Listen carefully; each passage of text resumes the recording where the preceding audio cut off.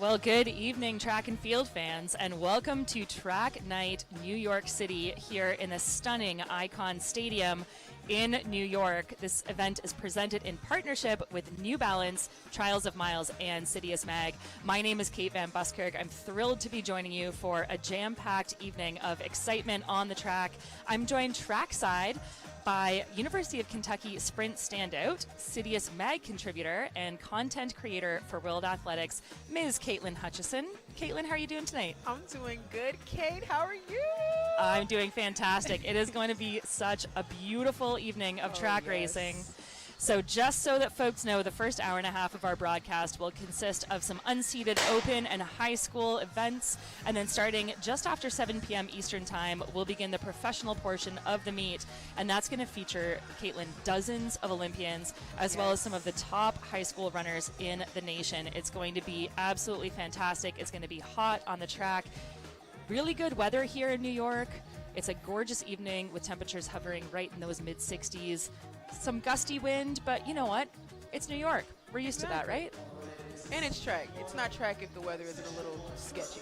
That's right, yes. And track is back. It is right in the heart of the kickoff to the outdoor track season. There's a beautiful shot of this gorgeous Icon Stadium here. Like I said, the sun is shining, and we are getting ready now for our first event of the evening. It's going to be the men's open 800 meter. And we will run through the list of competitors once they get started. We're going to have 4 sections of the men's open 800.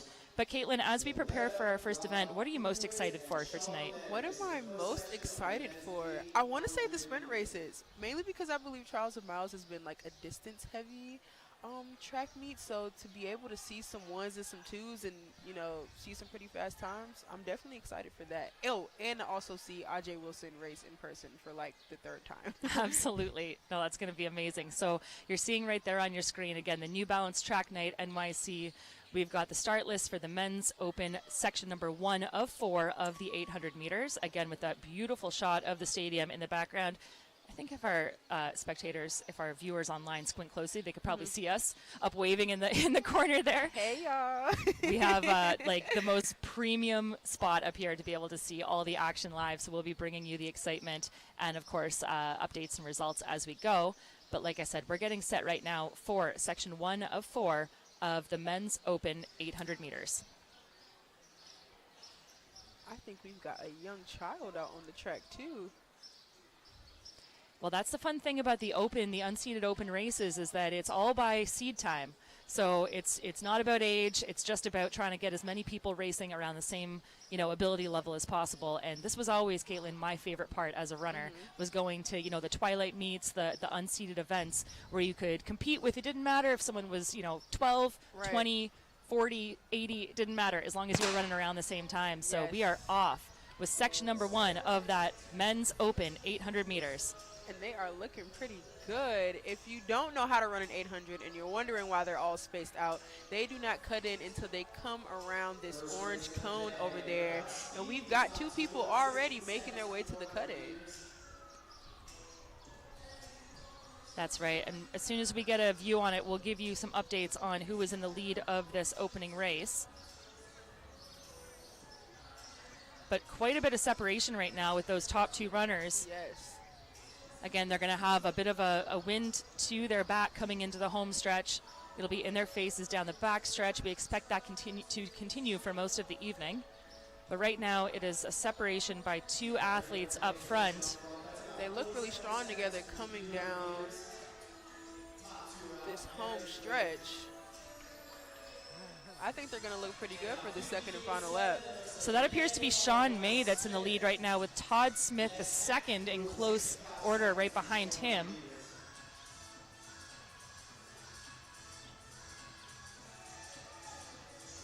And they have, what, Caitlin, at least a 20 to 30 meter gap on the rest of the field with only 300 meters left. And Todd is definitely doing his best to hold on.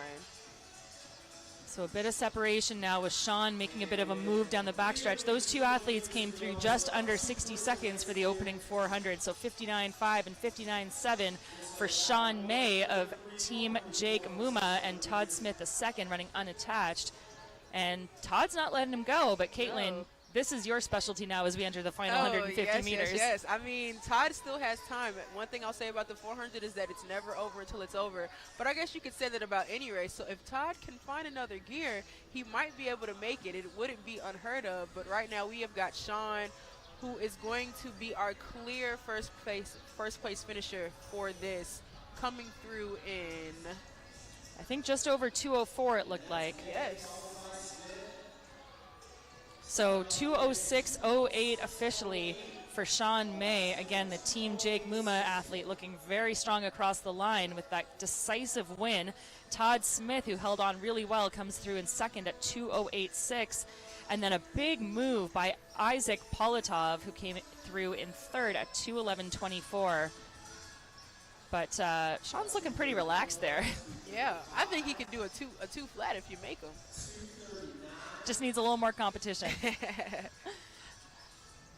But a great opening event. Again, section 1 of 4 of the Open Men's 800. And we are fully underway now here at Track Night NYC. Here on Friday night. What a way to kick off the weekend, Caitlin. You can't do anything better than this. Beautiful sunshine, hot track events, start to the weekend. What more could you ask for? And from where we are, I mean, this view is absolutely gorgeous. You got the sun shining on the lake. The trees are beautiful and green. Nice open spaces. I mean, you're right. It really can't get better than this. Well, these guys are going to take advantage of this beautiful weather as we move into section number 2 of 4 of that men's open 800 meters. And we have about 18 guys listed in each of these sections, and with those few scratches, it's turning out to be somewhere in the 15 to 16 person range. So you can see again your start list on the screen. Time to beat is 2:06.08. That is the fastest time so far out of section number 1. This heat hasn't created a really big gap just yet, as we saw in heat 1. Looking like everyone's staying pretty close together, so can't make any too many wide predictions about who might win this race because they are all running in line together. I believe that's Brian Lowe out in front right now. We'll get confirmation of that as they come through the home stretch and right by our announcer's booth. But you can see that there's a bit of a string out of the top 3 or 4 athletes and then some packing going on behind that. So that actually appears to be Mike Brannick running unattached. That is Brannick, your leader, with Houston Duffs right behind him. I would say take a look at our lovely guy in the Kung Fu headbands. You know what they say about people who wear headbands while they're running? They're pretty fast. And if you watch this race this whole time, he was sitting towards the back and was picking off people every single step that he took, and now he's in front, definitely trying to take control of this race. It'll be interesting to see what he does coming around this last 200. That's right, Caitlin. Quite a pack still, lots of lead changes with 200 meters to go. So this group came through in 57 and 58 through that opening quarter, so about 2 seconds faster than our first section. Again, they are running in order of slowest to fastest by seed time. But again, another lead change as they come in with just over 100 meters to go. And I believe that now is Brian Lau. Oh my goodness, who's it gonna be, guys? Still anybody's race with less than 50 meters to go, but I think it's gonna be Mr. Kung Fu. Yeah, under 2 minutes, I think so, or just over. So that was Nicholas Ruiz running unattached, and he looks like he split about 2:03.52. So a nice timed move by him with just about 20 meters to go. That was a very tactical race for him. He literally, yeah, look at him go on this replay. He played this very, very well. He knew that there were people coming to get him on his shoulders, but he didn't let that shake him. As you can see, he tried to make a little bit of a gap as he came through that finish line first. And sorry, that's a correction. That was actually John Butler of the Lone Wolf Track Club who took that win in 2:01.73. So so close to that 2-minute barrier. In second was Houston Duffs, 2:01.95. Mike Brannick, 2:02.37. So those are your top 3 athletes for section 2 of 4 of the men's open 800 meter. We move now, again, continuing from slowest to fastest. We move into our third section, of men's open 800s. And the time to beat right now, 2:01.73, as you just saw on your screen. That is the fastest time of the evening in these opening 2 sections of the 800. In this next section, Jose Donato, Jacob Pantoja, Nolan Kier. They're all taking off pretty fast. Looking real close before they come to this cut-in right here. Who's going to be first? Question of the hour. Well, and you know, this is interesting because I, many moons ago, ran the 800 as well, and I always found that to be one of the most stressful starts because it's the only event where you start in a lane for 100 meters and then you have to cut in. And, you know, you're jostling with so many other bodies, especially when there's this many guys on the track, to try to find your spot at that cut-in. Exactly. I think the only other race that might do it is the 4x4 outdoors. But I still think that this outdoor 800 is a little bit more stressful because you're not all just in one lane, or at least how they had it set up here. You are racing side by side with a couple of other guys before you get to that cut-in. So it definitely can be a little difficult to find your rhythm. That's right. And that's Michael Twist of Moody Park, who's in the lead at the bell, followed closely by Jacob Pantoja. And that was a 55.32 opening 400 for Twist, who is starting to fade a little bit now as the pack moves around him with 300 to go. I believe that's Pantoja running unattached, who has taken the lead down the back stretch. It's looking like they're all in practice with this line coming down last 200 meters. It's looking like we got a little bit of a fight going between blue and burgundy, but green also looks like he's trying to make a move for it. All right, Caitlin, serious question. Yes. Arm sleeves or no arm sleeves? How do we race? I've never raced in an arm sleeve, but I always wanted to, and I think people who do it are absolutely amazing. Except I would only do one and not two because I feel like that makes it look cooler. Oh, nice. I like that. Absolutely. And that is Nexter Ramirez Feliciano, I believe, who was in second, but it is a win there across the line for Jacob Pantoja. Caitlin, he did such a good job to hold on because he was under pressure for so long. That was a 1:54.76 finish, so that is our first sub 2-minute performance of the evening, and well under 2. Yeah, a huge amount. Really nice run by him. Nexter Ramirez Feliciano, 1:55.22 for Team Tarzan. Love that name. And then we got Axel Rosado running unattached at 1:55.70 in through for third. So at least 8 or 9 men under 2 minutes in this third section of the Open 800.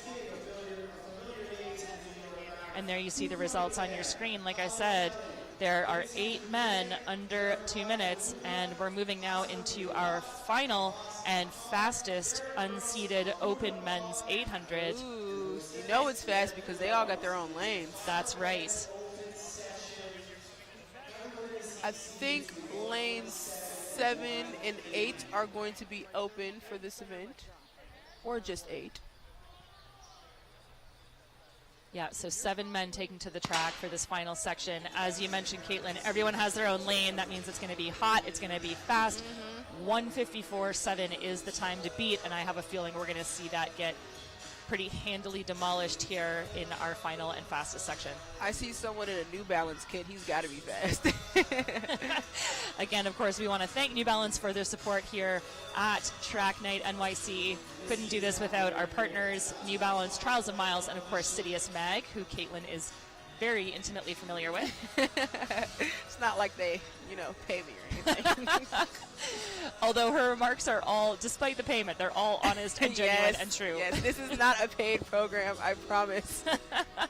So at the moment, that is hip 7, so that looks like Hazim Mayad of Empire Elite with the early lead looking. He looks very, very strong, chest up high. He's not worried about anything as he comes through this final lap. I think he might be able to widen this gap.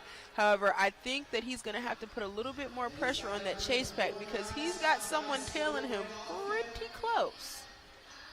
But I think he must have heard me because he just opened up that gap a little bit. That's the magic of being trackside, right? Yes. Like in person is, of course, we're influencing clearly what's happening in the race. If you guys can see that chase pack, they are all moving together. I feel like everyone just talked for a second and said, hey, if we can go get this guy, then we're going to have a great time, all right? We can't let him win. So it continues to be Hazem Mayawad of Empire Elite. So that was a 53.67 opening quarter, and he's maintaining his gap, but maybe starting to rig just a little bit with about 80 meters to go now into the home stretch. And he's got some pressure. I got him. I think he's got it. Yeah. What is he going to do? I think he just ran our fastest time of the night. Absolutely. That's so true, Caitlin. 1:52 flat. So Yes. we knew it was going to be close, but 1:52.00. Michael Rodriguez King comes through at 1:53.03 for second, and then Colin Kelly, running unattached, was third in 1:53.30. And I got to say, Hazem looks pretty chill there. I mean, I know he worked hard, but that was a really clean win by him. Definitely strong, comfortable, and relaxed. So, of course, such a efficiently run meet. We are already set on track for the first of our sections of the Women's Open 800. But Caitlin, the bar's been set. I mean, those were some really exciting opening heats of the men's 800. And we are underway now with heat number 1 of 3 of the women's 800. Yes, they are off doing their thing. Not too many women in this heat, but I think it's still going to make for a pretty great race. Yep, only 5 athletes in this opening section. As we did with the men, we'll move from slowest to fastest by seed time. And it's really similar. I mean, quite a range of ages in this event as well, which is great. Yes. It reminds me of the time when me and the Ithaca team would go run at Cornell, and there would be this one lady. I don't want to say her age because I don't really know how old she was, but I know she was very much older than the rest of us, and she would be out there kicking all of our butts in those distance races. So this is definitely not a new thing to see a variety of ages racing against each other, all looking for one thing, a personal best, Kate. That's right. Well, you know, my dad's a marathoner, Caitlin, and what we call it old man strength, but I'm going to call it mature runner strength is what we're saying. I think we can go with that. Although at the moment, I do believe that is the young speedster Kaylee Kaiser of Speed Skills leading the way, running really bravely up front. Oh, yes.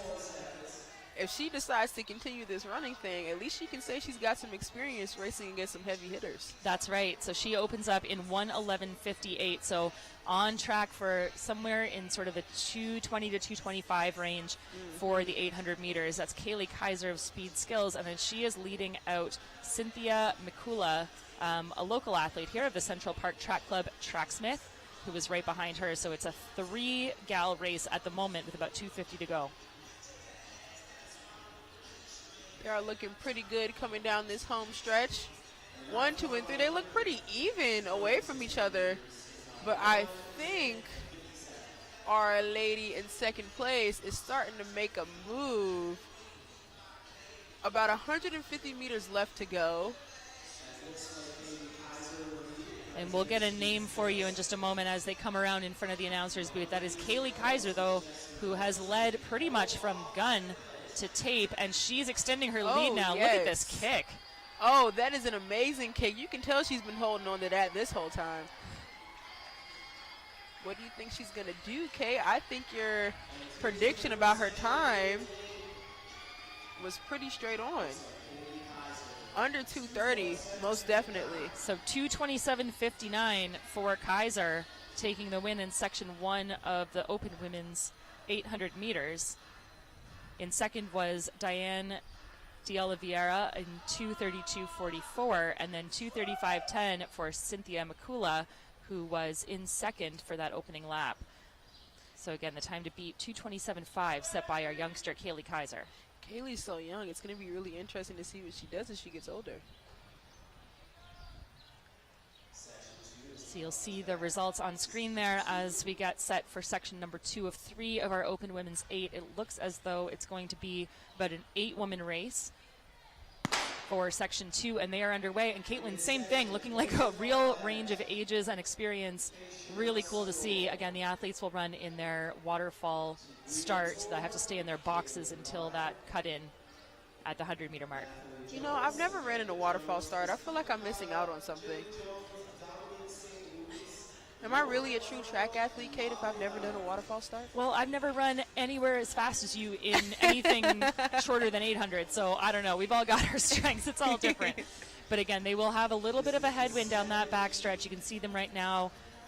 What a beautiful, sunny, bright day it is. And they'll come around and then have a bit of a tailwind into the home section. And it looks as though we have 3 athletes and then a 4th who's trying to maintain contact with that lead pack. Definitely some good vibes out here in the stadium. The music is good. The sun is shining. The athletes, I mean, I don't know if y'all can see them, but I see a lot of smiles out here too. So I'm sure that we're in for a lot of amazing races after this one as well.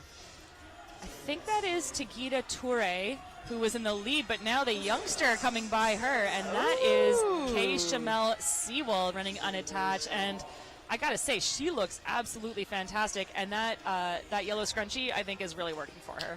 It's giving me a Thing Mo vibes, honestly. I mean, do we see the next Thing Mo, like, on the track? Like, come on. I think she's channeling her for sure. Yes, but it's looking like it's a night of the youngsters here. Another young one moving to the front to take the lead.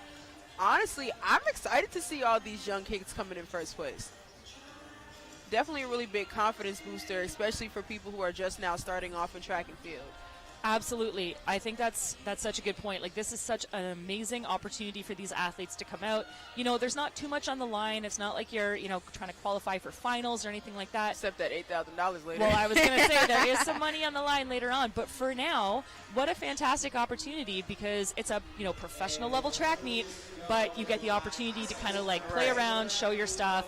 And with about 70 meters to go, our youngster is coming into the home stretch. So this is Kayla Devine, I think, of Speed Skills. We saw Speed Skills in the first heat, and it's going to be Speed Skills in the second. They must be training hard down wherever they at. I need to come run with them. So Kayla Devine takes the win, 2:21.42. And then Tagita Toure held on for second in 2:23.26, and that was Jilly Jones running unattached in through third in 2:24.82. So 3 athletes under that 2:27 mark set out of the first section, and we have 1 left to go.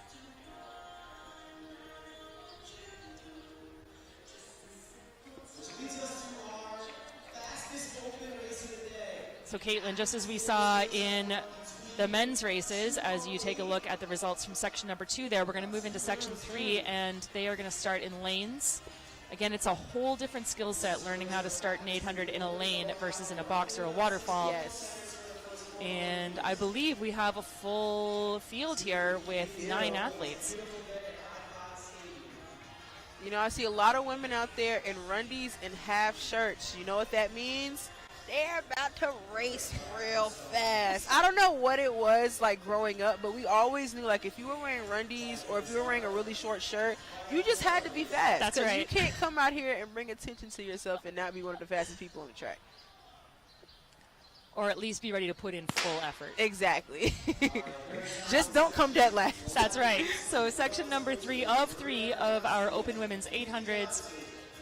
Again, we have 9 runners on track. You can see their names listed there, and we will continue to give you some updates and splits as they go.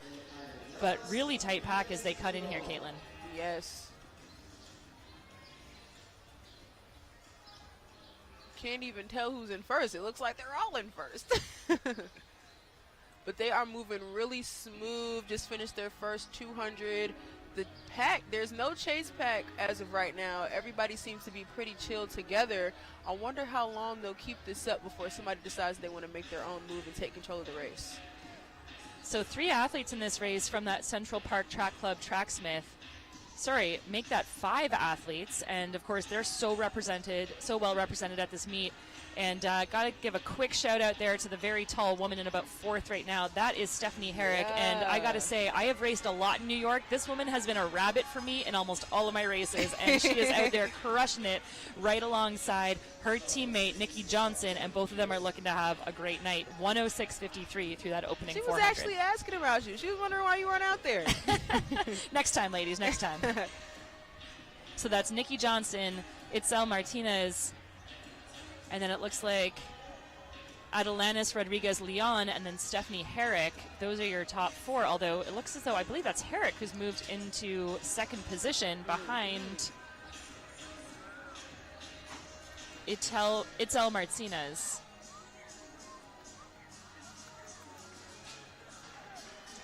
So it is Itzel Martinez of Team White Rock, Mexico. Mexico well represented at this meet with several athletes.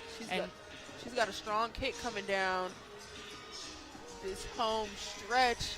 I think if she can keep it up, this will be her race. However, she does have Nikki coming after her just a little bit, but I think that she's pretty much set it in stone that she is going to be the person to win this last and final heat. So Itzel Martinez taking the fastest section of the women's open 800 meters in a really fast time of 2:13.56. That was Stephanie Herrick, again, of Central Park Track Club, 2:14.29. And then Jarelis Guzman running unattached, 2:17.05, and a real battle on between third and fourth there as Nikki Johnson comes through in 2:17.09. So Itzel Martinez, Team White Rock, Mexico, again, looking pretty cool, calm and collected. And I think, Caitlin, that speaks a bit to the magic of this beautiful Icon Stadium. Yes, there's so much magic in this stadium, and there's going to be some more magic happening in June. I believe the New York City Grand Prix will also be on this track. If you haven't seen, they're going to have Fred Curley and Noah Lyles, both world champions, duking it out on this track. So if you had a chance to come out here today, make sure you come back on June 24th. And if you aren't out here today, make sure you come out here on June 24th, because it's something about this stadium that always gets the people going and always makes sure that they get a fast time out here on this track. 100%. So you just saw the full results populated on screen there. And again, like I said, kudos and shout outs to all of the folks behind the scenes putting on this meet, because we are moving right along to our boys 800 meter high school unseeded races.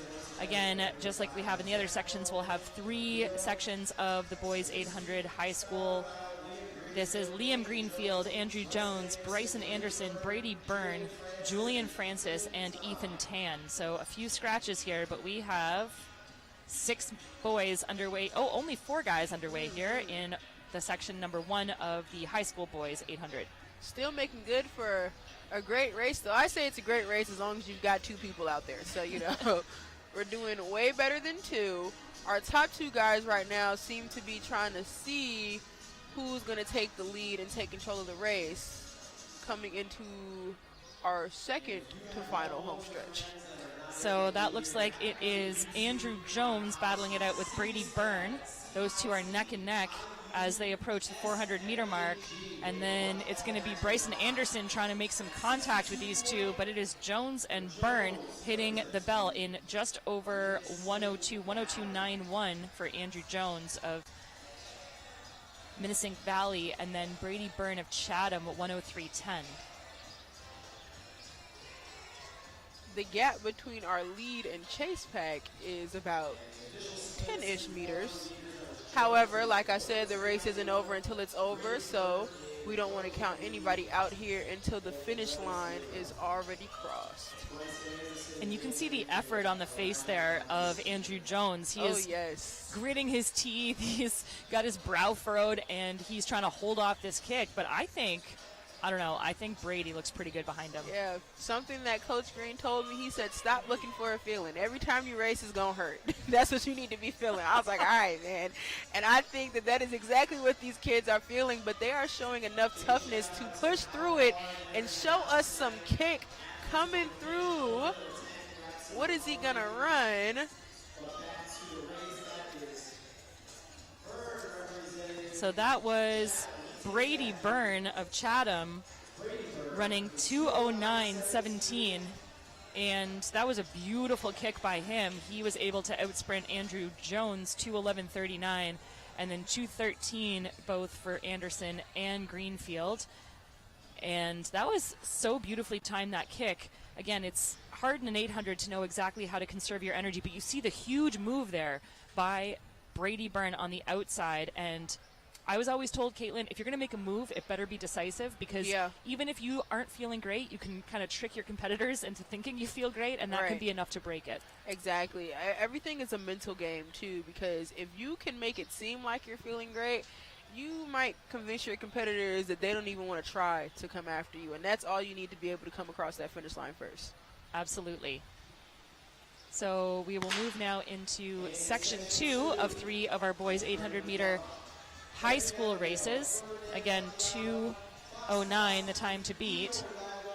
And this is going to be Ferdinand Babiano, Fox Klosky, Nico Hidalgo, Zaire Morales, Devin Chowdhury, Andrew McCabe, Tristan Louvard, and Wesley Schreiber. They haven't separated yet, so another strong pack. We'll see at one point in the race they decide to make some moves on each other, but it's looking pretty tight right now.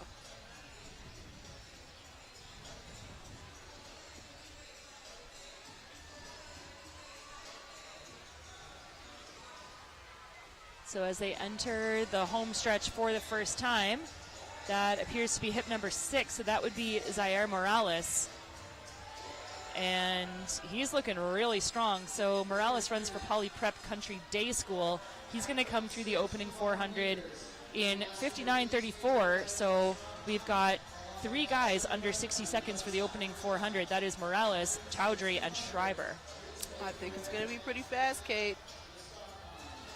And Zaire is still holding on very, very strong to his lead right now. He looks really good. In fact, he's starting to open up a gap. He does. I know he's got to train hard in practice. And he's getting even faster, it feels like, around this last turn. It's like he's been training for this kick his entire life, because he's not waiting until the final 100. You saw him start making that move that last 250, and it's working very well in his favor, as I don't think anyone's going to catch up with him as long as he keeps going stride for stride. And that's such a gutsy and smart way to run it. I mean, he was into a headwind all by himself down that backstretch, but he knew exactly what he needed to do to put a gap on this field. And like you said, Caitlin, it's not just about the win. It's about fast times here tonight at Icon Stadium. It is going to be Zaire Morales coming through just over 2 minutes. He will take the win in section 2 of 3 in just about 2:01 and change. 2:02.41 for Morales of Poly Prep Country Day, 2:03.36 for Schreiber, and then Hidalgo made a big move. He's out of New Jersey, 2:04.33, and 2:04 and 2:05 for the rest of the field behind him. I heard them almost start playing Michael Jackson. Sounds like somebody's about to get moving real fast out here. I might as well just put me on the track. Shoot, I won't even do the racing. I'll just do the dancing for y'all. Don't even worry about it. So those on our live stream are, again, going to be, unfortunately, stuck with me all night. You're going to have a few different changes of personality come through to sit in the booth with me. But Caitlin's going to be with us for about 40 minutes here, and then she's going to go down and show off not only her in-stadium announcer skills, but those dance skills on track as well in a little bit. But y'all is not getting rid of me today. But we are now into our third and final fastest section of the boys' 800-meter unseeded high school races. There are 7 guys on track. They are Urji Ajay, Gabriel Kramer-Griffith, John Gallagher, Adam Guzman, Patrick Duran, Raymond Flores, Jelani Johnson, Nicholas Montana, and Zakari Ango.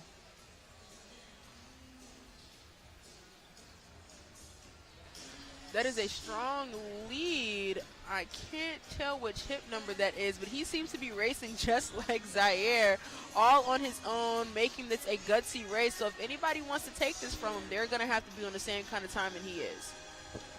So that is hip number 7. That looks like it's Jelani Johnson in the purple kit. So he is racing for Bishop Lachlan, and he's got a couple strides on the field at the 400-meter mark, although closing hard behind him is Raymond Flores.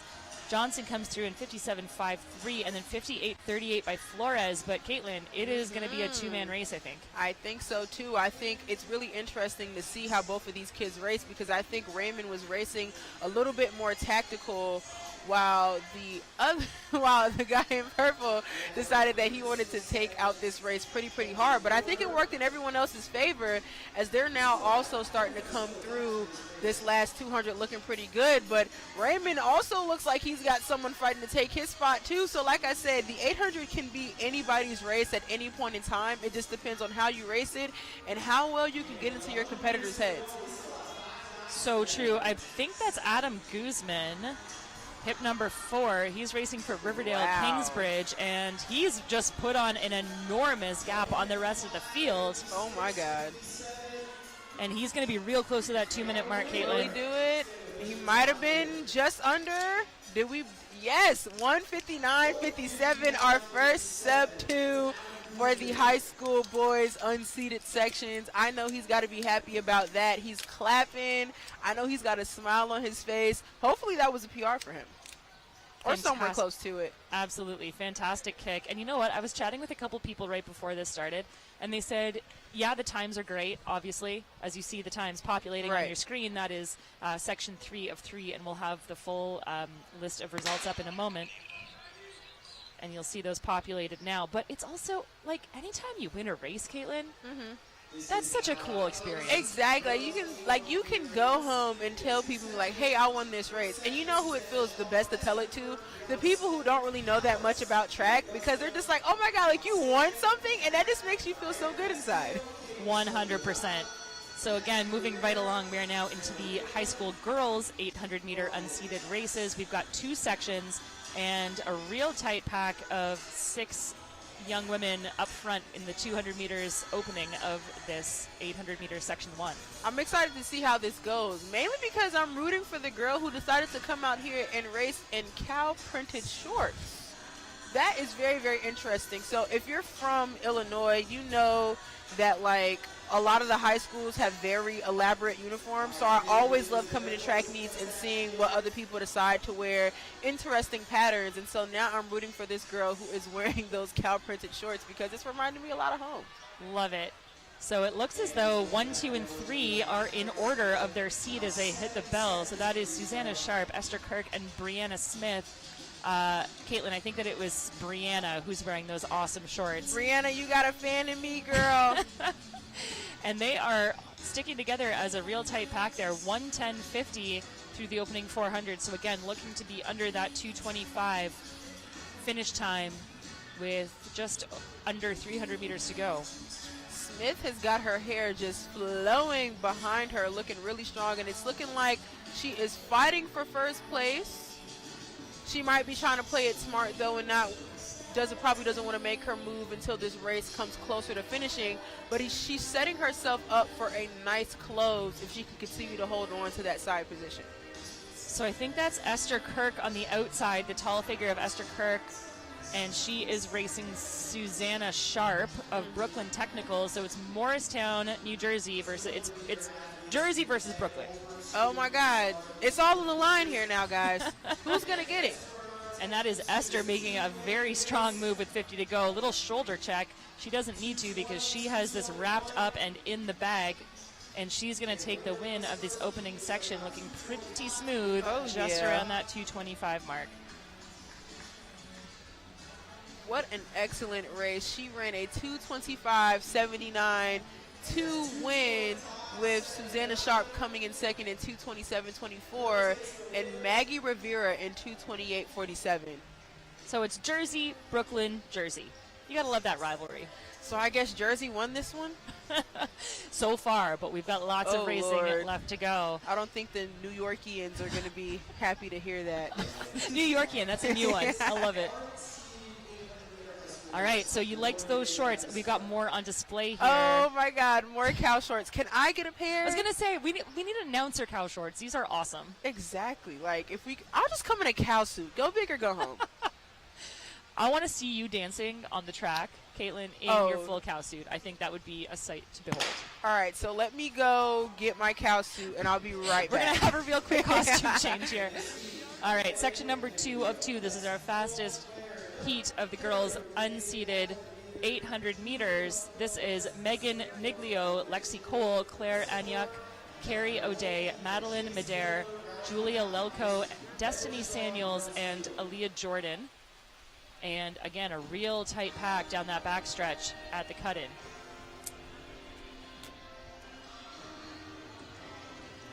So a reminder, the time to beat out of section number 1 is 2:25.79. And all 8 of these women are running really tightly packed in the opening 300 meters.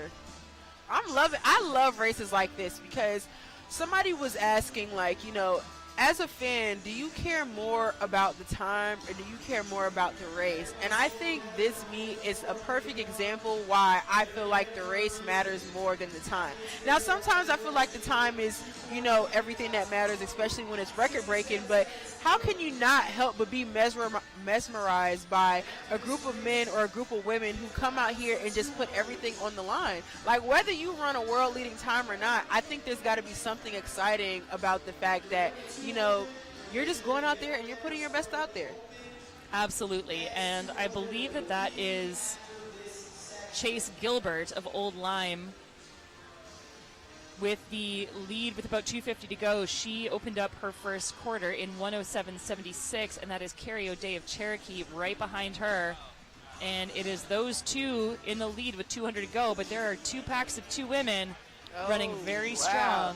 This is a very strong out line, but we've only got one girl in first place right now. I hope that she can hold on that 10-meter gap that she has made.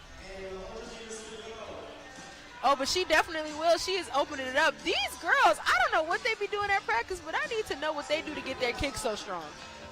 I don't know. I think you could probably give them a few pointers too. It's the glasses for me though. Our winner is, she's got her arms up, she's got the glasses going. That was a fantastic finish, and it's going to be under 2:20. That was a very decisive win for Chase Gilbert. 2:16.81. You already know that picture going up on her Instagram. If you don't do it for the gram, what do you do it for, really? Obviously not personal best and winning team titles and stuff like that. So you're now seeing overall results there for the girls 800-meter high school unseeded races. Chase Gilbert of Old Lyme with the win, 2:16.81. Lexi Cole in second, and then Megan Niglio of Cherokee came in through third. The rest of the time showing on your screen there as well. And Caitlin, that's going to wrap up our open sections for the high school and open unseeded for the 800 meters. And we're moving more into your territory now. We're moving down in distance. Yes. We're getting into those 200s. Oh, I know a little bit something about the 200. Oh, I know you do. A little speed. Okay, so I got to ask you because I am not a 200-meter runner. Okay. I know how to pace for like the mid-distance. Yes. Throw me in a 15, throw me in a 5, even throw me in an 8. I find it hard to pace, but I can kind of get a sense of it. I have heard from so many of my sprinter friends that you need to pace yourself in a 200, and I have no idea how this happens. So fill me in. It's not necessarily about pacing. So I'm gonna break it down for you in the simplest way possible that I've explained over the years. I'm going to school with Caitlin. Okay, right now. We're in class. We're going to track Class is in sprint session. school with Caitlin right now. right. All right. So if you're racing a 200, we're specifically going to talk about the outdoor 200. You're going to get out as hard as you possibly can. So you're building, right? And at a certain point, wherever your coach tells you to, you're going to do this thing called floating. Floating doesn't mean slowing down. It just means shifting your arm movement. So you're pretty much maintaining the speed that you've built up until that exact point, right? Then at the other point in the race that your coach is also going to tell you, you're going to stop floating and keep pushing. So whatever speed that you've held, you're going to do whatever you possibly can to just get more of it. Okay. All right? So it's going to hurt really, really bad. But it's okay, which is why you floated, so that way you didn't use all of your energy, so that when you get to, you can actually make it to the finish line. So what I'm hearing you say, sprint, float, push. Yes. Is that about right? Yes. Okay. Or as some coaches call it in practice, sprint, float, sprint. Okay, I like it. Yes. Okay.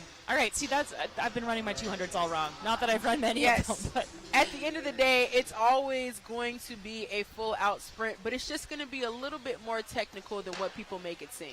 Got it. That really helps me. I appreciate that. We are underway now. You're seeing a shot of our crowds. We're going to pan back to the track, and we have a 2-woman race on. You said it's a race if there's 2? Yes. We've got two girls out here, and it's looking really awesome because they are pretty even. Oh, my goodness, but it looks like we are going to have our clear winner out here. And that is hip number 5. That is Santa Medina of Central Park Tracksmith, and she is going to take that win decisively right around that 27 flat, Caitlin. Yes. How many times have you run .00? I don't know. Not that many times. It's so satisfying to see, too. I feel like you could maybe be, like, mad a little bit about the time. But it's just like, I ran 0-0.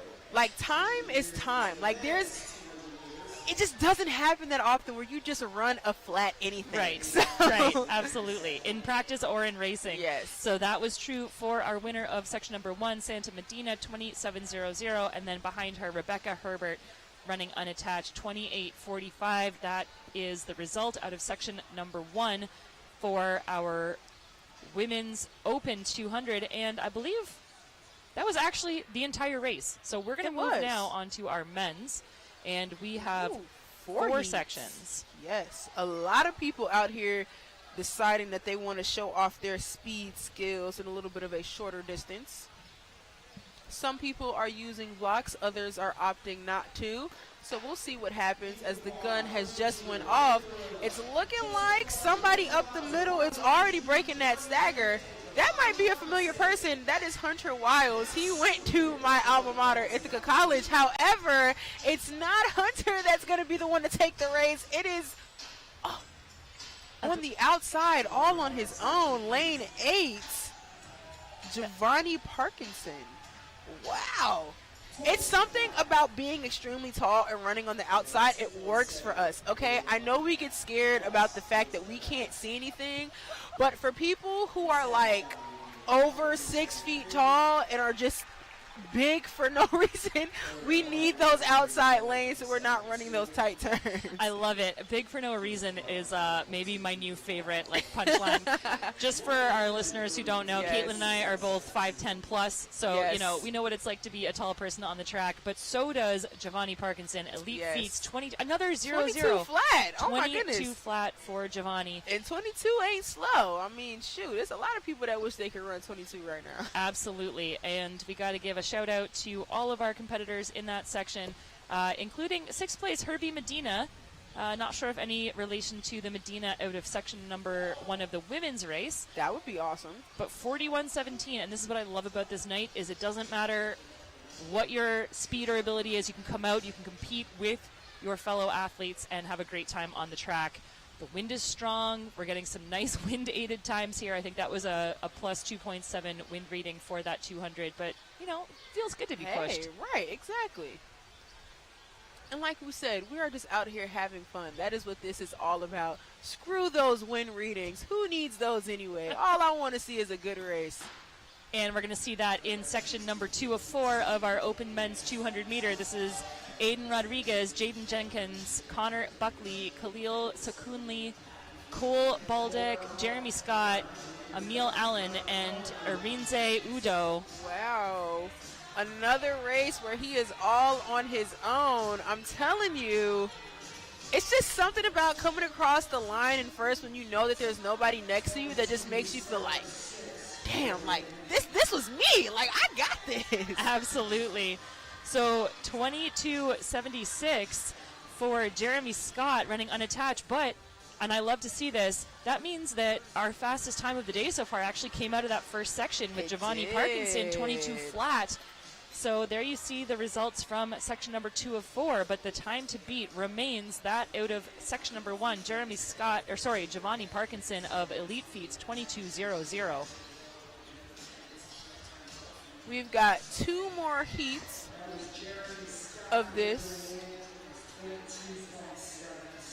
I think, or for what it seems, it's like everyone is opting to use the blocks this time. There were some really great staggers being broken in those first 2 heats, so hopefully we see something similar in these last 2. Okay, you talked about being a tall runner, enjoying the outside lane as a result. Yes. Would you say, I know there's a bit of a disadvantage, too, to being in lane A because you're running blind. Right.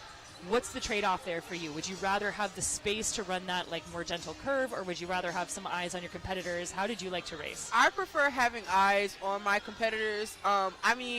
To be fair, I did run my PR out of lane 8. No way! So maybe I should say that lane 8 is more preferred, but I like being able to see my competitors because there's something about not psyching myself out. Like, I always feel like there's a chance if I can see somebody ahead of me. Gotcha. That makes perfect sense. And again, we're going to see some more fast times. A smaller section now in section number 3 of 4, only 4 athletes competing. And to that very point, our athlete on the outside running completely blind, partly because he doesn't have anyone to his 3 inside lanes, but he is holding his own right now. But lane 1 is also giving him a little bit of running for his money. But I think, no, it might be lane 1. They're going to bring it to the line. We're going to have to check the time to see who's got it. I believe that was Shervon Barthelemy, 22.50. Yeah. Lucas Sturgeon comes through in second, 22.82. And then Joseph Richolski in 22.90. That means that the winner of section number 1, 22.00, Giovanni Parkinson, still our fastest guy. Giovanni, you might be going home with the gold medal. Are we giving out gold medals? I think we're giving out kudos and Instagram shout-outs. You're gonna get your Instagram shout out and your bragging rights if you win this race. We've got one more section to see if you are going to reign the champion. So we've got one section left of our open men's 200. Again, we have 8 men on the start list, but I am seeing some empty lanes. So hopefully we'll have close to a full field here for section number 4 of 4 of the open men's 200. They are set to be Talawani Alau running unattached, Nicholas Sivo also unattached, Gary Castrelli Jr., Malcolm Tatum of Central Park Track Club, Matthew Morales running unattached, Prince Forson running unattached, Noah Langford, and then Adam Winerias of the Heartbreakers.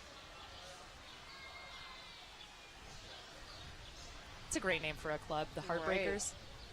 I love that Adidas kits he's got going on. If I didn't know any better, I would have thought that was Grant Holloway. I think that is going to be a very well-received compliment for this young man. So, fastest and final section, number 4 of our open men's 200 meters. That stagger was broken before they even got to the first 50 meters. The outside 3 seem to be the ones holding on to this race, but it is going to be looking pretty even. Oh, do we got some? Oh, it was lane 8 who came up. Adam, 22-22, but Giovanni is still our overall winner. Oh my goodness, that's got to be a great feeling for him. So, like you said, Giovanni Parkinson, elite feats 22.00. That means, unfortunately, it is a heartbreak for Adam, the winner of section number 4. And we're going to see full results here. There you see it. Out of section number 1, 22 flat for Parkinson. Winiars of the Heartbreakers, 22.22. And then Prince Forson running unattached, 3rd overall in 22.35, with the rest of our times populating behind them. And another really strong event in the unseeded men's open 200. We're going to keep with these sprints. We're going to move on to the boys high school unseeded 200 meters. We have 3 sections here. Again, a few open lanes, but on the docket it is Timothy Stone of Harding, Hyatt Hicks of Poly Prep Country Day, Luke Gustafson of Poly Prep, Ian Rainville of Newington, and then Wyatt Zachary of Fordham Prep. So a 3-man race underway. I believe that is lanes 7, 6, and 5, it looks like. And a very clear lead there. Lane 5, I believe that is Hyatt Hicks, and a late push on the outside by Ian Rainville, but it is Hyatt Hicks 23.45 out leaning Rainville at 23.67, and then Timothy Stone 25.12 with a wind reading just under 2 meters per second. Side note, I think the last name Stone is very intimidating. I wouldn't want to race a guy if his last name was Stone, because you just sound like you Stone Cold. Yeah, I got you. See, it was forehead to forehead with that one. So 23.45 by Hyatt Hicks. The time to beat, again, we saw this in the open section. Just because you're in the, quote, slow section does not mean that you can't win. And I love, love an upset. I love an underdog win. I love stuff like that. So we just saw some times laid down, and we're going to move now into section number 2. It appears to be, I believe, a 4 or 5 guy race. Keep in mind, 23:45 time to beat. It's looking like a great race. So I think that's 1, 4, 5, and 7, which means we got Zoe Nwosu, Vendant Nayak, Keegan Duty, and Brandon Dong, and I think that was Dong who took the win. It was 22:92. So our first high school runner under 23 seconds of the evening. 2.1 win. I hate when the win is just over legal, because it's like you couldn't just either be illegal or legal. Why we gotta be 2.1? So close. It's like running, 0.01 in a race. I know. Just off your PR or something like that. That's it's like right. You couldn't just be one or the other. So Brandon Dong of Livingston High School, 22:92 for the win there, with Keegan Duty of Fordham Prep, Hyatt Hicks of Poly Prep, and then Vedant Nayak of New Jersey coming through for 4th. As we move into section 3 of the high school boys unseated 200 meters, we've got Terrell Hood Simeon of Poly Prep, DeAndre Duncan of Harding, Jordan James of Poly Prep, Dakota Strain of Fordham, Kyle Nedrick of Harding, Kofi Rossi of Poly Prep, Sid Carthedy of Lawrenceville, and Theodore Dry of Poly Prep. So this is the Poly Prep versus Harding showdown. And I love that too, when you get local high schools and you start seeing your same competitors at a bunch of different meets. You know who you have to beat. You learn how to beat them. It's great even at this young age to start learning that stuff. Exactly. It's like, this might not be our dual meet or our championship meet, but just know, if I got you here, that means I can get you later. That's right. Absolutely. And a full section, really good to see underway. So it appears that we have all 8 lanes full. Pardon me, that is 7 runners on track. And a much tighter race, Caitlin, coming into the back half of this 200. Going, and gone. It was pretty tight at the line, but I think we've got our clear winner. I believe he was in the outside lane. Kofi Rossi, 22:22, running like he one of them grown kids. Oh my goodness, I know he's got to be excited with that time. That is the fastest time of the day, as most of our young boys have either been running 23 or just under 23. So 22:22, I know that's got to make him feel pretty good. Nice camaraderie there on the finish line between these guys. Again, they'll have seen each other lots throughout the season and will continue to do so.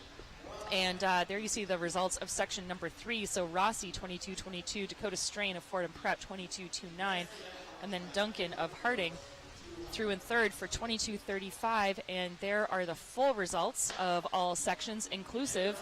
And if you are listening to our live stream, watching our live stream, you would have heard that gun, because we are already underway with our next sections of 200s. This is the girls 200-meter club unattached races. And it's a 5-woman race with a really strong lead on the outside there. I believe that is Jazara Emily of Vitesse Track Club going to take the win pretty comfortably ahead of her teammates. 26:04 for Julia Quarick, and Megan Charlie is going to run 26:57. I remember the first time I ran 26. I thought I was on top of the world, and then I started realizing that girls my age were running 24s and 23s, and then I quickly realized I was not the girl I thought I was. But look at you now, Caitlin. Look at me There's now. time for all of us. Yes. So nice strong win there by Julia Quarick of Daniel Hand. That was 26:04. Megan Carey coming through in second. We got our second and final race underway right now for our girls 200 heats.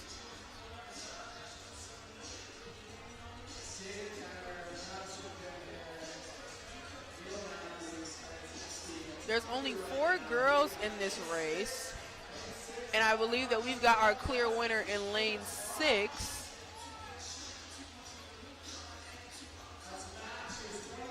She ran a 26:64. Nalam Matthews from Muchin, New Jersey is going to be the winner of that heat. And then Francine Stevens is going to be second, 27:96. So that wraps up our girls 200-meter high school unseated. Again, these go fast. There you see that Trials of Miles sign. We want to give a quick shout out again to all of our partners. They include Trials of Miles, of course, New Balance. Thank you so much for your sponsorship and partnership with us tonight. And then, of course, CITIUS MAG, who is all over the country and all over the world doing so much fantastic coverage of our great sport of track and field.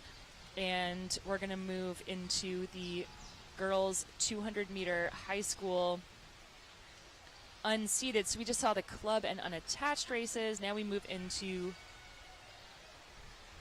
the high school sections.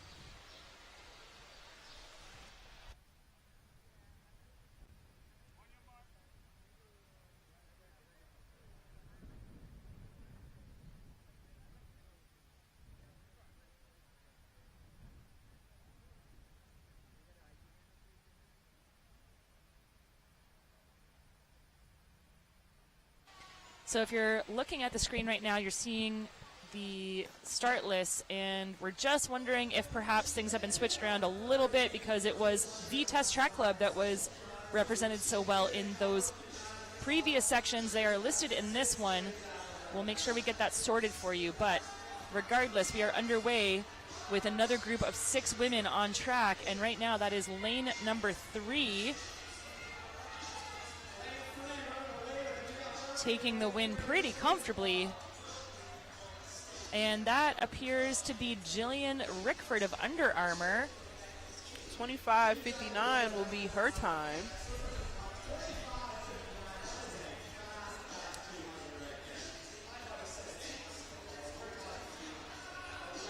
As you get a beautiful shot there of the Icon Stadium here in New York. It is a gorgeous evening, a little blustery, but sunny skies. Great temperatures for an evening of track and field. Jillian Rickford took the win there in 25:59 for Under Armour. And I believe that concludes our 200-meter races. We're going to move now into our miles.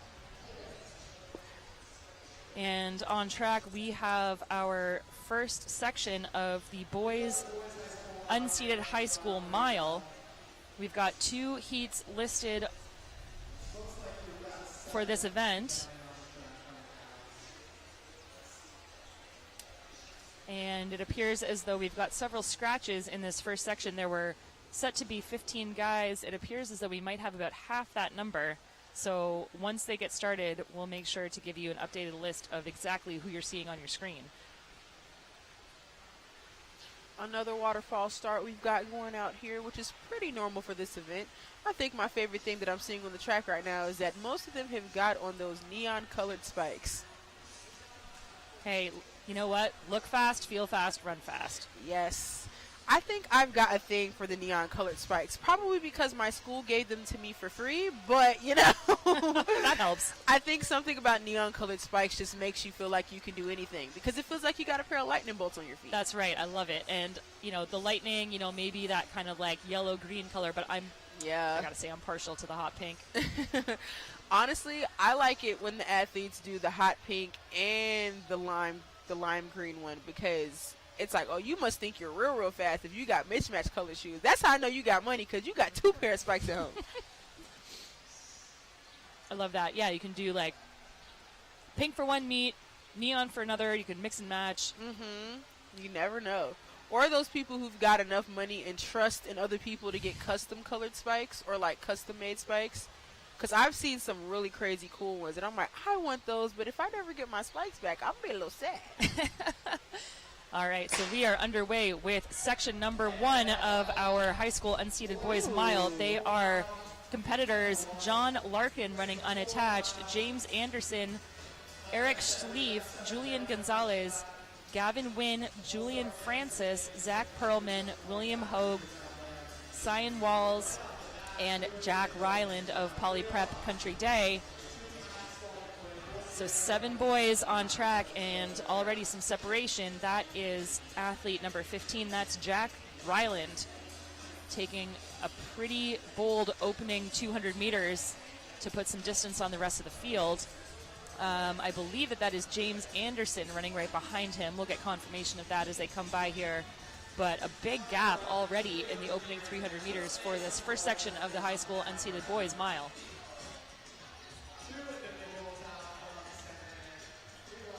I always wonder what athletes are thinking in their heads when they hear like their favorite songs playing at track meets. Like, I know they're supposed to be focused on the race at hand, but I just want to know how I would feel if I was like doing my race, feeling really good about it, and just heard my favorite song coming down the home stretch.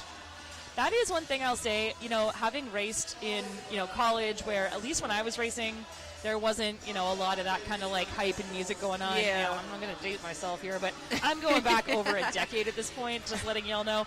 However, as I moved into my pro career and I went to more and more meets like this, these fantastic events where you get the crowd involved, you get people pumped up. Right. You can see on the backstretch there on your screen, there are folks sitting on the other side of the fence on that nice grassy knoll, taking advantage. You might just be riding your bike by or walking by. You hear some good music. You hear some great stadium announcing. Right. You hear the pep of the crowd.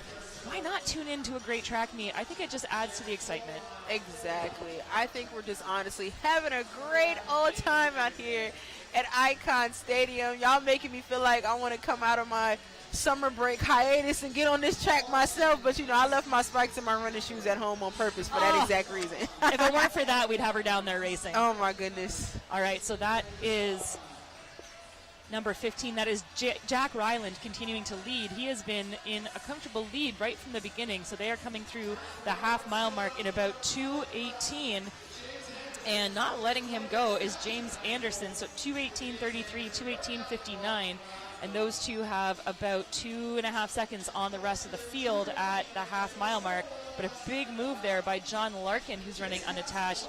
And Caitlin, he's trying to get up there, and that's such a smart move. Like, if you can bridge that gap, and then it's kind of like the float. You know what? You sprint to catch up. Right. And then I was going to say you can get a bit of a float, but it doesn't look like he's going to do that. Yeah. He's going around with about 600 meters to go.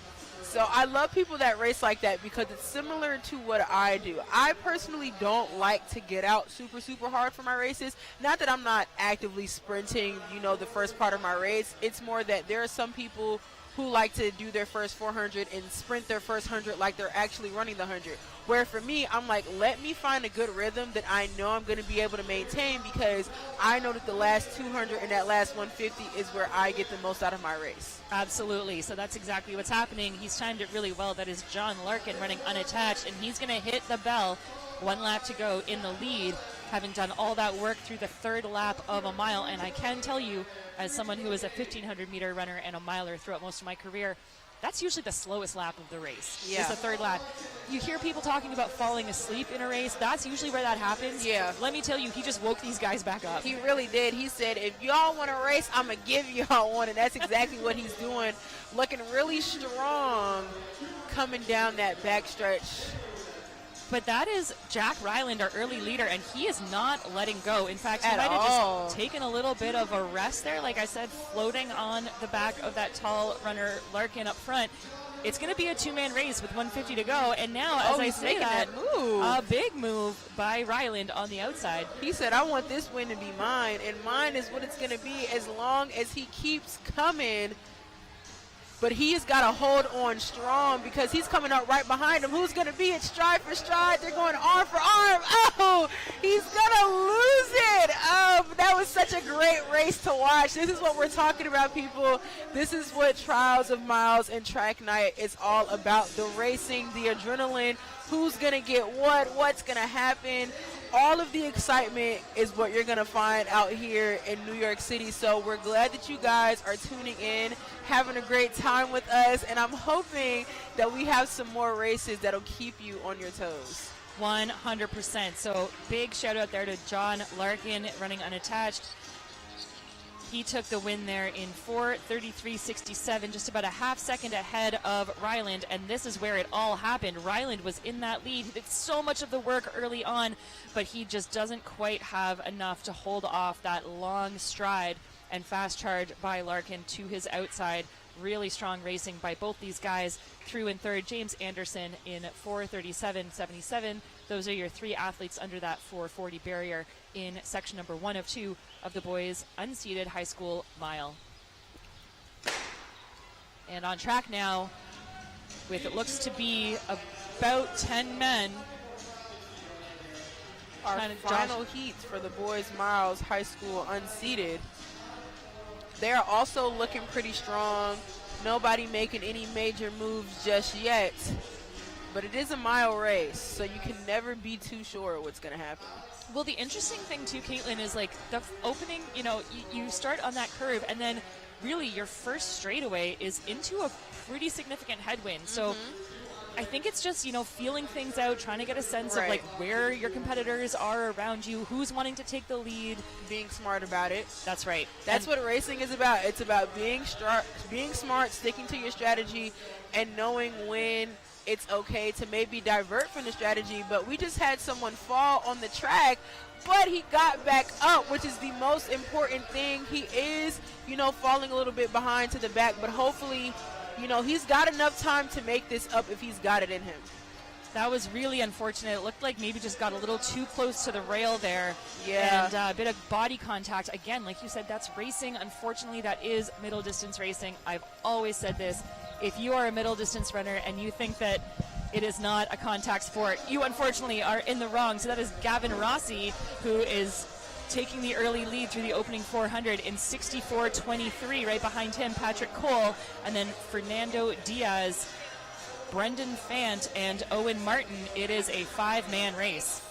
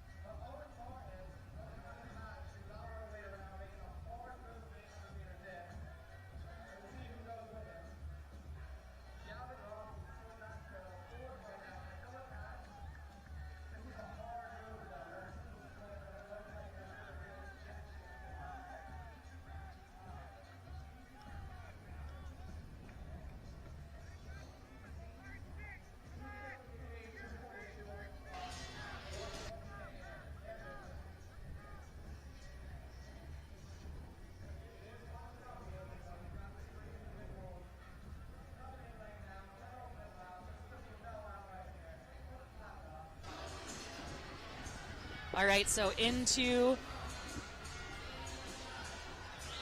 approaching the bell lap now for this second section of our high school boys unseeded mile, and it's been another pace or lead change. So that is Patrick Cole of Red Bank Catholic, 3:15 with a lap to go. So that was a 66-second quarter for him, and he's looking really strong, but under some contention now by two guys to his outside. Oh, and almost another fall there.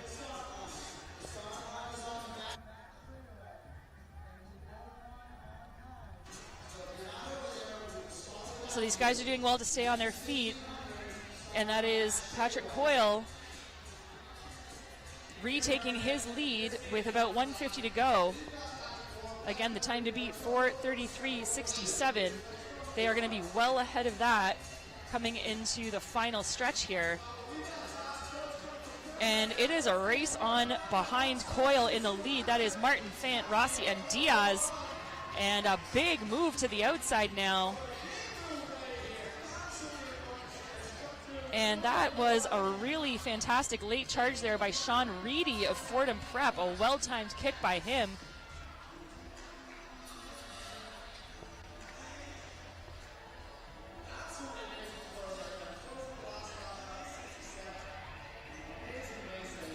So they're calling it for Coyle, but I believe that's Reedy. That is Reedy, who took the win. That is Sean Reedy of Fordham Prep at 4:22.72. And there you see that huge move as he blows by our early leader, Patrick Coyle. So Reedy with a very, very strong win there for Fordham Prep, and Patrick Coyle behind him. 4:21 for Reedy, 4:22 for Coyle, and then Gavin Rossi third. And that will round out our boys mile high school unseeded. We're going to move now into our girls high school unseeded miles, but I am joined in the booth now by a very special guest. This is Ms. Allie Ostrander. Welcome to the booth. How are you doing? Oh, thank you. I'm doing pretty well. You know, little bit of a last-minute ad here, but got pulled into the booth, and I'm excited. Well, we're so glad that you're joining us, especially for these mile races on this beautiful evening here in Icon Stadium in New York. So I'm going to let you take this one away. You know a thing or two about running some mid-distance events. What's your best approach to a mile? You know, I would say generally I always have the tendency to go out too fast at the beginning of a mile, and I think it's a really careful balance because you want to go out fast enough that you can get into a good rhythm and get the most out of yourself for a pretty short distance. But if you go out too quick, you kind of flood your body with just, you know, the lactate, and it's tough to overcome that, and things can really lag in the second and third laps. So yeah, that is definitely a hard balance to strike, and I think it's so apt that you say that because it's hard to tell from this front-on shot on your screen. But this is our early leader. That is Lola Deneen of Notre Dame Academy, and she comes through the opening quarter in 1:14.28. Ali, she's got several strides on the rest of the field, and to your point, it's really having to know your body, right? Like figuring out how to pace yourself in a mile race, which I said this about the 8s, but it's true for the mile as well. It's one of the hardest events to pace properly. Yeah. I was actually just talking yesterday about how I think I still to this day have never properly run a mile or 1500. I've never gotten it right. It's such a careful balancing act, and the people that can consistently really pace it well are just so impressive to me. Yeah. So do you practice that in training? Because I know that that's one of the things like my coaches would always have me do as, you know, a mid-distance runner, was trying to practice both things. Practice proper pacing, but also practice how to kind of buffer that lactic if you do go out too hard. Mm-hmm. Is that something that you did a lot in, or that you do a lot in training? Definitely something that I do some. Like, there are some workouts where you practice kind of overshooting pace and then like backing off and being able to work through that when you're still running pretty hard, or like, you know, throwing in random bursts here and there, because you never know when something in the race might happen where the pace picks up quickly. Absolutely. And again, as you're saying that, we're seeing a lead change. So that is now Addison McGoey of Kent Place, 2:34.85 through the half mile mark, and our early leader Lola Deneen falling back into fourth. And this to me is one of the hardest points in a race, Ali, because if you've done that early work, you can't go back and change it, right? You're already fatigued, but then not being sort of demoralized by the action of the people going around you. Like, what is it for you about the mental game of having to stay really strong, even if you think you might not have paced things properly? Yeah, I mean, I first want to say I think she's doing a great job. She is responding to this move, which is kind of what I was talking about earlier, you know, practicing in practice where there is a surge and you have to change your pace. She's done a great job of adjusting to this change, which, as you said, can be really mentally difficult, just having been in the lead, having had that control, and then having to, you know, adjust to the way someone else is trying to dictate the race. So she's starting to fall off a little bit here, but she's still in contention in this race, hasn't let it go. Yeah, absolutely. And you almost get a little bit of a break then in some of the momentum of the athletes in front of you. So we have a 3-woman race up front at the Bell Lap. We've got, that is Isabella Layton of Poly Prep, Addison McGoey of Kent Place, and I believe that's Ava Bymuller of Freehold Township. Yeah, it's a very exciting race. I mean, going into the last lap with people around you is a huge adrenaline rush, and just, I'm excited for them. It's such a fun experience, just battling it out, and they are battling. Absolutely. So down that back stretch, again, it is still a 3-woman race. That is Mirembe Mubanda of Ethical Culture Fieldston in third, and now moving into second. And this is where so much of that magic happens. Ali, what's going through your head at this point in a race? 150 to go. If you're any one of those 3 women, what are you thinking? If I'm at the front, I am terrified, but like pumping my arms very hard, pouring it on, not leaving anything. If I'm in second or third, my eyes are up, and it's just everything I can do to try to overtake that leader. But I don't think that's going to be done. A really strong final push here. That is Isabella Layton. She spent some time in the lead, fell back a bit, and then she comes across with the win. That is, I believe, under 5:10 for Layton, just under 5:09.09 for the polyprep athlete Mirembe Mubanda. A great kick by her, 5:10.44, 5:11.52 for Magoe of Kent Place. And then 2 more athletes under that 5:20 mark. So a really strong opening section. And a really thrilling, to your point, Ali, a really thrilling final 200 meters. Mm-hmm. Yeah, I'm impressed with the way the winner ran that race. She was very patient, mature for a high schooler especially. I did not do that a single time in high school, so. Well, you've gone on to have some pretty significant success since then. So, again, it's all a learning experience. But we are going to move right along into the men's open 1,500 meter. This is a huge pack. Beautiful shot there of New York's Icon Stadium. You can see the sun bouncing off of those giant letters above the stadium. And, oh my gosh, Ali, what do you think? We got close to 20 guys, maybe more, in this men's open 1,500. Yeah, this is a huge field. Like when they took off, I thought it looked like the 5K at conference in college. Like when they everyone's thrown into this. So yeah, I don't know if I've ever seen a 1,500 with this many people in it. What's the race with the most number of athletes on the track that you've ever run in? Oh, definitely a conference 5K at one point. I think there were like 38 of us or something. It was ridiculous. Wow. Like, I remember I didn't get out very well, and like trying to get around everyone in that field was it was a whole race in itself. Right.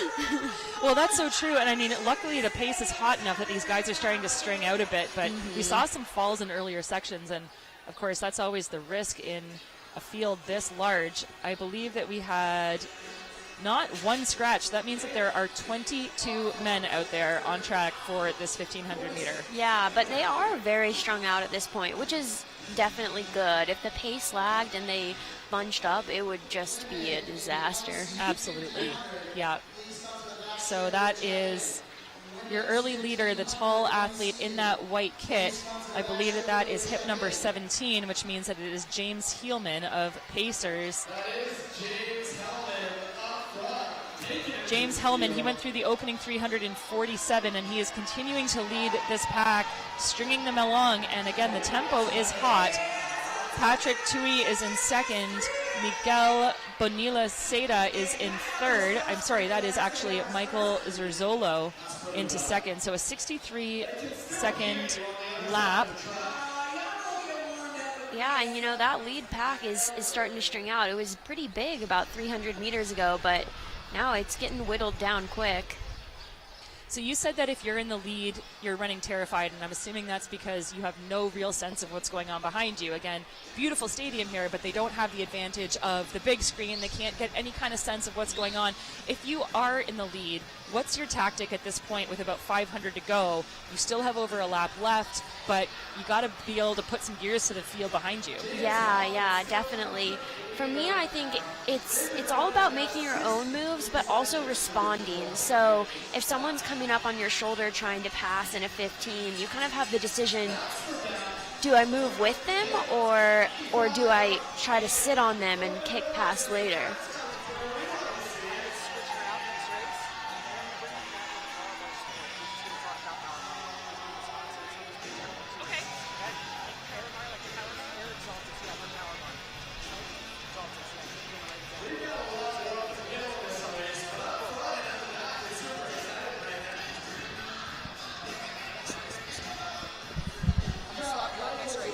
so 200 meters to go. And our early leader has been overtaken, so I believe that's Zerzolo. With about 150 to go, looking really strong. Big move by him. Heilman, who is our early leader, is in third and doing everything he can to hold on, but I think it's going to be a two-man race down this home stretch. And Allie, it is on. Oh my gosh, yeah. Now that, wow, that was a very decisive move just at the end. Trying to get a read on who that was, but it was definitely under 4 minutes for that opening section of the men's 1500 meter. That might have been Miguel Bonilla-Seda running unattached, 3:59.16. And Allie, I know you know this. How good does it feel when you get under a major barrier? Oh, you know, the 4 yeah. minute mark, the 15:30 mark in the 5K, anything like that just feels so good. Yeah, so good. And that is like why I'm so jealous of guys for having the 4 minute mile barrier. You know, like Totally. round number barriers are the best, and I'm just salty that like that doesn't really exist for women in the mile. It's so true. I mean, that 4:30, it still feels good to beat it, but I agree, it's not the same. Yeah, I know. And then there's so much debate. Like, is 4:30 actually equivalent to 4? Right. Like, it's probably more like 4:35, and then Right. that's not round at all. Not at all. That's absolutely correct. Yep. All right, so we are underway now as you see the results on screen for section 1. We're underway on section number 2. Slightly smaller field now. About 15 guys contesting section 2. Again, we're moving from slowest to fastest times. But we are going to be handing off Allie back down trackside. Allie, thank you so much for joining us, for lending your expertise, and we wish you the best of luck with your upcoming races. Yeah. Can't wait to see what you do next. Thank you. This was so fun. Well, good luck with the rest of the evening. Awesome. Thanks, Allie. All right, so as I said, we are underway coming up at 300 meters, and I believe that we do have a pacer in this race. So that means that the first athlete is Christopher Paxis in the race proper. He is being led out by the tall figure in the orange kit up front. We'll see how far that pacer goes.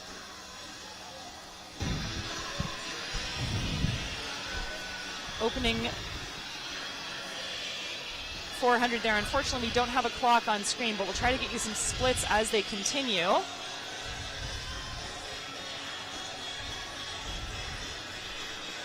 So again, our pacer leading out the rest of the pack. I believe that's Gregory Jandel up front. That was a 54.9 opening 300 for him. And then it's Alex Egbert and Jean Uminski behind him.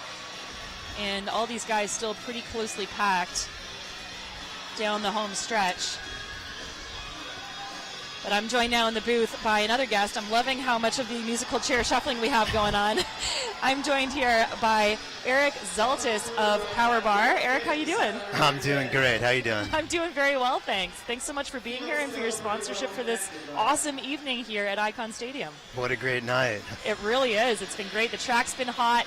Stands are filling up. The sun is shining. It's absolutely fantastic. And I got to tell you, I've been a Power Bar fan for as long as I've been running. My dad's a marathoner, and I remember having boxes of Power Bars in my basement growing up. And I would sneak down there and eat them as a kid, not knowing that they were actually, doing something good for me. You know, Power Bar was started probably 40 years ago, and so now it's not just the kids, but the grandkids of the original Right. athletes using it. But Power Bar is the OG. Love it. That's great. What's your favorite flavor of Power Bar?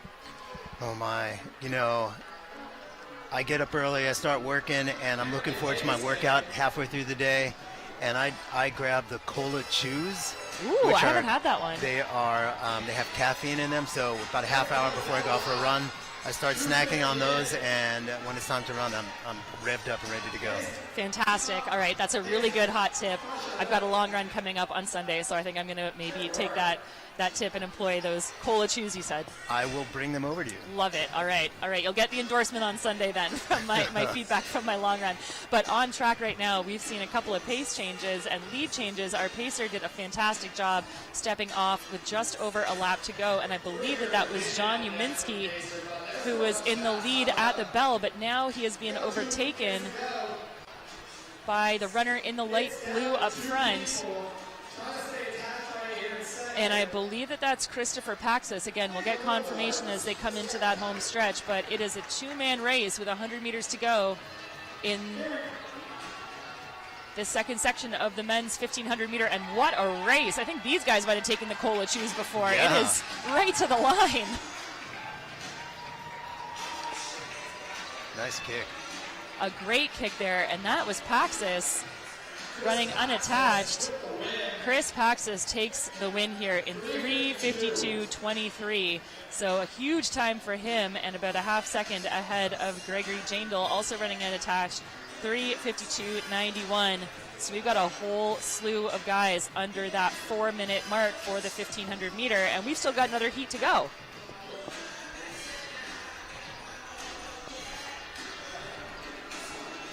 So Eric, are you training for anything at the moment?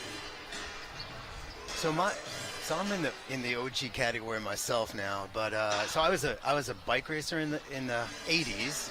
Great. And early 90s. I did about 20 marathons over the next 15 years after that, as I started to be a working guy. And now I do triathlon.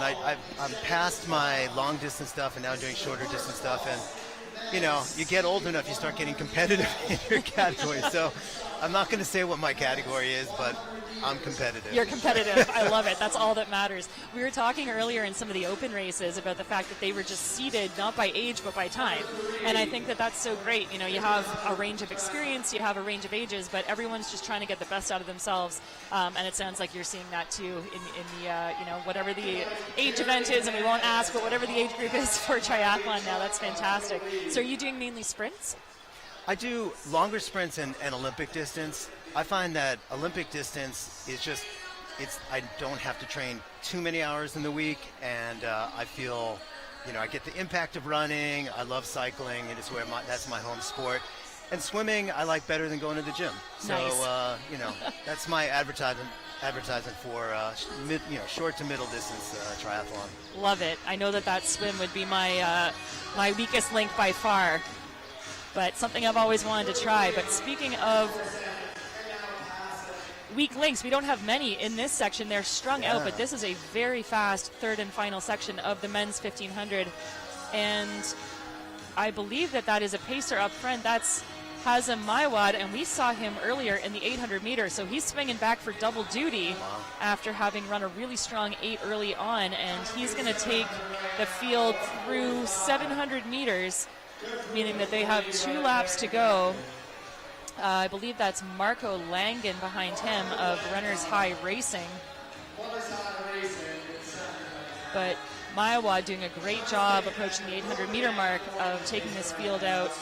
1:45.3 for our pacer, 1:45.6 for Marco Langen, who is the leader of the race proper, and then Jeremy Hernandez of Empire Elite right behind him, with Ryan Folks and Alex Purnell taking up the charge behind. But it is still pretty much anyone's race. Did you do any track racing yourself? I never did any track racing. I'm a slow twitch guy, but I tell you, back when I was bike racing, at the end of a 100-mile race, there's a sprint, and I can sprint at the end of a 100-mile bike race. That's a whole other skill set. I mean, being able to push through fatigue, to dig into a lactic zone. I mean, not only is that a difficult thing to do physically, but to get yourself mentally ready for that, I can imagine is really, really challenging. Yeah, you know, I've gone too far not to win now. Right. I guess that's true, eh? The longer you put in, the more there is on the line. Yeah. And speaking of on the line, that is a huge move there by, I believe that's Liam Galligan of the Philadelphia Runner Track Club. Wow. And he is just setting his name on this race, putting an enormous amount of distance over the rest of the field. That is Emile Tupin running unattached behind him. But my gosh, wow. Liam Galligan, what a sprint. I think he heard you, Eric. Yeah. I think he heard you say, I've come so far, I'm not going to give it up now. And he's starting to rig a little bit, but he has probably done enough. I don't think there's any way he's going to be passed. I believe actually that is Emile Tupin, if our hip numbers are correct, in the lead. And he's going to cross the line just over 3:40. What a time. 3:43 and change it looked like. We'll wait for confirmation on that. but an enormous explosion of speed, and he looks happy. That was Emile Tupin unattached. 3:43.32. Enormous time for him. Jack Pinho of BAA, 3:45.98. Ryan Folks running unattached, 3:47.95. So we've got at least 7 men under that 350 mark. What a race. Next up on the track, we're going to have the women's 1500 meter open. They are looking ready to go, and the gun has went off. And we're underway now with our women's 1500 meters open. Again, kudos and shout outs and thanks to all of the officials, volunteers, and folks putting things on behind the scene. You can see results really quickly there of our men's 1500 meter. Those are compiled results. So again, Tupin, Pinho, and Folks, all from that final section in the top 3. And now moving into our women's race. Not only do we want to thank everyone who puts this race on, but we want to thank all of our partners. Again, New Balance, thank you so much for your contribution to tonight's race in New York.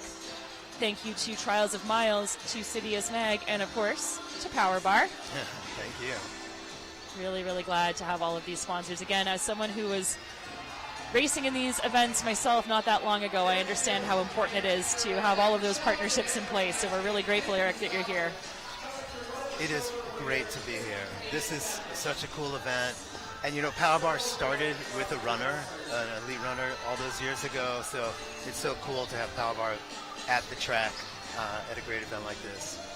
So I've actually heard this story, but maybe you can give us like the, as much as you can, the 60-second sort of compressed version of the story of Power Bar's origins, because it's a pretty good one. Yeah, it was the classic mom and pop. They were at UC Berkeley. Brian Maxwell was an elite marathoner, and Jennifer Maxwell was his wife and a nutrition student at Cal. And they mixed up in their kitchen, the first Power Bar for Brian to use before marathons, because he needed something for energy. And then they went out in their Ford Falcon and sampled at events and kind of doing what we're doing here. We've got our tent down there, and athletes are coming over and grabbing some products. So it's kind of cool to be doing, taking a page out of that original playbook. For sure. I love that. I love that story. It's kind of like, the Nike origins with just selling shoes out of the trunk of your car. I think so many companies got their start that way. And look at how much you've grown. That's so exciting. So again, anyone who is coming over to the stadium later today, make sure you stop by that Power Bar tent right near the track so you can get some samples and get a sense of all the offerings there. But again, we're so grateful for all of the support and the sponsors. And we'll give you an update here. That is Adriana Pedinelli, I believe, in the lead. She's got just under 700 meters to go.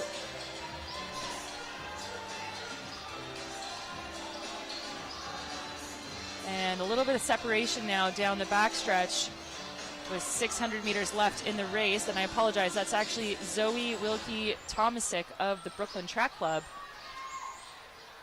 And she was 2:11.63 with 2 laps to go. She's being pressured a little bit now behind. There's 2 other athletes right on her heels. We'll get some names for you here as they come by the home stretch for the penultimate time.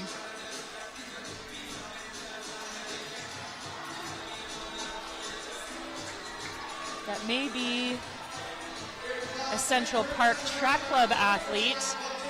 And I believe that is actually Berlin Track Club. That might be Jen Damasio Donahue with 1 lap to go.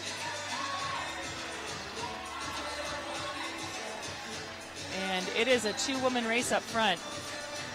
So Zoe Wilkie Tomasic, Brooklyn Track Club, battling back and forth cat and mouse with Karen Etheridge.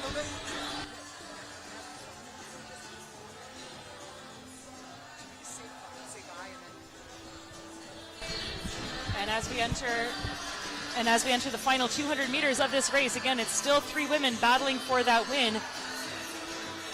But we're going to say goodbye now to Eric. Thank you so much, Eric from Power Bar, coming by, swinging by the booth, and for all the work you're doing down trackside. Again, if you're coming by the track here at Icon Stadium later today, make sure you come by the Power Bar tent say hi to Eric and the crew and pick up some samples. Eric, thanks so much for joining us and for your partnership in this event.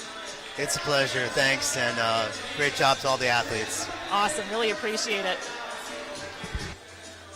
So this is going to be a hold on for a win here. I believe that is Zoe Wilkie-Tomasic.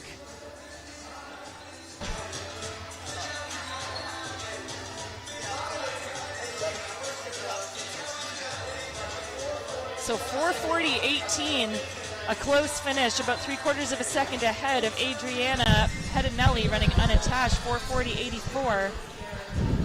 And then Indira Avila through for third in 4:41.84. So it's been a tight race all the way through for those three women, but real big shout out there to the Brooklyn Track Club athlete Tomasic for doing so much of that work early on and holding on for the win. All right, Kate, how we doing? I'm doing great, Cooper. How are you doing? I'm good. I'm hopping in to just give some quick programming notes. What does it look like? We're about 5-10 minutes away from starting up the main event. Cannot wait. We're going to give you a break in about, I believe we have one more women's 1,500 meter race, and then we're going to give you a little break. We're going to bring in Kyle Merber, who just texted me and said he's about 15 minutes away. Love it. So Merber is going to step into the booth. We've got Ray Edwards, who's going to call the 100 and the 200s. And yeah, then we're going to just roll through, and then you'll hop back on. I believe we got the steeples maybe right after the 200s. Yeah, so again, just for our viewers, we've got one more section of the women's 1,500. You see that gorgeous shot there of Icon Stadium. Sun is bouncing off of those giant letters. It is hot on the track. It is hot in the booth. Slowly filling up the stands. Stands are getting full. There's lots of action trackside. We've got Caitlin Hutchison down doing some stadium announcing. I believe I heard you down doing stadium announcing earlier. I was doing a terrible job. Oh, I don't believe that. I was stressing about 8 other things. We had people in traffic. The problem with putting on a meet in New York City is that it's a meet in New York City. And on everyone is stuck in traffic. That's every year we do this. There are people stuck in traffic. But anyway, I'm Cooper Knowlton for those of you who are listening at home. Thank you so much for joining us. I'm one of the meet directors. I don't normally hop on the mic, but trying to give Kate a little breather here. She's crushing it. Every text that I'm getting is saying how great the live stream is. So thank you for all that you're doing, for crushing the color and the commentary, and yeah, excited for the rest of the night. We're about to get some very hot races coming up. Well, that's very kind, Cooper. I'm really glad to hear it. And again, thank you for putting on such a fantastic meet. Thank you to the weather gods for complying as well, because again, it is a stunning evening. Little bit of wind, but not nearly as much as they were calling for. The flags are definitely much stiller than they were an hour ago. They are, yeah. I think it's dying down. I think we could see some fast times tonight. I'm very excited to see some of these races. High school 800s, high school miles. It's going to be some wild racing. Absolutely. So underway now with our final section of the Open Women's 1500. Again, the time to beat 4:40. About 3 women at that 4:40 mark out of the first section. And to your point, Cooper, this is going to round out our open and unseeded sections. We're going to move into that main programming with the better accounting men's 100 at 7:02. So make sure you stay tuned for that. But these unseeded heats have been really thrilling, and we've seen some really fast times. People are running fast tonight. Shocked, yeah, it's been amazing. But yeah, once this is the last unseeded heat, and then basically from here on out, every single race is a seeded race. So. Yep. If you are just tuning in, you are in for a treat for the rest of the night. As we mentioned, dozens of Olympians, national champions from a wide array of countries. We've got some stellar talent to present to you over the next 2 hours or so. But right now, I believe that's Stephanie Herrick coming back for double duty after her own race, acting as a pacer. And I mentioned this to Caitlin earlier, Cooper, but I think almost every indoor race I competed at in New York City, Stephanie was a pacer for me. And she always did an absolutely amazing job. So these women are really lucky to have her. We've got a lot of Central Park Track Club people out here tonight who are helping us out, making this night possible. That was about a 72-second opening quarter. So again, hot times up front. Stephanie Herrick, we'll see how far she goes. Leading the race proper is Carrie Salida of Liberty Track Club. And then it is Mariev Turcotte and Layla Almazri, I believe, behind her. So, Kate, I'm going to hop out. I'm going to find Ray and bring Ray in shortly. We're also just going to queue up.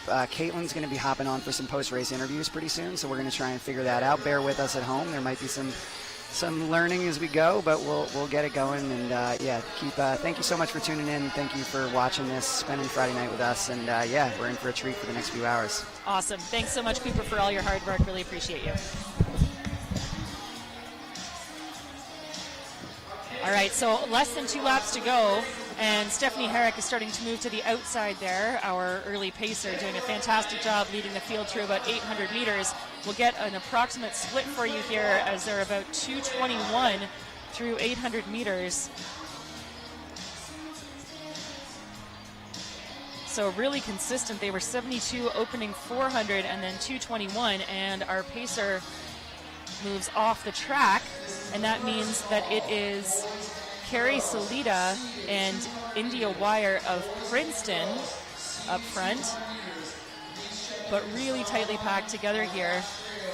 Still about 7 women in this race. Again, the wind is about as calm as it's been all day, and they're going to get a little bit of a push here down the home stretch for that penultimate time. They're going to hit the bell with a lap to go, and I think we're going to see several women under that 440 barrier out of section number 2, our fastest of the open women's 1500 meters.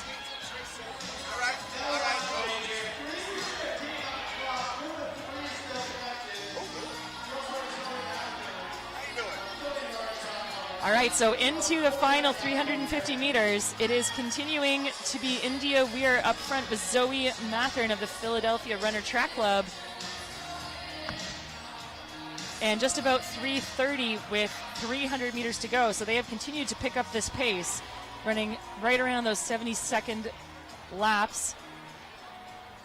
But still, you could throw a blanket over the top 3 with 200 meters left, and it is going to be a really strong push to the finish. That is Zoe Mathern, India Weir, and Carrie Salida, with a big push behind them by Mariev Turcotte and Leila Al-Masri. So with 100 to go, that is Carrie Salida, and she is putting her mark on this field. She is going to be driving for home, pushed a little bit behind by India Weir, but to the line. That's Carrie Salida of Liberty Track Club. Beautifully timed race by her. Really strong push.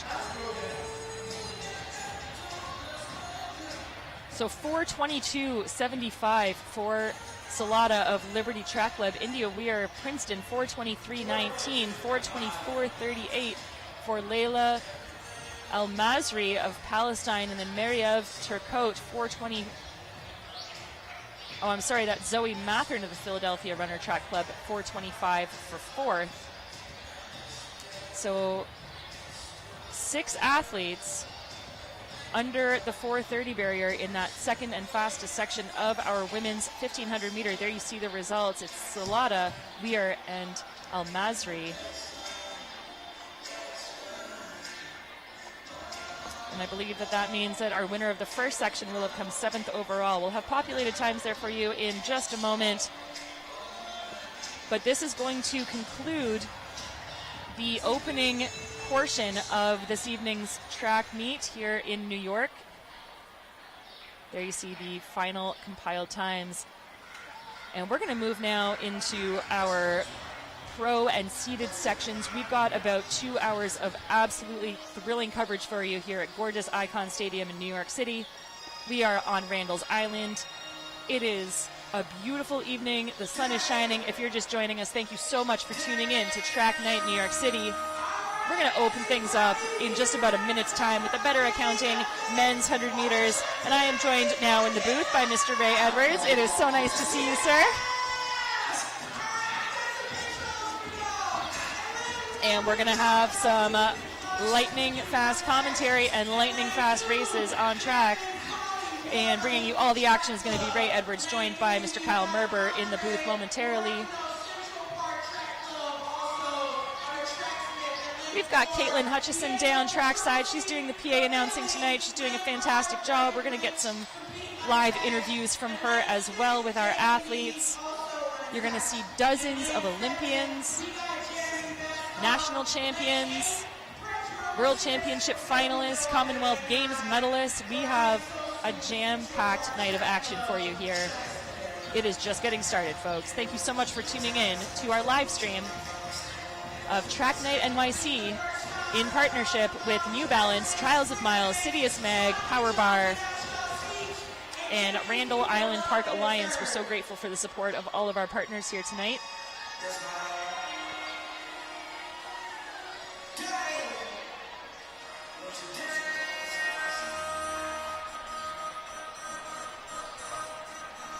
So the wind has died a little bit. The flags are starting to settle. Earlier on in the day, we had some wind readings in the 3.5 meter per second range. It looks as though we are going to have some wind legal action for these 100-meter sprints, and we are going to kick things off right now in the pro section of Track Night NYC here at Icon Stadium with our Better Accounting men's 100-meter final.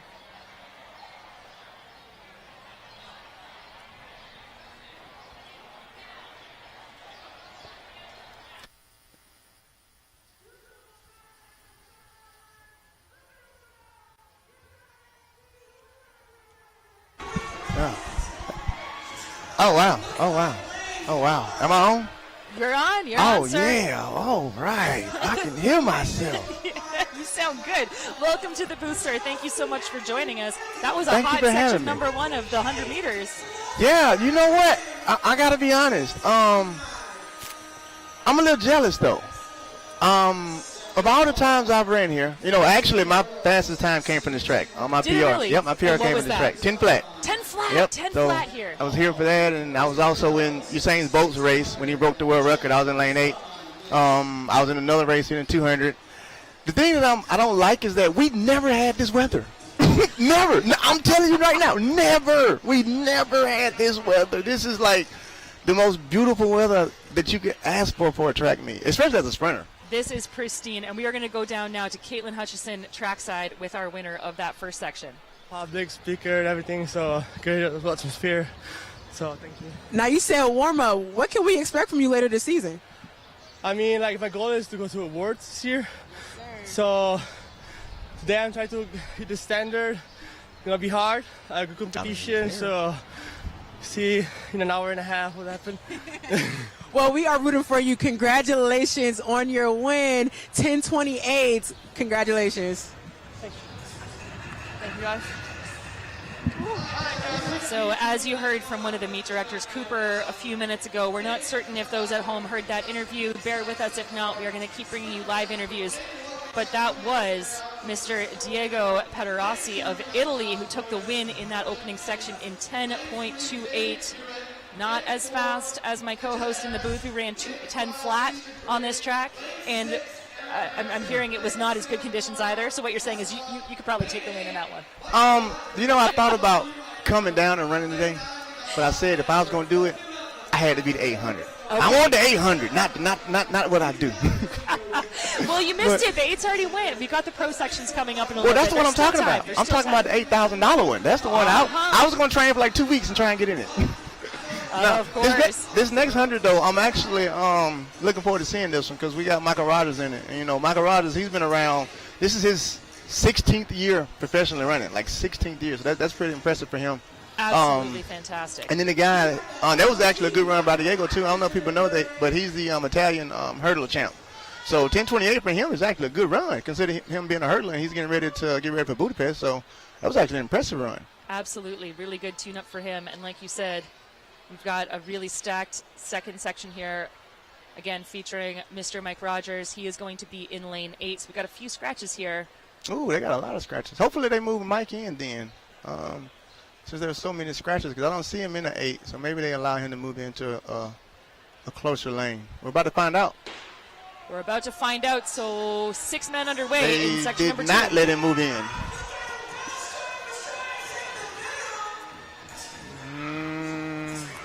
What was that?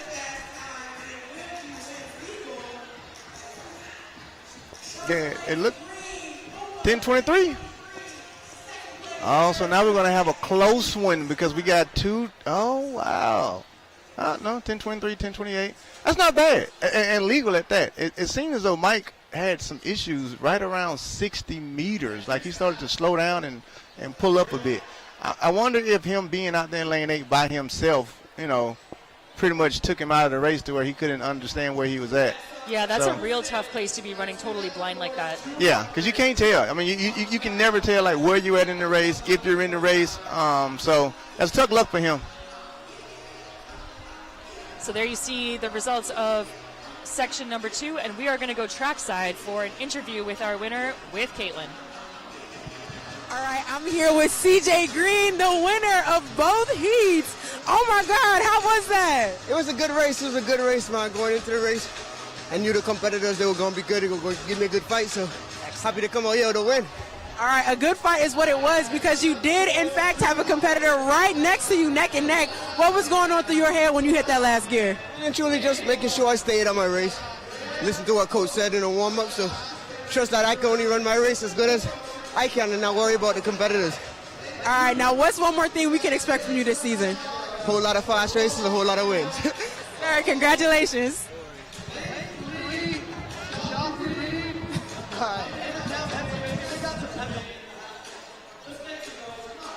All right, so that is going to conclude our Better Accounting men's 100-meter final. There you see full results populated on your screen. 10-2-3 for the win by CJ Green of Puma, and then Pederossi of Italy, second out of section number 1. So really fantastic start to our pro section. I'm so glad to be here in booth for Track Night New York City, but I'm going to hand things over now, from my mic at least, to Mr. Kyle Merber. He's going to take over for a short time. We're going to keep bringing you some pro sections here. I'm going to hop back on in about 20 minutes time for the steeplechase.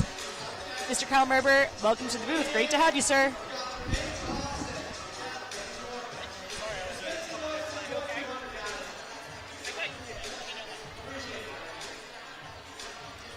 Ray! My man, Kyle. Oh my God, nice to meet you in the flesh. You too, sir. I feel like I'm with a legend now. I think I done made it. Mama, I done made it. I'm next to Kyle. Is it weird having to do a show with someone next to you all of a sudden?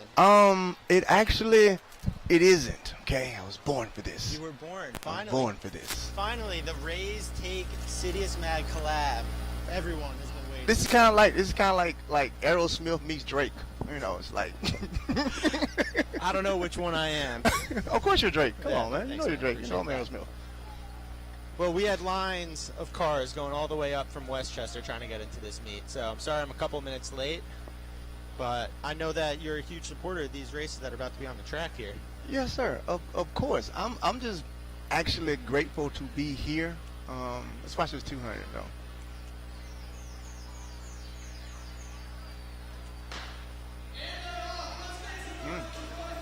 Nice curves. Nice curves. Nice curves. I like the fact they brought their whole training group. So I like that. Just like practice. Yeah, it's just like practice. Oh, shoulders every time. Every time. Shoulders will make the difference. Shoulders have to be in front of the hips. 21-12. Look, we got some nice wind here. Maurice Gleaton. All of Georgia coming up here tonight. You don't always get nights like this here at Icon Stadium. You don't. That's actually what I was just explaining to the people when I first came on. All the times I've ran here, I'm a little jealous because we never got this, like, at all, ever. It is either perfect or it is far from perfect. And tonight we got a nice opportunity here for these athletes. It is quite a good situation on our hand. You see those flags just dancing in the perfect direction. We're going to get some legal wins. Yeah. We're going to be running fast. It is set up well. You got it? So, Ray, we're here. 1.9. Does it get any better than that? A plus 1.9? You literally can't. You can't ask me anything better than that. You know how many sprinters dream of just that?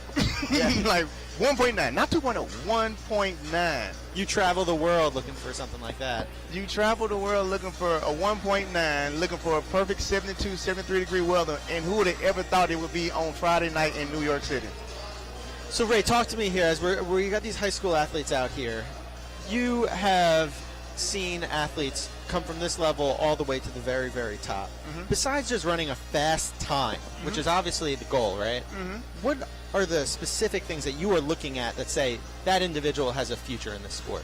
Actually, fast times are one thing, but how did you run that time? That's what I'm always looking at, because if I can see a kid, you know, running a 200-meter dash, right, and I can see, like I was in the last race, you know, his shoulders are behind him. It's the things that I'm looking for that can be corrected. So when you're running fast times and then your form isn't even holding up to the times that you're running, that's more of what I'm looking for and what I think is more impressive than anything. You know, anybody can say, yeah, that was a fast time and it was beautiful, but when somebody runs a fast time and it was ugly, it's like, that's the kid I'm looking for. Yeah. I'm looking for to see who is going to do what with him in the future to come to develop him so he don't look ugly. Is it easier to teach a kid to stand up out of the blocks, or not to stand up out of the blocks, or to find that last 50? It's easier to have them find that last 50. Yep. Getting people to not stand up out of the blocks is equivalent to getting people to pay their taxes on time. It's just not going to happen, all right? We're just going to wish for it, but it's just not going to happen. All right, so here we got.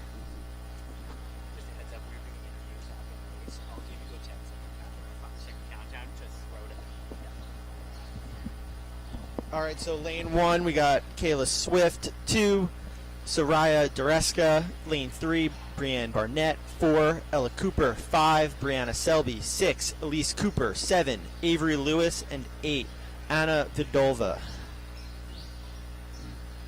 It seems as though that same Georgia team has brought a whole nother squad of females too as well. I like that. I like that, actually.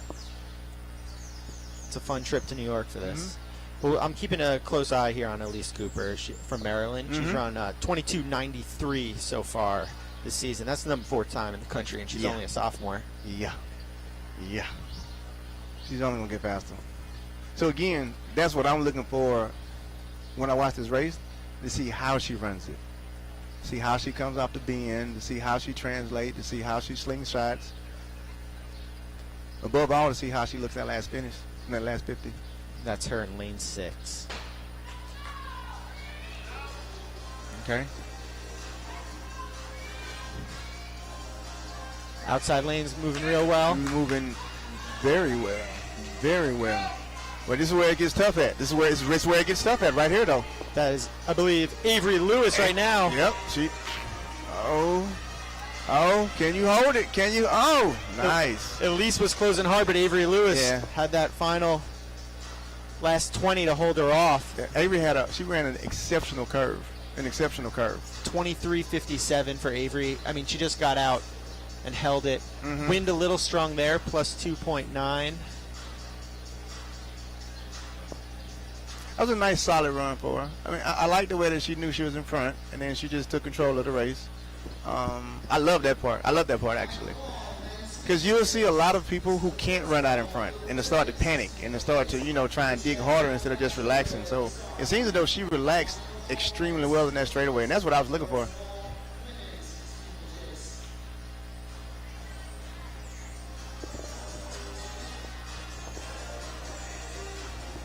There we go. We love to see that sportsmanship after as well.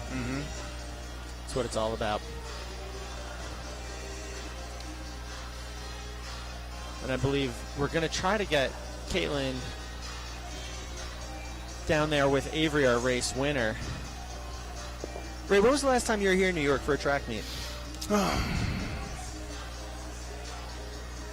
2012 Adidas? Yep, 2012 Adidas.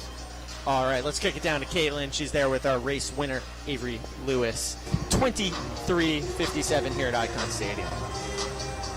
All right, y'all, I am here with Avery Lewis. Girl, you was the winner. You came in as like the 3rd or the 4th seed, so how does win feel? It was pretty good. I just had to go back to what I was working on in practice, execute, and I put together a good race. Now look, you was in lane 7. Were you worried about that at all? A little bit. I just knew I had to get out on the curb and really keep it there. Now tell me about that strength that you had coming through, because I mean, the win wasn't easy. You had 2 girls on your tail, so tell me what was going on through your head when you had to come through that finish line. Honestly, I just had to punch my arms through and I've been working on running against the wind in practice, so it was nothing I wasn't used to. Now, what's one thing we can expect from you this season? Just a bunch of PRs coming up. Congratulations, Avery. You're welcome. In 7, Bernard Keeler, he represents the U.S. Army. In 8, Anthony Rutich, also representing the U.S. Army. In 9, Alex Grover, Oliver Track Hamilton. In 10, Bianco. All right, Ray, so I hope that you're sticking with me on the steeplechase here. You know what? I am. Why not? All right, cool. Well, tonight's steeplechase races are being sponsored by the 5K on the Beach. This is another Trials of Miles race that will take place this year on the Rockaway Beach Boardwalk on Friday, July 21st. Check out trialsofmilesracing.com for all the info and give yourself an excuse to spend a Friday night on the beach this summer. You know what I'm looking forward to? Actually, tell me. I don't understand the concept of it, so I still want to understand the concept of it, but this beer mile, that's what I'm looking forward to. Can you explain to me what is that? Yeah, it's a goofy event, but the people love it. You're not much of a beer drinker. I feel like I only see you drink some harder stuff, but what you would do is drink a beer and run a lap. And the best guys in the world, like the Corey Belmores of the world, can chug a beer in like 6 seconds. And if you're also a sub 4-minute miler, this is a guy who's been in Diamond League races, then you can still run a mile well under 5 minutes, which is incredible because it takes me about 5 minutes to drink a single beer. So are they chugging the beer like on the line and then running, or they drink it first and then everybody drinks it and then they go? Yeah. So when the gun goes off, you basically have like the 9 meters, I believe, between the start of the mile and the finish in order to get that beer down. So you'll see them walking while drinking a beer. And you don't have to wait. As soon as you're done, you get to go do your lap. And, something that's unique tonight about the Athletic Brewing Company doing it, one is it's obviously non-alcoholic. Not that 4 beers will hit you in 5 minutes time. But it's actually a lot harder to chug out of the cans than it is the bottles. So, something to note. So it's a non-alcoholic beer. Tonight, Athletic Brewing Company's beer mile is non-alcoholic because that's what Athletic Brewing does. Okay, I like that then. I like the name behind that too as well. Yeah. It's, non-alcoholic or alcoholic. You're gonna chug something before a run. That's gonna hurt. Yeah, I feel you. Well, as these steeplechasers are there on the track, I don't think these guys are going to be doubling back in the beer mile tonight, so settle in for a good race. In lane 1, we have Shankara Lauswamai. In lane 2, Andy Bayer. 3, Jean-Simon de Gagne. 4, Jordan Mann. 5, Julius Deere. 6, Daniel Mikowski. 7, Bernard Keeter. 8, Anthony Rotich. 9, Alex Drover. 10, Ian Nohilly. 11, Jermaine Cole. 12, Alec Baston. 13, Jordy Young. And 14, Dominic Palermo. And the 2 men to watch here are going to be the men in the Army uniforms. Up front, that is Anthony Rotich, a 4-time NCAA champion. He is quite good at running. He, of course, qualified for the World Cross Country Championships to represent the U.S. there. He has a personal best of 8:21 in the steeplechase. He was a 3-time NCAA champion in the event. But his teammate there, just a couple spots back, Bernard Keeter, he has run 8:17 in the steeplechase and as well represented the United States at the World Cross Country Championships. He also represented the U.S. at the World Championships on the track in this event, and of course at a little race called the Olympics. So those are the type of athletes that we have out here tonight. You want to hear something crazy? Tell me. If I wasn't a sprinter, this is exactly what I want to do. You think the steeplechase? Yeah, the steeplechase. Great. I think I remember us having a conversation on the interwebs about the 10 events we would keep in track and field if you could only have 10. And I don't know if steeplechase made your cut. Steeplechase did not make my cut whatsoever. I think the steeplechase needs its own just separate. It's track and field and then the steeplechase. Yeah. I don't think people understand how hard this race is. You know, it's the only race where people routinely fall over. It's part of the event. I've seen some of the best, worst spills in the steeplechase throughout my past 20 years of competing. Well, they're running honest here out tonight. That's 210 through 800, and technically that's a little bit shorter than 800 as you, of course, dip in on the track for this approaching water jump. But these guys are running an honest pace here. I believe that is a pacer up front, setting the tone for a man, Anthony Rotech, as Degagne, who I had to check in with a French-Canadian friend to make sure that I was pronouncing that one correct. I think I got it. That's why I can never really do you guys' job, because I butcher everybody's name. It's okay. You have to roll with it. Yeah. I commit to it when I do it, though. Yeah, that's important. Someone who I'm really excited to see out here tonight, currently sitting in 5th place, is Andrew Bayer, the former NCAA champion in the 1500 from Indiana. You know, he had a long, successful career, much of it spent, just barely missing teams. He was often 4th at the Olympic trials. And after taking a couple years away from the sport, he took some time to get a real job, quote unquote, and spent some time. Those can help. It happens. Those can help. And so, he left the Bowerman Track Club and worked a regular job, spent some time focusing on the family, and then this year he said, you know what, I'm only like 32, 33 years old. I can get back out there. And he is back out there. I love the fact that he said I'm only 32, 33 versus what a lot of people in track and field will say is you are 32, 33 as in it's old. Yeah, I mean, you see plenty of guys in the distance events continue to be very successful into their mid and late 30s, and this is a guy who's established himself as not only a successful 1500 and steeplechaser, but a 5K guy and someone who could excel at the roads as well. So, I've actually ran a 5K before. I have no idea how fast I would expect you to have run a 5K. Sub 20? So I did the rock and roll 5K in Dallas, Texas. They did the 5K and half marathon, and so I just happened to hop in the 5K. Never again. Yeah. I'm still running right now, actually. I'm not here with you. I'm still running. Yeah. Well, those guys came through the mile in just around 4:30. So, they're just outside that World Championship standard. It is in sight. Personally, I always think that a negative split is the best way to run the steeplechase. You can really close hard. These guys are out here. They're running 67, 68 seconds right now per lap. If it wasn't for the hurdles, that would feel like a jog for these guys. As they come up to 3 laps to go, I do just want to make note of the fact that time. Oh no! Andy Bayer goes down hard. Yep, he that was not a pretty one. Oh, I hope he's okay. Unfortunate. Well, we hope Andy gets back on his feet for another race here soon. Yeah, he's definitely going to need some Bayer now. Non-sponsored on that one. Yeah. And up front now, we still have Rotich, Keeter, Degagne, and it looks like Alec Baston is that 4th individual there in the Under Armour singlet. And Degagne, knowing that he needs to run 8:15 in order to qualify for the World Championships for Canada, is now up there pushing the pace.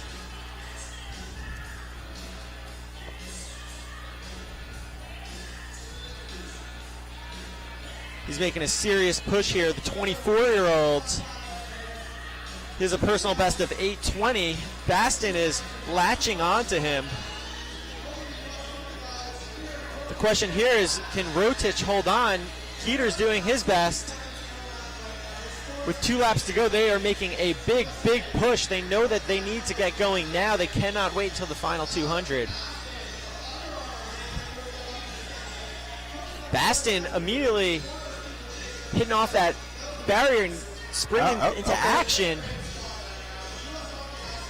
They are attacking the hurdles, and the pair from Army are still there. We've got a 4-man race, 600 meters to go.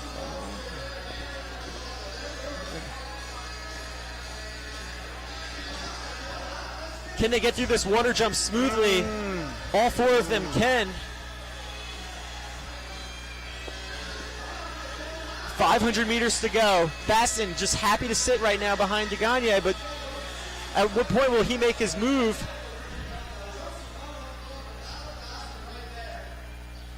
We're starting to lose Bernard Keeter, but Anthony Rotich still there. 1 lap to go, 7:21 on the clock. I think 8:15 is outside the reach, but plenty of personal bests possibly in our future.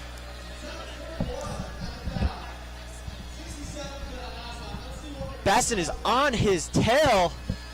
These guys are attacking these barriers like 400-meter hurdlers. Ray, who's your pick? Is it Anthony Rotich playing yo-yo right now? I'm going with 3rd place. I didn't like his stutter step. I did not like his stutter step, but I do like his turnover now. Gagne making a big push here. Now opening up 5 meters back to Baston. Can he make? Oh, I like the way he did the jump. I like the way he did the jump on that last one. Smooth straight through. It's Jean-Simon Gagne. 1 more hurdle. Just got to make it through this one smooth. He does. Okay, looking like great out there. That was all points and rankings here on the line. It's Jean-Simon Gagne from Canada breaking the tape. Breaking the tape with the Grand Holloway hurdle at the end. I like it. I like it. I like it. I told you I like 3. I love the steeplechase. That's fun. I mean, when they run 8:23, it's good. It's it's a different event than when you would be doing it, huh? If I'd have been done it like half that time, if I'd have did it, I'd have been up here talking to you after I got done watching them commentate the rest of it, That's why I don't run no more. I've been doing that,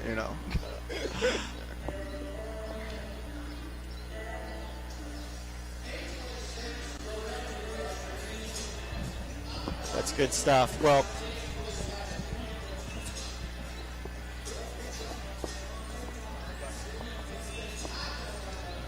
hopefully we can get an opportunity to speak with Jean-Simon Gagne down there.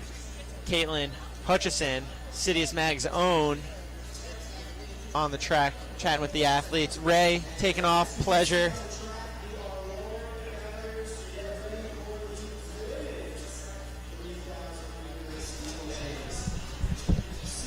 All right. Welcome back, Kate. Thanks so much, Kyle. Ooh, I'm loud. And I'm going to kick it right over to Caitlin Hutchison down there with our race winner, Gagne at 8:23.32. Let's hear what he has to say about that race. Okay. We are here with Joan Simon. Dude, 3 years in a row? What's up with that? I don't know. I think it's just the magic New York City. We come here every year. It's a beautiful meet. A bit windy tonight, but weather is always good and we can run fast. So, yeah, it's pretty good for that. I know better than last year because it was raining last year, right? Yeah, I think it rained right before the race, but then it stopped and it was like perfect. So, I mean, we'll still come in back if it's as good as it is. So, at what point in this race did you know that this title was yours again? I don't know, maybe right from the beginning, but I went into this race knowing that I had a shot at it, but after 2K I know that I had the legs and paces was not that fast, so me and my coach got ready for this and we knew that it was the time to go, so I just executed what we had planned and a really fast last K. It's good to get ready for championship races. So. Yes, now championship races, where can we expect you next? Hopefully next going to be a Canadian National Championship and then World Championship in Budapest, Hungary. So you heard it here first, folks. Now back to Kate and everyone else in the booth. Thank you. Nice job, man. Thank you. All right, we are back up in the booth. I'm Kyle Merber, joined here by Kate Van Buskirk. How are you doing? I'm doing great. This has been an absolutely fantastic start to the night. And I can't wait for this women's steeple. It's going to be a small but mighty field. Yeah, it's a very competitive one. A lot of these athletes, similar ability levels. Hopefully they can push each other on a nice night here in New York City. Great conditions for running fast. And, this is what track's all about. We've got 1,400 viewers at home watching this CITIUS MAG Trials of Miles stream with us. Please feel free to tap your friends in, share the link. Everyone loves free track and field. I'm sure a lot of our viewers at home are gearing up for their own race, maybe tomorrow or Sunday. I know I'm running the Brooklyn Half tomorrow. So doing double duty, that's a big deal. This is my motivation. You come out here and you watch these athletes, you get excited. Absolutely. Well, if the weather is anything like it is this evening, it is going to be absolutely ideal conditions. Wind is picking up just a tad, but for the most part, we've got fantastic conditions as our women's 3,000 meter steeplechase is underway. And one of our athletes, again, we said it's a small but mighty field. One of our athletes competing, Meredith Rizzo, she's running for Idaho afoot and tracksmith, and she actually set her personal best on this very track 2 years ago, running a 9:42.11 then and taking a win. So she's pretty familiar with this. We've got lots of familiar names here tonight. Yeah, to quickly run through it. Lane 1, Parul Chaudhary. 2, Meredith Rizzo. 3, Jessica Sheriff. 4, Corinne Fitzgerald. 5, Madeline Strandemo. And 6, Judy Jones. And this race, once again, is brought to us by the 5K on the Beach. This is another Trials of Miles race that will take place this year on the Rockaway Beach Boardwalk on Friday, July 21st. Check out trialsofmilesracing.com for all of the info and give yourself an excuse to spend a Friday night on the beach this summer. I can think of a lot worse ways to spend an evening. Yeah, this is a good one. Right now, 300 meters in, they're trying to decide who's going to take this race, who's going to make it honest, and it seems to be Madeline Strandemo, hit number 5, out front as they approach 1 lap down. Madeline Strandemo running for Little Wing Athletics. Again, a small but mighty field, and good to see in the early stages that these women are all pretty tightly packed. One of the dangers, of course, with a small field is that things get strung out. You end up sort of time trialing, but not the case at the moment in the women's 3,000 meter steeple.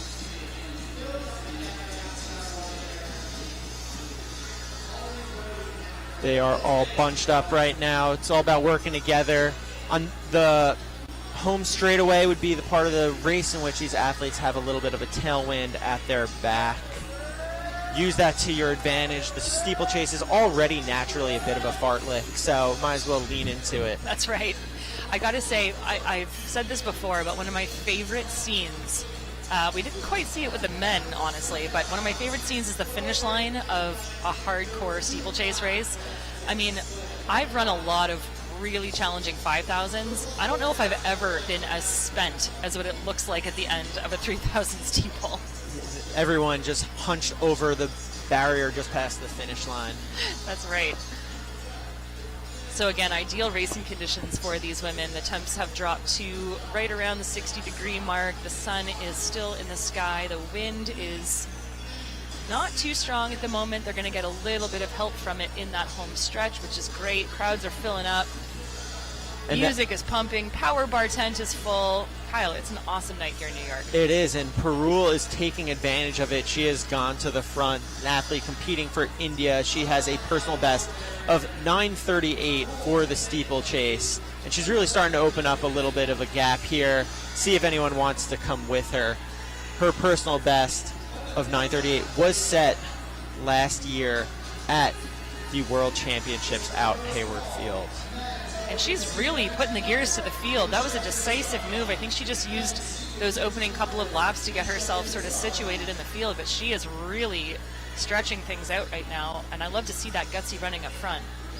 And so the World Championship standard that we are going to be keeping an eye on is 9:23 flat.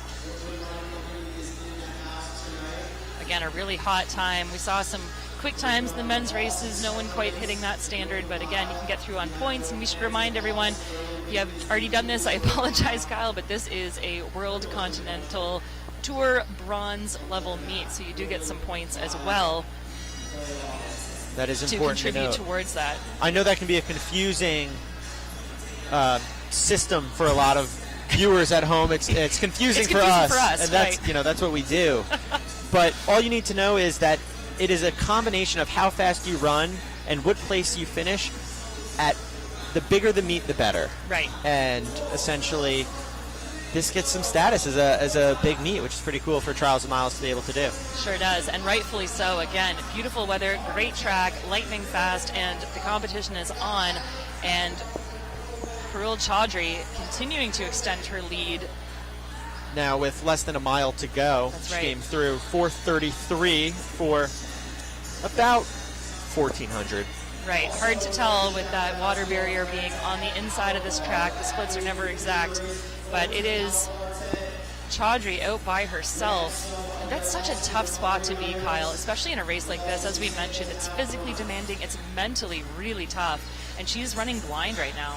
I do say, though, if there's ever one event in which there's some advantage to be the one leading, it is in the steeplechase. You get a clear line of sight to see each barrier in the water jump. Right. You know, I'm thinking of course, rooting for Parul to hopefully qualify for this year's World Championships again. India, on the men's side, Avinash Sable, one of India's great distance runners right now. You know, so an up-and-coming nation to watch in distance events. Parul leading the charge there on the women's side. And really clean barrier clearance as well. She's using her height to her advantage. This is an event that I always thought I would like to take up more seriously, given that the height of the barriers works for those tall women. But she's really extending that stride. She's getting cleanly over those barriers. A little bit of a stutter step there, but not losing any time over them. And she's got 20 meters on the rest of the field right now. I believe that is still Madeline Strandemo in second, the University of Minnesota grad. She's a steeplechase specialist and showing really great form as well.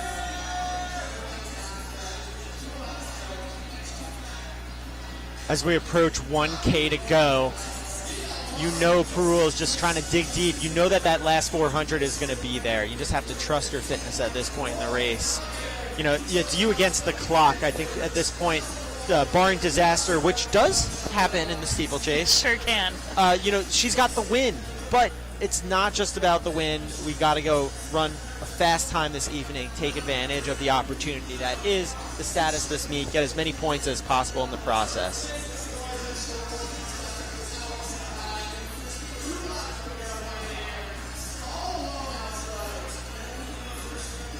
And as we get into the seated sections of the night, I do see fans continuing to come in.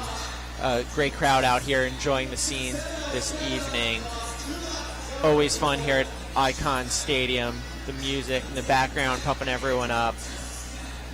Well, again, this can be such sort of hot and cold weather here this time of year on Randall's Island, but it is an absolutely stunning evening, and that makes for not only great racing, but an absolutely stunning crowd experience as well. So not surprised to see these stands filling up. Really good energy, music is pumping, and it's only going to get better and better as we continue into the both sprint and distance, but distance heavy portion of our pro sections this evening.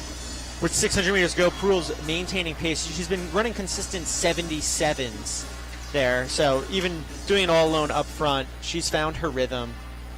And you just got to make it to that 400 meter. You hear that bell and it's time to take off. She can close down hard if she's feeling good, which it looks like she is. Well, you just saw a shot of her over the water barrier, and I know that she's, using her height to her advantage, but she's hardly getting her toes wet at all. She is really doing an excellent job of propelling off of that barrier and over the water pit, and now she's going to hear that bell, to your point, Kyle, and that is such a huge boost, especially because when she hits it, she knows she has less than 400 meters to go. That is 8:24, 8:25 on the clock. Her personal best of 9:38, very much in reach here. If she can close it down just a little off that 77s that she was running previously, that last lap, once again, another 77.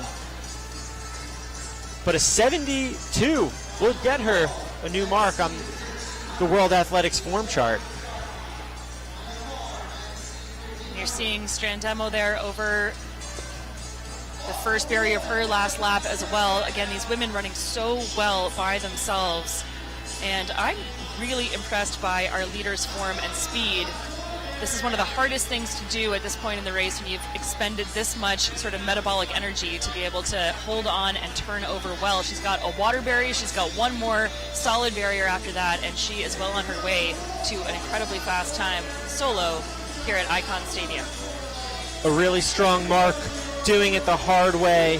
India's Parul Chaudhary coming out here to Icon Stadium tonight, showing what she can do in this steeplechase. She's over the final barrier, and it's a free sprint to the finish. Wow, great speed into that line. Really charging for home, seeing the clock, and it's going to be around 9:42 for that win. What a performance. 9:41.88, doing it the hard way. Looks like she's got some left in the tank for the next time out when she's got some other athletes to drag her through, but a great early season time for her as Madeline Strandemo coming in just behind.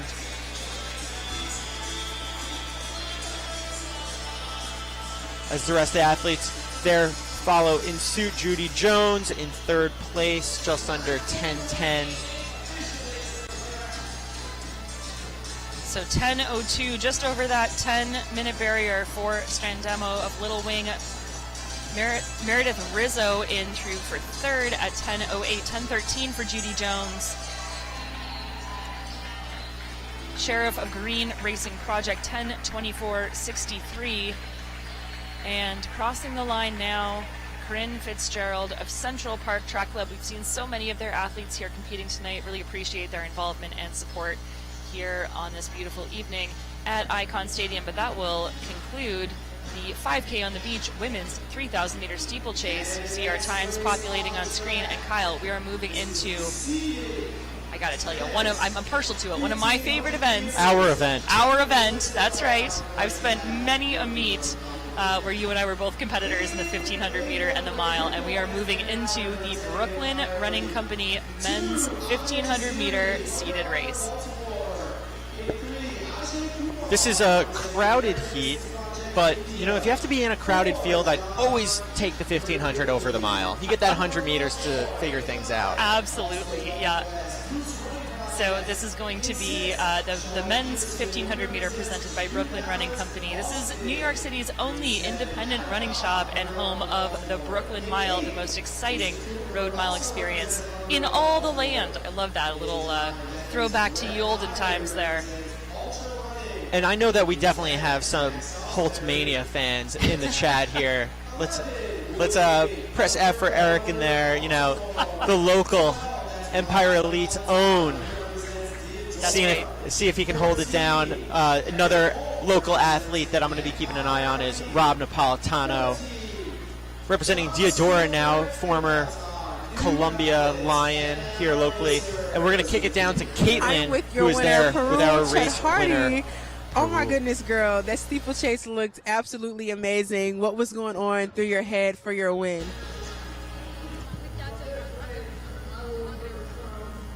Good, but me मतलब focus time improve. My personal best 9:38, but now 9:41, but good. Now, can you teach me how to do the steeplechase? Yes. All right, when do we start practice? Okay, now. Now? Oh, so now let me go get my shoes. Congratulations on your win, and back to the booth. Thank you. And that 1,500 is off. In lane 1, Ben Allen. 2, Ahmed Jaziri. 3, Ajay Kumar. 4, John Rowicki. 5, Austin Delquist. 6, Sean Peterson.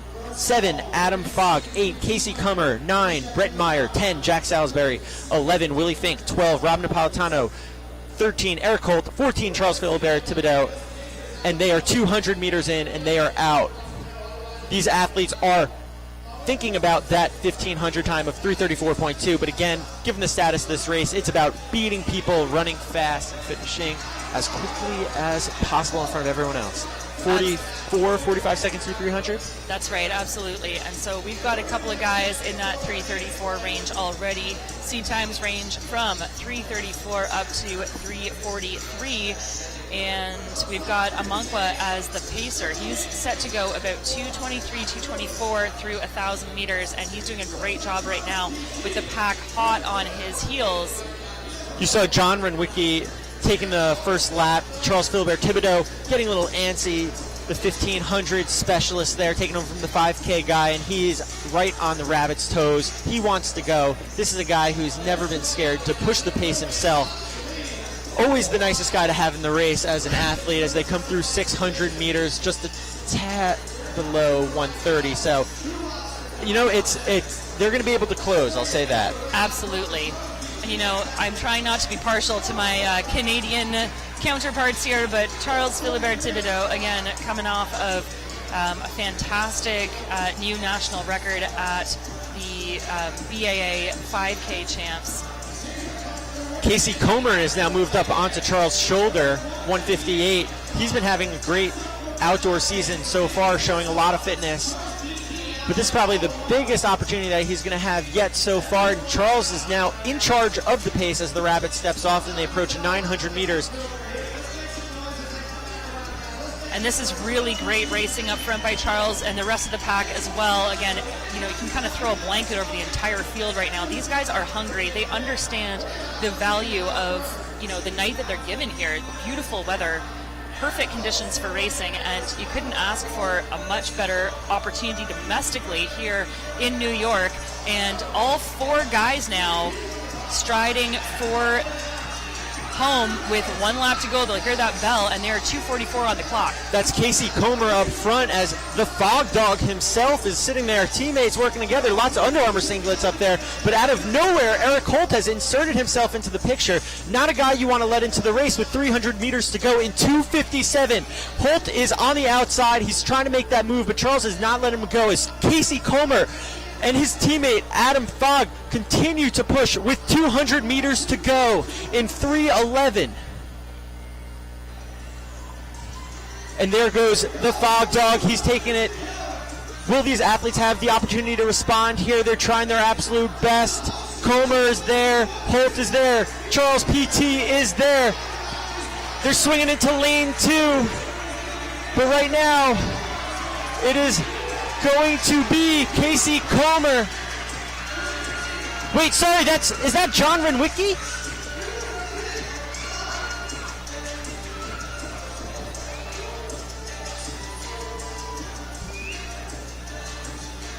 That's John Renwicki. Oh my gosh, what a win for the 5K guy. 3:39.79. I'm sorry, that is a huge win for John. What an excellent race, beating his 1,500 specialist teammates. John Renwicki, 3:39.60. Unbelievable. So 3:39.10 on our results. I think that was an Under Armour sweep. That was Adam Fogg, 3:39.60. 3:30.10 for John, 3:39.60 for Adam. And I think that was Comer coming through in third. We're going to get confirmation of that in just a second. But we might have 3 guys under 3:40 in a sprint kick to that line. I mean, you can see how excited all of his teammates are for him. That is a huge run for John. That is a 2-second personal best. And really, it's not even just about how fast he ran, but the field that he just took down. When you have the wheels, you have the wheels. And that was Casey Comer in through for third. That means that we had 4 guys, including Charles Philibert Thibodeau, under 3:40 in a real sprint to the line. So 3:39.10, 3:39.6, 3:39.8, 3:39.9. Sweep for Under Armour Baltimore and an unbelievable finish. So that bodes really well for what's going to happen in the 5K for him this year. I mean, we got to get that team in a 4x-mile, I think, sometime here. So we're going to send it down to CITIUS Mag's Caitlin Hutchinson, who is down on the track with John The Renwicki. winner, John Renwicki. Look at his smile, y'all. Oh, my goodness, from Under Armour. That was a tight race. Tell me what was up with it. Yeah, man, we had 5 guys from my training team, UA Baltimore Distance in there, and honestly, just felt like another practice. It was so fun. Like, we've been talking trash all week coming into it, and just coming down from a really good training camp up at altitude, and the whole team is so fit right now, and just coming into this race, so excited to And kick there off you the see outdoor that season. final kick by that sweep of the Under Two of my Armour teammates athletes. in the front, and just, obviously, you know, you gotta compete with the teammates more than anybody else. So just really fun race out there. So, look, all of y'all went 1, 2, 3. 3:39. What have y'all been working on in practice to make sure that y'all can execute these kind of races together? Yeah. I mean, I feel like everybody knows at this point in the game, there's no secrets. It's just consistent work and believing in what you're doing and trusting your coach and the people that are around you. So, I mean, just been doing a lot of that. All right, now, I know y'all said y'all been working. So can we see all of y'all at USA's in about a month or so? Yeah, I mean, the Americans on the team for sure. We've got Ahmed Jaziri from Tunisia, so he'll be going back home and doing his circuit, and Adam Fogg representing Great Britain. So other than that, you can count on us there. Well, congratulations on your win, and y'all training group, fire. Thank you so much.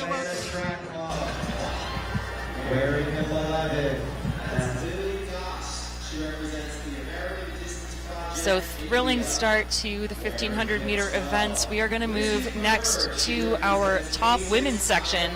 And just as we saw in the men's, we're going to have a thrilling set of competitors here in our women's 1500 here at beautiful Icon Stadium. You can see again, the sun is starting to set. The lights are on. Kyle, I don't know about you. In fact, I've been at many a track meet when the lights came on, and you and I kind of looked at each other and we were like, it's game time. Game on. Yeah, game time. Absolutely. And that is what's going to happen right now for this women's 1500 meter. This is, again, presented by Brooklyn Running Company. We've got a very full field set to take the track tonight. In this seeded final is Melissa Lodge of Rhode Island Track Club, Anna Giroux of Central Park Track Club, Yasmin Hernandez running unattached, Kate Curran also unattached. We've got Maddie Berkson of Tracksmith Rhode Island Track Club, Ellie Leather of Baltimore Distance, Ellie Shea of Emerging Elites, Claudia Saunders running unattached, Danae Rivers unattached, Emma Finch of the Atlanta Track Club, Lily Doss running for ADP India, Lizzie Bird for ASICS Idaho Afoot, Alexina Tubal for Tracksmith, Alma Cortez of Mexico, Chris Siegel is pacing, and we've got actually two pacers. Samantha Nadell is also pacing, so that's going to make for a fantastic setup. We are looking for about 2:11 through 800 meters. That is a really quick opening 800 meter split. Seed times ranging in this section from 4:06 to about 4:15. But again, great conditions, fast track. We could see those times go down handily. Up there in third place is Alex Tubal. She's run 4:06 and 4:32. And Alma Cortez, our athlete in second, sitting behind the rabbit. I would say one of the pre-race favorites. She's run 4:06 actually here at Icon Stadium, so you know that there are good vibes when in New York. Well, I was going to say 4:06 flat at this track last year. I mean, that sets you up so well. There's a lot to be said for comfort of the track. She's also the Mexican champion, and she, going back a little ways, is the NACAC under-23 champ. So she's got some wheels. Yeah, the national record holder for Mexico indoors, 4:27.0.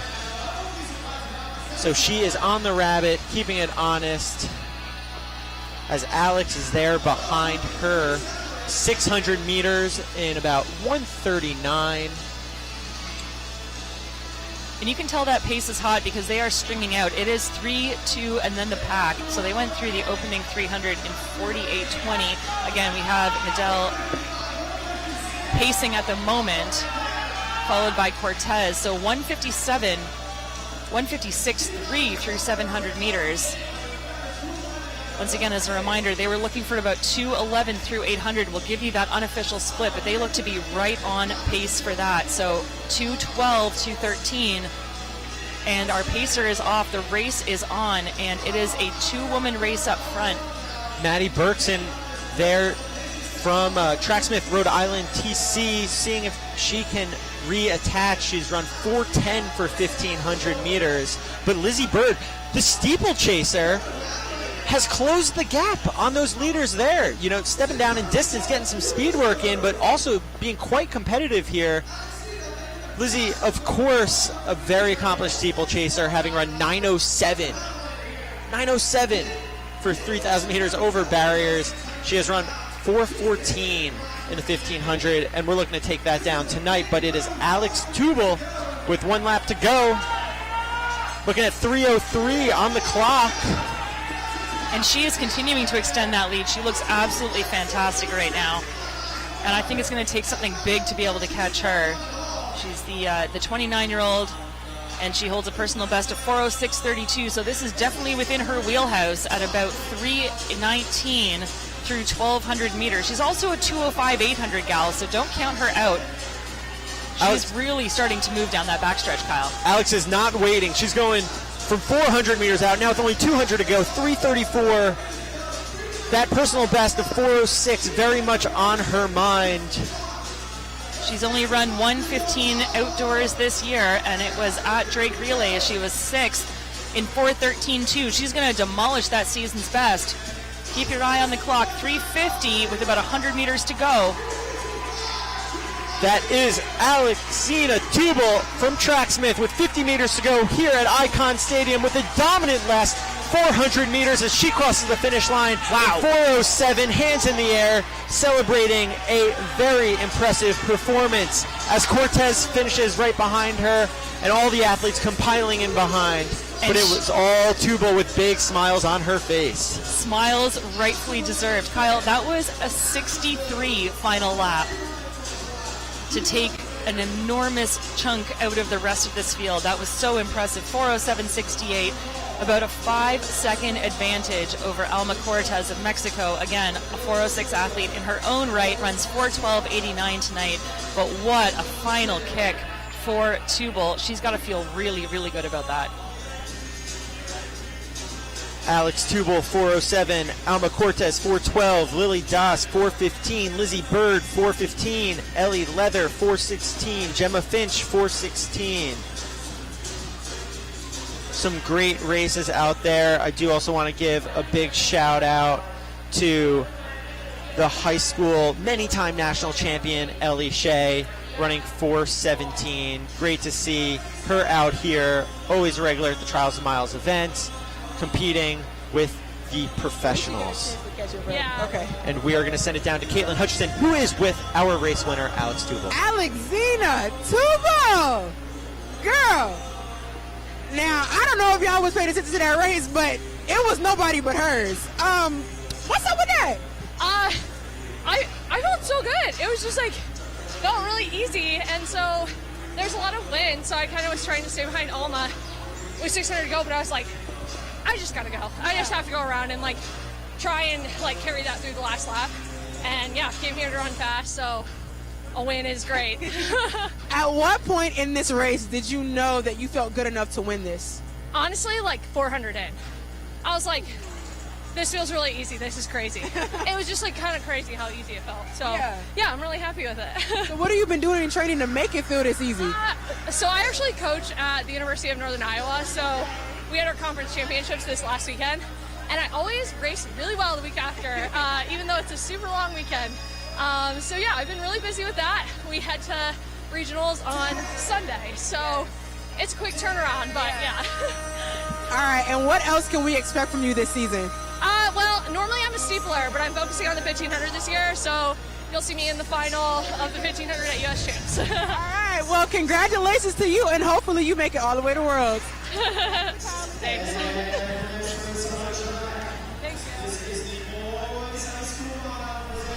All right, so we are back at Icon Stadium, and we have got the high school girls and boys miles coming up. This is starting with the high school boys mile. This is sponsored by Power Bar, and we've got some absolutely fantastic athletes competing here. Just a reminder that, again, because New Balance is one of our sponsors, we want to give a quick mention that New Balance Nationals are coming up in just a few weeks' time, and in order to qualify for that national championship, you have to run a 4:16.0 as a boy. For the Rising Stars, it's 4:23 flat, 4:39 for freshmen, and 5:12 middle school for that mile. So a lot of these guys well within their wheelhouse and under those marks already, but that is one of the times that they are looking for tonight, one of the marks that they're trying to hit. Under the lights here on Randall's Island at beautiful Icon Stadium, we have, I think, a few scratches, but we've got 15 boys set to take the track here. They are Akshay Vidal of Edison, New Jersey, Jack Willett of Xavier, Ryan Hessler out of New York, Joe Perazzo of Staten Island, Ryan Beagle of Chatham, Paul Bergeron of Massachusetts, Brian Bowler of Morristown, New Jersey, Michael Lawson of Rahway, New Jersey, Jimmy Wischusen of Scotch Plains, Braden Seymour out of Newbury Park, Stephen Hergenrother of Ridgefield, Brian Gamble of Massachusetts, Colin Bowler of Morristown, Nate Booten of Brooklyn, and Greg Jandal is running unattached. So seed times here are ranging from 4:04 to 4:15. We have Greg Jandal. We've already seen him on track tonight. He's going to be your pacer, and he's taking the guys through 2:01 through 800 meters. So Kyle, a real speedy opening half mile. Yeah, a lot of great athletes here, especially from the greater New York area, that we are hoping to see at New Balance Nationals at Franklin Field on June 15th to 18th. And of course, you know CITIUS MAG is going to be there covering the event. Doing a great job as always. Well, we do it for the kids, and we love the kids, and we love seeing them run big personal bests, and there's no better place to do it than at New Balance Nationals. But before you do that, you got to hit the qualifier, something that the majority of these guys already have in the bag. That's right. And it does look like a full field, which is fantastic. So we've got, I think, 15 young men on this start line. We have one scratch, that is Akshay Vidal of Edison, will not be starting. But otherwise, 13 plus the pacer, I should say. And again, Colin Bowler comes in from Morristown, New Jersey with the fastest heat at 4:04.05. Wondering if he can eclipse that here tonight under perfect conditions at Icon Stadium on Randall's Island, New York. And Bowler from Morristown goes to Del Barton, a great program out in New Jersey. Also a great baseball team for you New York Yankee fans out there, obviously very familiar with Anthony Volpe. Appreciate that. And they are off here in the Power Bar boys 1500 meters. They are on site tonight with their whole range of energy products. They're powering up our athletes before the races and between heats. The OG Sports Nutrition Company is supplying runners tonight with their chocolate protein recovery max shake. It's all mixed up and is ready to help these athletes jumpstart their body's recovery process post-race. That was a mouthful. Well done. But that's for after. Right now, our boy Colin Bowler on the rabbit, coming through 200 meters, just under and around 30 seconds. So it is quick, but that's what you would expect from a 4:04 guy.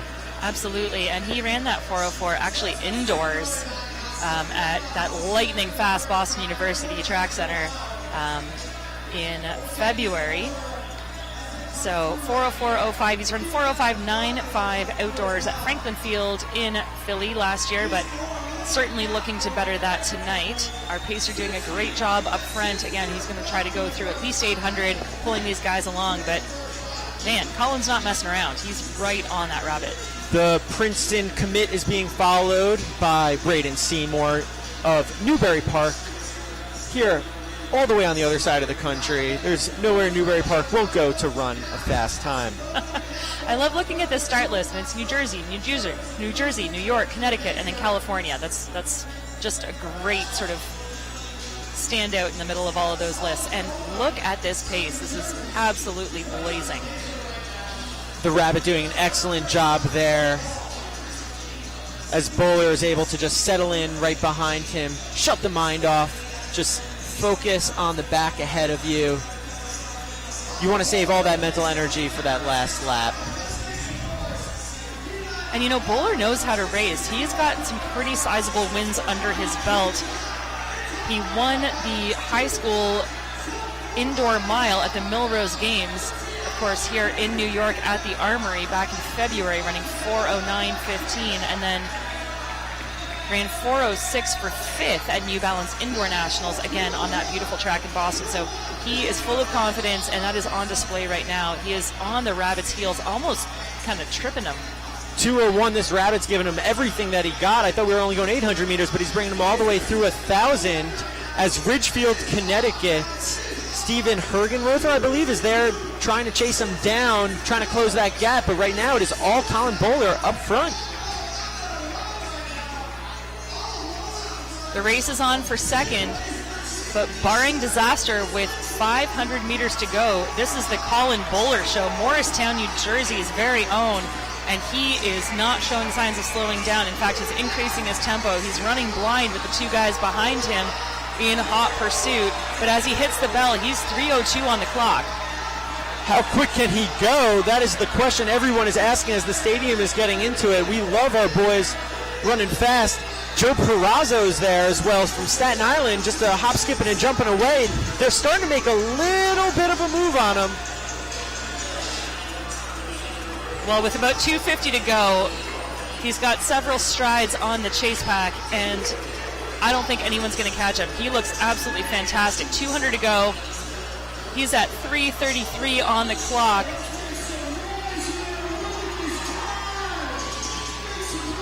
Good work by the duo behind him, but I don't think he's going to be caught. This is Colin Bowler looking to put his name on this track here at Icon Stadium, and doing so in absolutely fantastic fashion.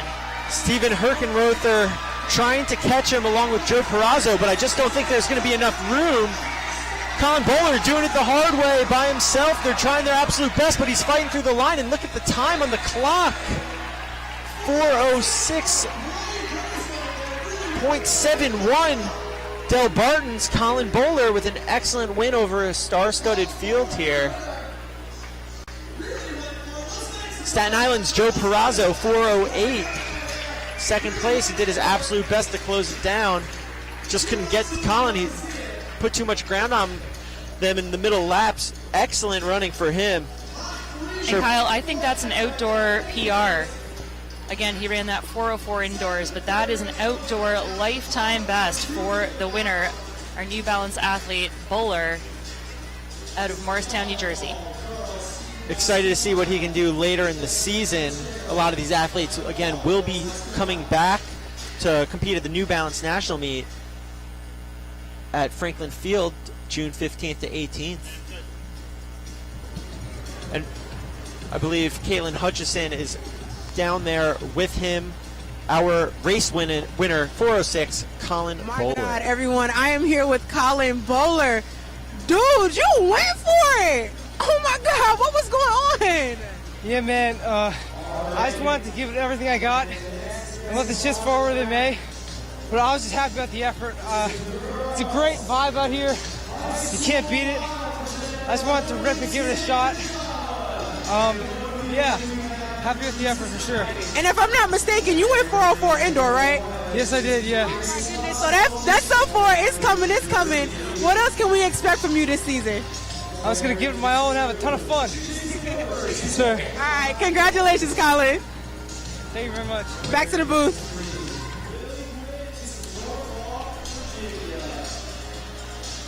So again, thrilling results there from the Power Bar Boys Mile. Colin Bowler, 4:06.71, 4:08.03 for Joe Perazzo.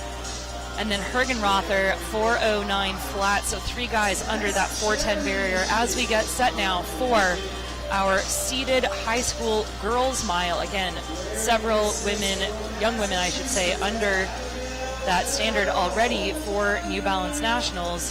We'll remind you that in order to get into that for the championship race, it is 4:58 flat. And so anything under 5 minutes is an absolutely stellar time for these high school girls. Lining up, we have Grace Wassel of Blackwood, New Jersey, Chase Gilbert of Old Lyme, Lily Gunn of Norfolk, Kate D'Souza of Red Bank, New Jersey, Tess Sherry running unattached, Abigail Beville of Massachusetts, Catherine Bolk of Newington, Lindsay Hossman of Summit, New Jersey, Kaylee Gunsiorowski of Scotch Plains, Emma Zawatsky of Freehold, Leah Stevens of Olney, Zariel Machi of Mastic Beach, Sierra O'Shea of Richmond, and we already saw her, Carrie Salata running unattached. She is going to be the pacer after her dominant win earlier in the unseeded section. She is going to be trying to go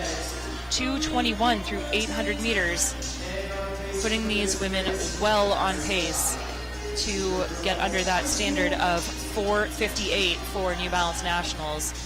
Again, several of these girls already have times that eclipse that, seed times in this heat run from 4:44 out to 4:58. And Sierra O'Shea has the fastest seed time coming in. And I do want to give a special thanks to this high school girls mile that is being presented by Joni and Tim Kajala, who are sponsoring this race. They are huge supporters of the sport and are pleased to help give this opportunity for these high school girls to race fast on the big stage. I know they're watching at home tonight. I saw them at the Boston Marathon. They're always consistently generous in their support of the Trials of Miles events, so thank you very much to the Kajala family. And I know Tim from years back when he was a dominant runner at UPenn, an arch nemesis of the Columbia Lions, but we are here thanks to them as these high school girls are off and running. So again, your pace setter is going to be Salata, and she was already on the track, featured this evening in her own race. She is pacing these girls through 2:21 through the half mile. Coming in with the fastest seed time at 4:44 is Sierra O'Shea, and she is a UNC commit. She's from Richmond, Kentucky. And she is looking to improve on that 4:44 seed time. And sitting in her pocket right now is Leah Stevens, bib number 11 here from Maryland. A little bit more of a diverse group here on the women's side, not just New York, New Jersey, Connecticut. We're from all over as they come through 400 meters in about 71, 72 seconds. Well, again, you know the track is going to be fast. You trust that the evening is going to be great. Next time they come around, you might get a shot of those flags. They are absolutely dead. Earlier this week, they were talking about, 25-mile-per-hour winds. We've got none of that. We got perfect racing conditions. We've got a great crowd, and we have some hot action on track. As Leah Stevens is the leader of the race proper. She came through at 71, but hot on her heels are Sierra O'Shea and Zariel Machi of Mastic Beach. It is those four in the lead with the pacer at the moment. So grateful to be able to have pacers here at these high school events. Not something that we used to do back in our day, but a real opportunity for these athletes to run fast. Setting them up well here.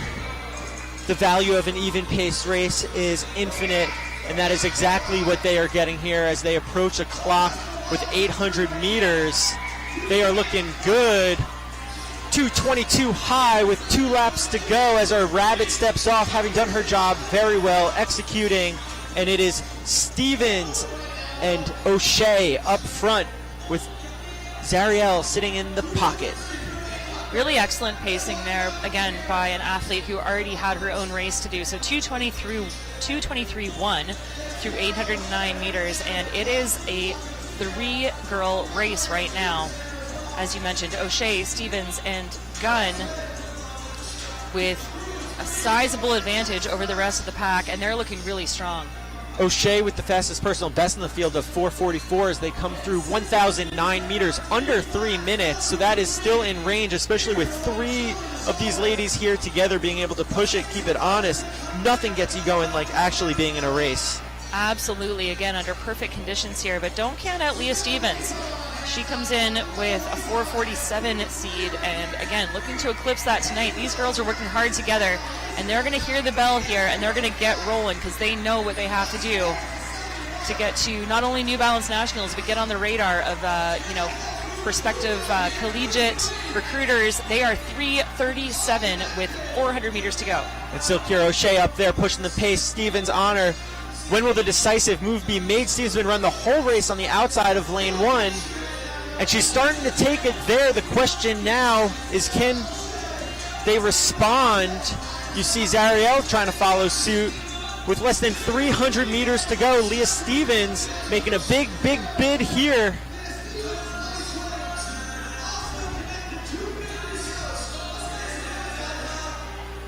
And that's actually Lily Gwynn there, I believe, in 3rd place. In the black, who's now taking the lead with less than 200 meters to go. And a big move by her to pull around Stevens. Can Stevens respond? She's got 150 left, but what a decisive move there by Gwynn of Norfolk. And she is driving for home, pumping the arms. And she's not going to be caught, Kyle. The personal best of 4:54 is about to get demolished. Gwynn is absolutely charging through the line. She has this race in the bag. How fast are we going to go? 4:45, 4:46. What a huge run. Worth the trip up from Norfolk for 4:46.17 for Lily Gwynn. A huge performance for her, beating a stellar field of athletes. Just waited until it was absolutely her time to crush it that last 200 meters.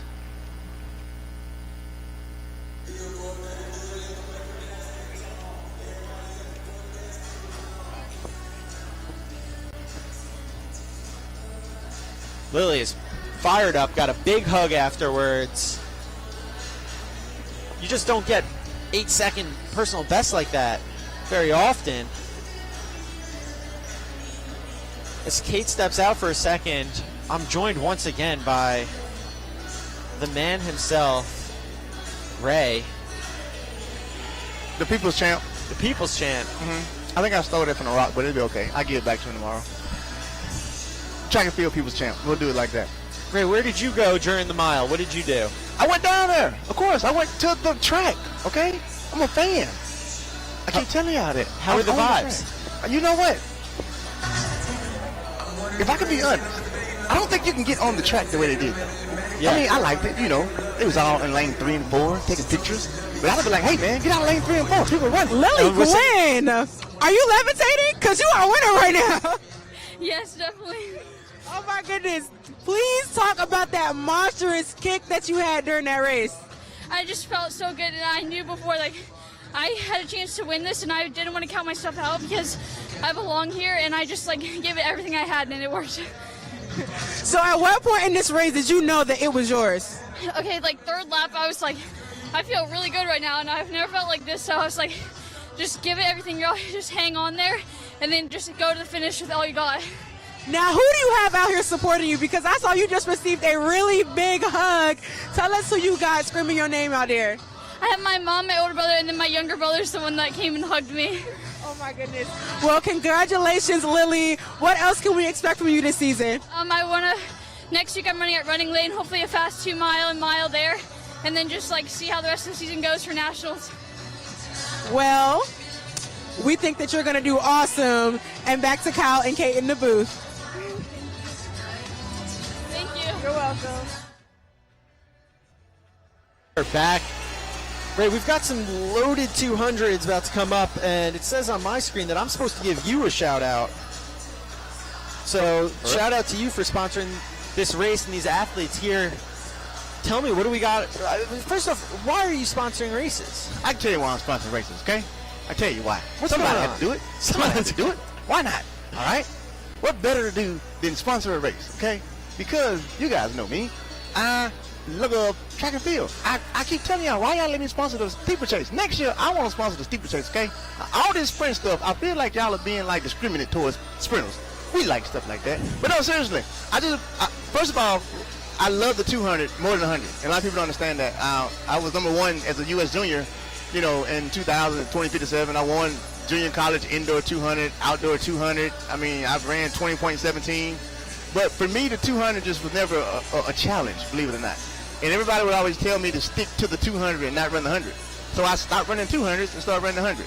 So I figured if I ever was to sponsor a race and do one or anything, it would actually be a 200 because I love the 200 a lot.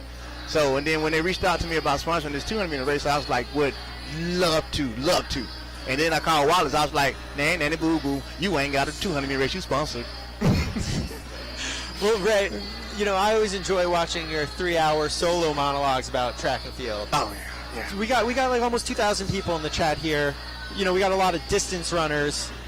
Why don't you tell them where they can find you? At Ray's Take TV. We want distance people too. What can they expect? Oh, Lord. They can expect a good time. That's what they can expect. They can expect to learn some stuff, okay? They can expect to learn how to be a great track athlete. That's what they can learn. And also can teach us some stuff. Well, you're providing something for the fans out there.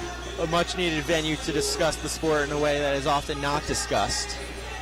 These are that a facts. fair way to put it? These are facts. There These you are go. facts. These are, I became everybody's scapegoat.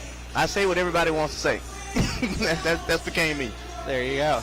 Well, Ray, in this 200 here tonight, are there any athletes in particular that we're like really keeping a close eye on? Anyone that... You know, I'm actually wanting to see how Diego does now. Yeah. After that 100-meter dash, you know, he actually looked the best. In the 100, he looked warmed up. You know, his body looked good. So, I mean, like I said, Mike looked like he had a little something that went on. So, you know, traditionally you would want to say Michael Rogers because of everything he's done and the name and what so. But I'm actually looking forward to seeing what Diego does. Diego's looking good today. Well, and he's a hurdler. That's what's even, you know, what's even crazier. So he'll be in our second section here in Heat 1.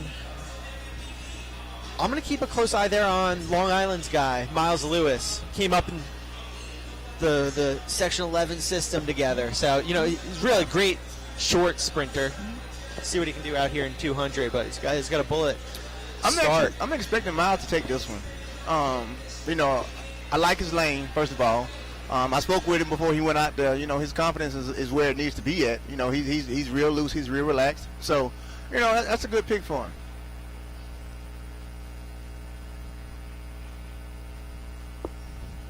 So 2 sections here of the men's 200. The key to this race, especially here on this track, is understanding the curve. This is one of the most beautiful curves to where you can actually stand up and get to a decent frequency. So the higher lanes are actually better lanes on this track, believe it or not. Explain that, like kind of breaking down that angle. Why this track versus some others that we might see? Because the curve isn't as tight. You know, you'll get a lot of tracks that you come on to where the curve would be, you know, 80 meters or 100 meters. This curve is more wider. So you don't have to fight gravity and inertia as much. You don't have to lean as hard, and you can actually get up, you know, to full speed a whole lot quicker on this track. I mean, that's why we have so many fast performances on this track in history. Like, you know, Tyson went 19.5 on it. You know, so it's been a lot of fast 200s on this track. That's the benefit of being at a track-specific facility. You're not building around a high school football field. Exactly. All right, Ray, I'll let you take this. Yeah, it looks like Mike Rogers might have scratched. Okay. All right. Ooh, I told you he got out. Lane 6. I told you. Ooh. Oh, oh, wow. All right. Can you keep it? Can you hold your composure? Work your arms. You better relax. Oh, he got it. Oh, wait a minute. I told you that. Can you hold it? Not bad. Not bad at all. Miles Lewis takes that one. Yep. 21-12, just barely holding off Pedro Rivas Cruz. What a beautiful turn, though, by Miles. Yes. And he's a great short sprinter. 200's a little longer than, you know, he can obviously do it. He just won the race. Yeah. But this is a guy I've seen him explode in a 60. Yeah, like I said, I talked to him right before the race, and he was actually pretty confident and really relaxed. That curve was amazing. I think that curve actually benefited him more because he's such a short, quick sprinter. If he had been a tighter curve, you know, he had a longer straightaway, differences might would have been a little different. 21-12 for Miles Lewis there, representing Elite Feats. Not bad. 21-12. So right now the time to beat is 21-12. 21-12 will get you paid. All right. What's the payday here? $2,000. $2,000. Love $2,000 that. for first, and then we dropped it down to $600 for second and $300 for third. I hope you write that off, Ray. What? I hope you write this whole trip off. Say it again. Make sure my accountant here, because I know he's watching. Say it again. I know that all of these former pro athletes know how to work the taxes.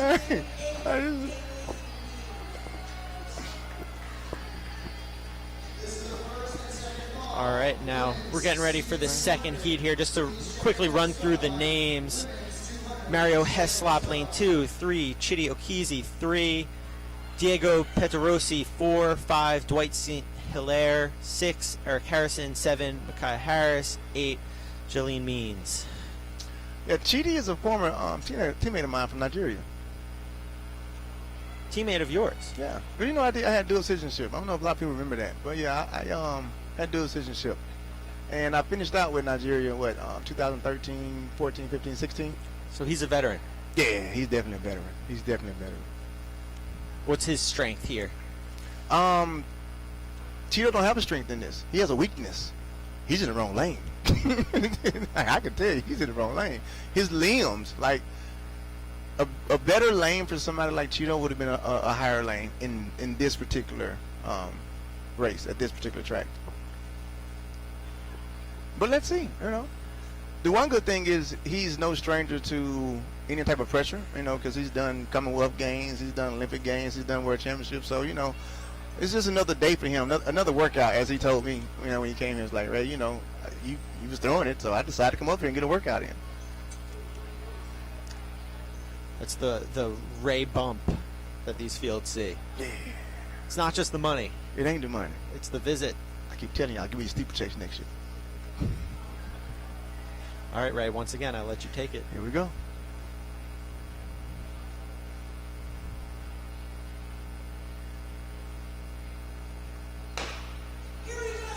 Ooh. Oh. Ooh. Oh, who's that? Ooh. Ooh. Ooh. See, I told you Cheeto wasn't going to be able to do it. Okay, can you hold it? Can you hold it? Get your shoulders in front, sir. Get your shoulders in front. You're going to get caught. You're going to get caught for the money. Oh, I told you to get your shoulders in front. You didn't get your shoulders in front. You should have been listening to me. I know you can't hear me because I'm uphill, but if you could have heard me, I would have said get your shoulders in front because he's coming to get the money from you. And I think he might have did it. What happened? And that's Eric Harrison, 20.55. Told you he came to get the money from him. He held off. I think Eric Harrison held off. Micaiah Harris, 20.56. So Eric Harrison in that bright lime green Puma suit takes Ray's money. Dang!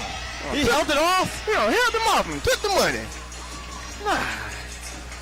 From up here, it didn't like he took the money. It did, you know, this angle is friendly to the one who's coming up, but Eric Harrison was able to get out, hold it just enough in order to pocket the very generous sponsorship dollars here from Ray's Take. Alrighty then. Alrighty then. You know what's funny? You say it from this angle. There's one race I know that from this angle it was still evident that he won. Usain Bolt, 2008. Yeah? Yeah, it didn't matter what angle you was at. You could have been this angle, that angle, that angle. We was back there. He was right there. Were you here? I was in the race, but like I wasn't in the race. You okay? I was in it, but I wasn't in it. You know, like people at home understand. Like I was there. Two false starts. I had. We only had one false start. We had one false start. Lightning delay. Lightning delay. We did have a lightning delay. I was on the back end of the stadium. Mm-hmm. I ran the high school 4x8 earlier in the night. Oh, okay. I was glad I stuck around. Yeah. It was a whole complete lightning delay, everything. Yeah. I keep trying to tell everybody. Eric Harrison. The first false start I won the race. The first sub 20 or sub 21 of the day, 20:55 to win the second heat. Tell me how you feel. I feel good. You know, so thank God to be able to come out here and do what I love. Me and my coach plan on just come out here, pretty much train through the race. Season pretty much just getting started, so you know, want to come out here and have fun and get a good race in, and that's what I did. So you had somebody right on your tails. 20:56 was the next time after you. What were you thinking when you got to the line? Dip. Yeah, dip. I usually have a hard time dipping at the line, but I could feel him coming last couple meters, and I know he's a good finisher, so, you know, I kind of anticipated that going into the last 10, just keeping my arms in front of me, making sure, you know, I don't let him pass me, so. But it did come down to the line, so. It really did. Shoot, people just don't know that about track and field. Now, where can we see you running next? Jamaica at the Racers Grand Prix. Yes, sir. Yep. Yes, sir. Well, if y'all want to see him again, pop something crazy, tune into Jamaica Racers Grand Prix, and congratulations on your win tonight. All right, back to Cal in the booth. All right, and we are back. So, Ray, you know, before we get into this women's 200, I do just want to talk about some of the other stuff that's going around the world this weekend. Mm-hmm. What are you looking most forward to? You know, we've got Bermuda, Japan, right? Japan. anytime, you know, Fred Curtis is about to run, you got to get ready. You never know what he's going to do. Because Fred likes to sell world record tickets, and I like to buy them. I hear that. Any prediction? In this race or for Fred? Weekend? For Fred? Before we get into this race. 969. Wow. I know, right? Called it. It's on the board. All right, we're getting into this women's 200, brought to you by none other than Ray's Take, who is joining me here in the booth at Icon Stadium. In lane 4, we have Madeline Price. 5, Leah Anderson. Lane 6, Christina Griffin. 7, Kyra Petway. Leah Anderson from Central Park Track Club. The Jamaican national record holder at 500 indoors. Local athlete here. See what she can do. This should be interesting. She got a good curve. She did do a good curve. Lane 7 though. Was that Kiara? Kiara got a pretty. Okay. So now it's okay. Who's gonna step up? Who's gonna step and go?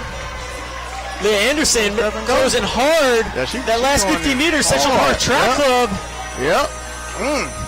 20. That is all Leah Anderson there. Great run for her. You know, she's Nice run. Quite experienced and successful in the 300, the 400, the 500. She's showing tonight that she can take it in the 200 as well. Running really well here. Official time on the clock, 23.37. Win plus 2.3, but a strong race from her. I think that 500 meter strength actually helped her in that, because she looked good. She got great arms going down the home stretch too. Great arms. If you notice in the replay, that's the one thing that separated her from everybody else in the race. Her arms look way better than everybody else's, way faster. When you say that, I love hearing, you know, people talk about the technical side of things. What exactly is it? Is it the fact that it's rigid? Is it the way it's coming across the body? There's no extra movement. What exactly did you see in her arms that say, you know, that's the difference maker? Well, your arms are the hammers, and as we all know, until your hand passes through your body, your foot can't Leah pass Anderson, through. So her frequency with how fast she was moving her arms. Because Sis Taylor, who used to be your trainer, and now she's my trainer. No, I'm playing, y'all. This is the Rutgers, I'm going to just say native. We're going to go with that word. She just won the women's 200 in 23:37. Tell us how you feel. It was a little bit windy, a little bit tiring getting out, but just had to tell myself finish strong, win the race, look good. Just had to go for it, honestly. Wasn't a PR, but I accept it. Now, look, this ain't the first time we've seen you all season. We know you was popping your mess indoor, doing a couple things outdoor as well. So tell us what training's been like and what else we can expect from you this season. Training's been great. I expect big things from me. I'm going to Jamaica for the Grand Prix, so I want to represent my country, represent my people, and just love the sport some more. Yes. So what exactly can we expect from you? Because I know you said we can expect some great things, but, you know, your fans and stuff want to know back home. Taylor wants to know. The 400, I'm looking for a sub 50. I've been training hard for it, so it's going to happen. Yes. Well, as I said it here first, folks, our winner of the women's 200, expect to see her next time in Jamaica and hopefully at the World Championships as well. Thank you. Back to them in the booth. This is about to happen. This is what dreams are made of. I want to chase somebody down in the track meet.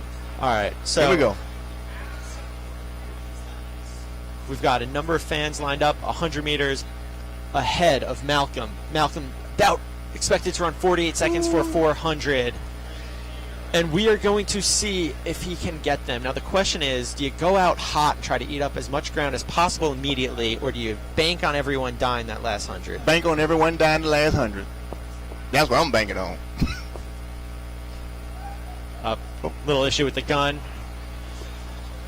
Take a moment for everyone to digest what we're about to watch here. I don't think he's going to do it.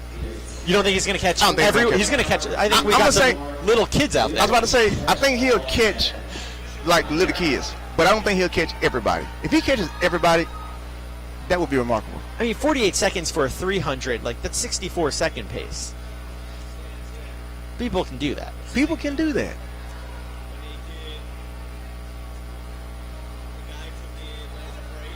I got my money on the little girl we can't see who's jumping up and down. She's going to give him a run for his money. Or maybe she's just cold.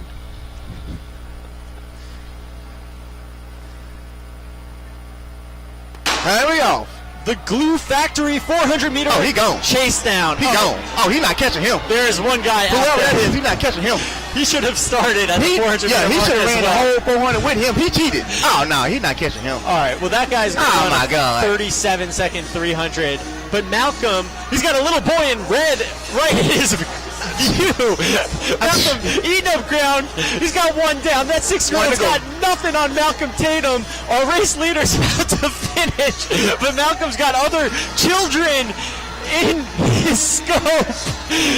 It looks like at least 2 guys are going to get away from him. But can Malcolm chase these? Run down. This kindergarten class versus Malcolm Tatum. Get him. Get him. Get him. 3. And Malcolm dips under about 50 seconds, eating up the ground of 3 of the kids who got a head start. Ray, I think we missed the opportunity to finally get you out there on the track tonight. Yeah, I think that was it. That was my opportunity right there. I hope there's drug testing for that one guy up front. I don't know what that was. Wiles out here, Weiland. Yeah, Wiles should have been next to him. He should have been like lane 5. Like, like how did he get 100 meters? First of all, how is he a fan in the stands with full uniform on? I think there's something to this. I don't think he came as a fan. I think he came specifically for this moment. Wiles had a fake ID to get in today. He said he was 12 years old, but I think otherwise. And we're going to see. I want to hear from Wiles explain what the hell he's doing here. Caitlin, tell us, please. Literally. It's like I wasn't training with him for like 2 or 3 years straight. What compelled you to come out here and run this race? Well, I ran the 8 earlier, then I ran the 2 like half an hour later, and then I just wanted to get a fast time, run an open 3. My high school coaches are up there. They were like, why are you doing this? And my brain dropped off a cliff, so I like putting myself on the pain train. All right, Hunter, so what did your years at Ithaca on that track team teach you about running these races tonight? Get out hard, maintain, and then empty the tank, and just have fun with it, and just love competing. And what does Coach Nichols always say? Run, jump, throw for personal best. I love track and field. Come on, Hunter. All right, back to Kyle and Kate in the booth. You know, I got to be honest. Before I get out of here, I think that was probably the most impressive run I've seen all night. You're not going to do the beer mile with us. Well, I'm going down to get me one. Okay, you should hop in there. Do the first couple laps. You know what? That ain't a bad idea. I wanted somebody to put me on the team right now. I think we can probably arrange that. You know what? I forgot. My doctor said, because of my cholesterol, I can't do anything at this track meet. He said wait till next week. All right, next up, we have the boys 800 meter on the track. This high school 800 meters is presented by Mile Split. Mile Split is your home for high school track and field and cross-country coverage across the U.S. More than 30,000 events a year can be watched live on demand across the Mile Split and Flow Sports networks, from high school, national, and state rankings to in-depth stories, interviews, podcasts, race breakdowns, race archives, and much, much more. We have you covered on milesplit.com. And this is a good field. We've got some studs in here. I mean, running down the list of names: Blake Santos, Jason Meza, Brandon Sinclair, Luke Shaglin, Tenoda Matasada, 6 Aaron Solomon, Marcus Riley, D'Angelo Brown, Daniel Coyne, Lucas Krotowski, and a rabbit to put it all together. This is a very good field as the athletes are off. We've got eyes on Aaron Solomon for sure from Newbury Park, and Tenoda Matsada. Marcus Riley. We've got a bunch of studs in this one. Let's see what they can put together. This is a nice night for a fast 800. As our Rabbit is taking them out, I believe that's Matsada getting on him. Coming through 200 meters in 25 seconds. I think that's the long stride of Matsada with Aaron Salmon behind him. Rabbit really getting them out.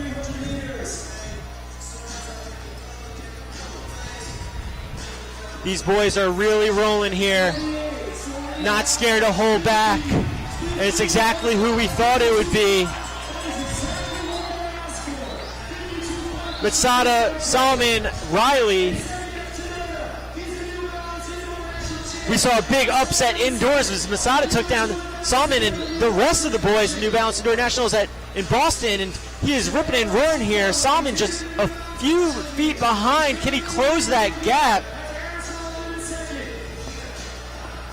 As they come through 600 meters in 121 flat. He is absolutely rolling here, Matsada.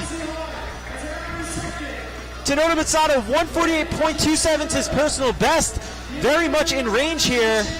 Aaron Salmon, the NXN champion during this fall. You know he's strong. Does he have that last 100? It's Matsada. It's Salmon. It's ripping and roaring. Is there enough ground for Aaron Salmon to get? And look at the time. Look at the time, but no. Matsada holds him off. A battle between two of the absolute best middle distance runners in the country here at the Trials of Miles. What a race. Matsada 149.48 to Aaron Salmon's 149.72.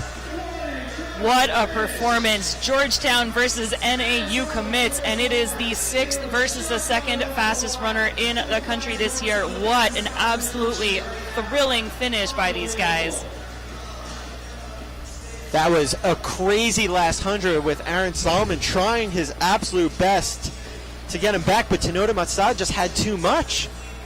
You know, he got that gap and was able to hold it together. That is an excellent race. We're hoping to see more competitions like these between these two guys, not just this year, but probably for many years to come. I would think so. That was incredibly mature racing, to be able to have the guts to go out like that and know your body well enough that you were going to be able to hold on in those closing meters. It was fast striding by Salmon, but not enough. Brilliant. That's what we love to see. Final 100, absolutely. We just want to see races, and that's what we saw there tonight. And some good sportsmanship afterwards between the two. We're going to go down, and we're going to hear from Caitlin Hutchinson, who is with our race winner. I need to know something. How you always lead from the front and just come in first place every single time? Like, I need you to teach me something. I don't know, man. I just push out and then I just keep pushing. Oh my God. That's it. Oh my God. So how training and stuff been going? Because I know stuff like that ain't easy. Training for the last 2 weeks have been good. Like, I came off of injury like about a week and a half ago. I had a hamstring strain, but I did some cross training during that, so I didn't get too out of shape. I did a few speed workouts from then till now. And I did like a time trial 800 at conferences, which helped me know where I would be for today. All right, well, congratulations on your win. Thank you.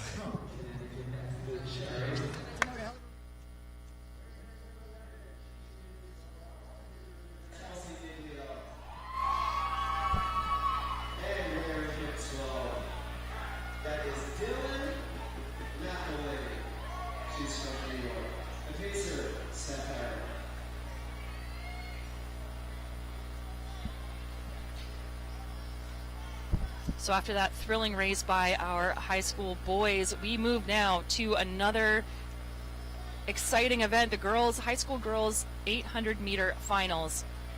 We've got seed times ranging from 2:06 to 2:13. We've got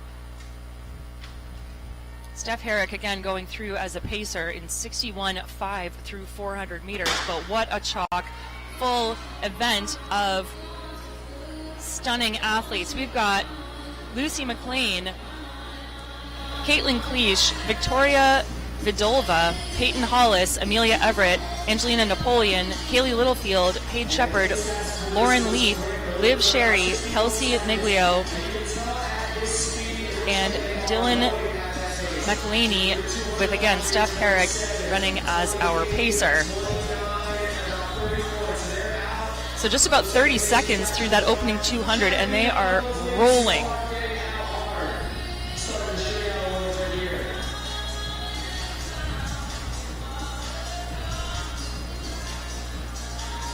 So tightly bunched as they come into 300 meters.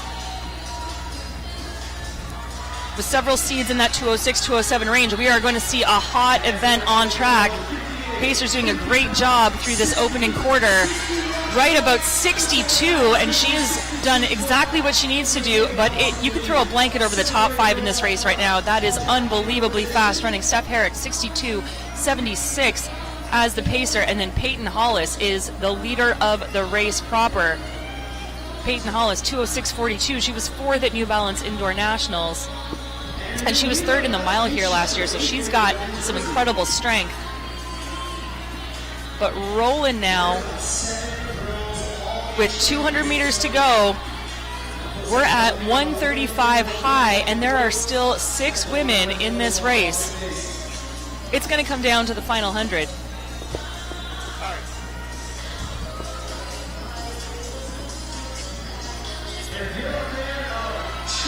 So it's a 6-woman race coming into the final 100 meters here. And it is anyone's race right now.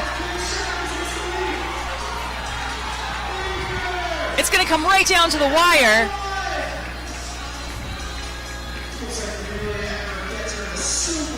And Amelia Everett takes the win. 2:07.64. Paige Shepard, a really strong push by her into the final 50 meters. 2:08.11. Kaylee Littlefield, 2:08.68. Angelina Napoleon, 2:08.83. Peyton Hollis, 2:09.61. So 5 girls under 2:10.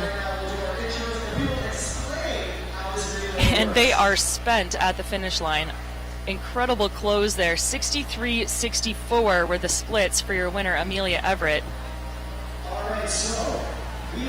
She's out of Newton, Massachusetts, and really beautiful pacing there by our early leader. And fantastic finishes continuing on this lightning fast track here at Icon Stadium.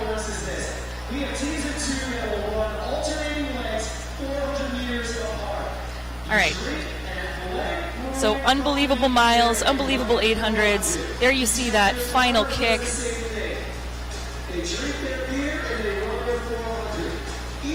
And a huge move on the outside there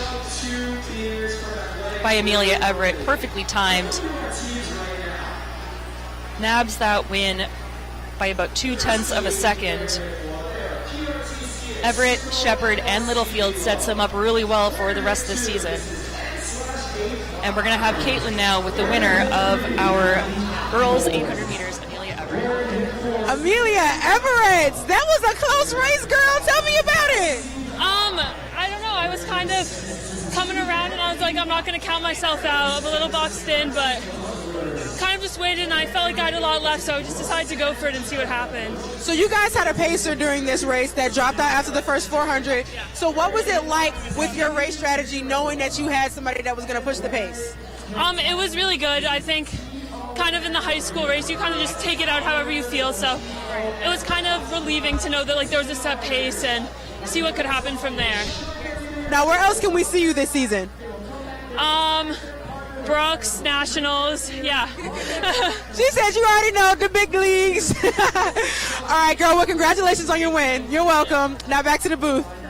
Thank you so much. You're welcome.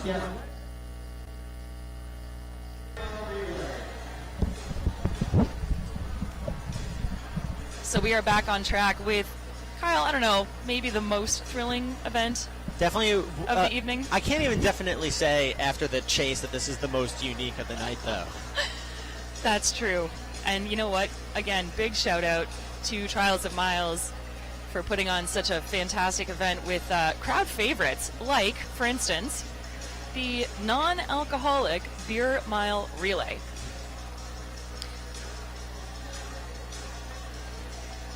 So the Athletic Brewing Company is dedicated to crafting delicious non-alcoholic beer you can enjoy anytime and anywhere with no worries and no hangovers.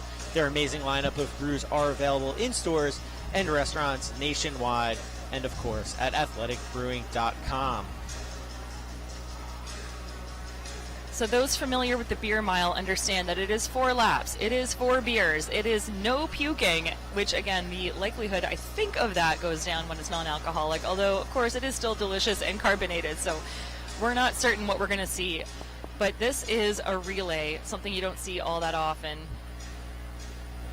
And I do want to just urge those in the chat right now, of course, to subscribe here to the CITIUS MAG YouTube channel, especially with all of the races that we will be at this summer, bringing you coverage, but even more so because the 800s are about to start, and we want everyone to be in here. Those at home, text your friends, let them know after this beer mile relay is finished, and these athletes have 9 meters to finish their beer before they run a lap and tag a teammate in. So we've got, as is beer mile tradition, 4 laps, 4 beers. Now, I do understand that there are a couple of teams that are running with only 2 athletes, so they're going to be alternating back and forth. And as you can see on your screen, they have to chug their Athletic Brewing non-alcoholic beer. They have to then pour it over their head to show that the can is completely empty, and then they get to run their 400, tag in their teammate, and then do it all over again. Now, I will say, I don't expect anyone, even as a relay, to break Corey Belmore's world record of 4:28. I've got to say, of all the pride and joys of being a Canadian, I see it as especially fitting that we have Corey Belmore as the world record holder in the beer mile. So a nice fun race here for the fans before we gear up for these fast 800s coming up next. These athletes are coming into the relay zone nice and hot, tagging their teammates, and the chugging then commences. And like you said, it's as soon as they hand off, they're able to open their beer, start chugging it, and like you said, they have that chug zone, as it is called, the 9 meters before the start-finish line to run their mile. And we're seeing several of the pacers from the earlier events come back and participate. Really good team fun here, and a para-athlete as well. Yeah, that's Brian Reynolds from Brooks, a local New Jersey man out here chugging beers, running laps. Love to see it. I feel like a lot of these athletes, though, are kind of pacing themselves right now. I feel like you got to go. But out on the track now, very far behind, is Jan Figueroa is in this race. Who allowed the photographer to jump in this? Hey, this is an all ages, all ability kind of event. It is non-alcoholic. It is a great time out there on track. Kyle, have you ever done a beer mile? I haven't. I would be terrible at it. I think most people would say that, but pretty clear lead right now. Jan, very far behind, has no wheels whatsoever. Looks to be a little bit too deep in his marathon training or something right now, as these athletes are 200 meters ahead as we are going into the third leg here. That's a sign of a good friend. When you can razz someone on the track on a live stream, Kyle. I appreciate that. And the athletes are enjoying their beer without Jan in picture, something that happens quite often in his life, I believe. He's going to look back on this and absolutely hate you. Totally different tactics, eh? As it's a relay. You have so much more ability to just chug and go. Just believe in your teammates to get it done. That's right. And, you know, for those athletes that are running twice. I mean, is that Cooper down there? Is our meet director chugging Yes, it beers? is. Absolutely. And I don't even think he has a team. I think he's a team of one. Wow. Wow. In his jeans. Jeans and beer. What more can you ask for on a beautiful night here in Icon Stadium? I mean, with all the effort that goes into putting on this race, what better than a nice cold beer from Athletic Brewing to kick back and relax for Cooper and Dave, who do a wonderful job at Trials of Miles. So our athletes are going to come into the home stretch now for the final exchange. I believe what you're seeing right now, that is lane 4, and that is the Kenyan Running Club A team, if you can believe it. They have 2. So just for the record, no one has started their 4th lap yet, and we have 4:05 on the clock. So I think Corey Belmore's individual world record is safe, and really puts into perspective how impressive it is that even a team of men, it takes them 4:18 to do 3 laps. That's right. I will say there is a difference between the beer mile world record with the bottle versus the can. So this is the can because it's Athletic Brewing, which I've been told is harder because you don't get the advantage of the air bubble going up through the neck of the bottle. But even, Corey Belmore holds the world record in both the can and the bottle beer mile, and far eclipses these guys on track, but they're going for it. We're on Jan watch. The effort. Jan watch. I would say Jan just sipped his beer. Wouldn't really call that chugging, but he's going to try a little harder on the second lap here. He's rolling. He tried rolling, and the guy in front of him noticed it and just took off. But our race winner, almost 200 meters ahead of Team Jan out here on the final home straightaway. That's the Kenyan Running Club. Again, some perspective of just how impressive that 4:28 by Corey Belmore is, as the Kenyan Running Club runs 5:20 to win the beer mile relay. And I like our final competitor taking her last lap, the only women's team in the race, and she was seemingly cooling herself off with the remnants of her can, but it is the Kenyan Running Club 5:21.21 officially as the very clear winners of the Athletic Brewing non-alcoholic beer mile relay. I really like the name of the second team there, Kyle, the Gramercy Guzzlers. So they come through in 5:40.03, and then it's Toucan Pete, 5:42.62. And there's Brian Reynolds crossing the finish line, 400, a shorter distance for him than we would normally see. All right, and now we're just about getting ready for the main event. Do us a favor, like this stream so it gets pushed in people's feeds. Subscribe to the CITIUS MAG YouTube channel. Text your friends. Let them know that the 800s for $8,000 are about to happen. We've got some big races on deck with a star-studded field or 2 or 3. Absolutely, Kyle. And a reminder that runners from both heats are going to be eligible for the prize money. The first heats are going to be the most interesting to watch. They are the fastest heats. Again, Olympians, national champions, national record holders. The winner is going to take home $8,000. There are giant checks sitting trackside that all of our athletes, I'm sure, are eyeing. There are no pacers, I've been told. This is winner takes all, pure fun racing. $8,000 on the line for 800 meters. That's a pretty good payday. It makes it really interesting with the fact that there are no pacers. If that holds true down there, knowing that there is a second heat. I mean, let's also just talk about the 800 World Championship standards. On the men's side, that is 144.7. They have never been faster. 159.80 for the women. I mean, these are blazing times.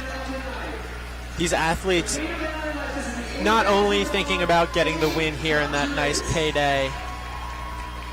You see Kaylin down on the track, waving around that gigantic check. That's quite the incentive. And one person who is definitely keeping his eye on this, of course, is Festus Legat, who won this race last year in 1:45.02.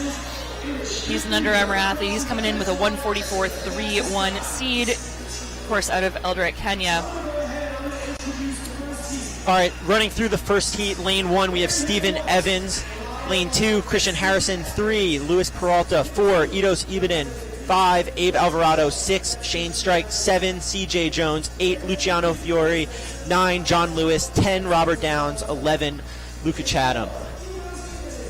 I'm keeping eyes on Shane Strike and Abe Alvarado from the Atlanta Track Club, 2 guys that have proven that they can win races, but also these Under Armour guys. I mean, Robert Downs and Idos Ibadan, these guys, CJ Jones, those guys have run fast. So we are going to see what they have in their legs here tonight. It's a really great field.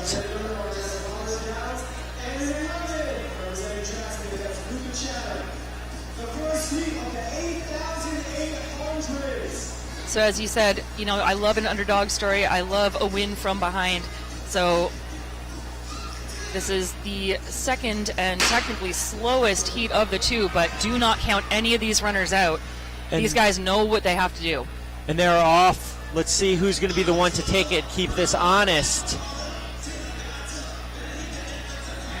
Looks like on the outside, I think that's Robert Downs, but his teammate Eidos Ibiden on the inside looks to be the one who's going to be taking it, keeping it going as they come through 200 meters just under 25 seconds. So they are not shy to get this thing going. Luis Peralta there from the Central Park Track Club in second, and that's in third Shane Strike, who looks comfortable, and he's a strong athlete that we know can run the 1500 and therefore probably the second lap. He sure is. 1:45.85. He just missed out on getting into that fast section. But he's got something to prove tonight, and he is not messing around. These guys are going to come through in a really fast opening split. It's going to be right around 52. And it's Eidos up front with Shane sitting in his pocket just behind him. John Lewis sitting there in fourth place, starting to move up a little bit. That was a 52-22 opening quarter. But keep an eye on Abe Alvarado in fourth place now. You've got Shane, then John Lewis, and Abe Alvarado. And Abe is making a big move on the outside as we hit 600 meters, but John Lewis right now in 1:19. We've got a lot of guys in this race who are capable of closing down the last 200. Lewis with some pressure now on the outside. 150 to go, and it is a two-man race. Abe Alvarado accomplished at 1,500 meters as well. Can he hold off the 800-meter specialist? But that's Luis Peralta from Central Park Track Club in lane 3, making a huge move right now. Can he hold it on? Take it. Stephen Evans on the outside as well, but it was Alvarado. No, Luis Peralta. Peralta from Central Park Track Club. The time to beat now, 1:47.97. What a race for him. That was beautifully timed, that kick to the finish. He had big pressure behind him by Evans out of the Ottawa Lions, 1:48.22, and then Alvarado, again, the Atlanta Track Club athlete, 1:48.37. But Peralta, look at this kick. Peralta, the former Oregon Duck representing the DR. He's run 1:46.1 for 800 meters, but right now we're going to have to see if 1:47.97 is enough to take home that $8,000 check. They're not, I don't know if they're going to hand it to him just yet, because this next race, oh, we're jumping to the women actually. So we're going to wait to see the men, that second section of the men, and we're going to run that first section of the women now. Love that drama. Make him wait, make Lewis sweat. Think about what he's going to spend that $8,000 on.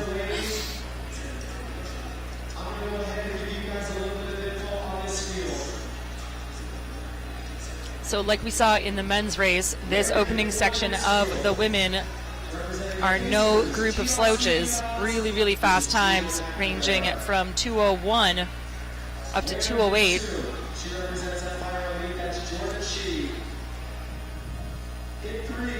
So jumping through the field, we've got Gina McNamara, Jordan Sheed, Aziz Ayub, Presley Weems, Michelle Howell, Shafiqua Maloney, Kayla Johnson, Lily Das, Rachel Walters, Emma Dignay, and Camille Boudreau. Personally, very excited to see how Shafiqua Maloney runs. The former Arkansas Razorback, never scared to take a race out, make it honest. Well, she's got that 2:01.58 seed, so she is the class of the field on paper, but don't count out the women behind her. She's got 4 women at 2:03 or better chasing her down.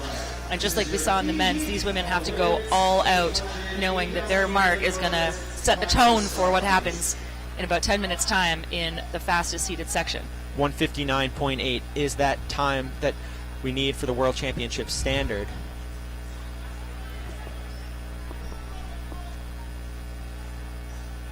So again, no pacers, This is pure old-fashioned racing. We've got 11 women entered, and they are underway in section number 1 of the professional women's 800 meters. All 11 present. Again, keep your eye on Maloney. She's in the middle of the field. And these gals, just like the men, are rolling. So through the opening 200 meters in about 28 mid.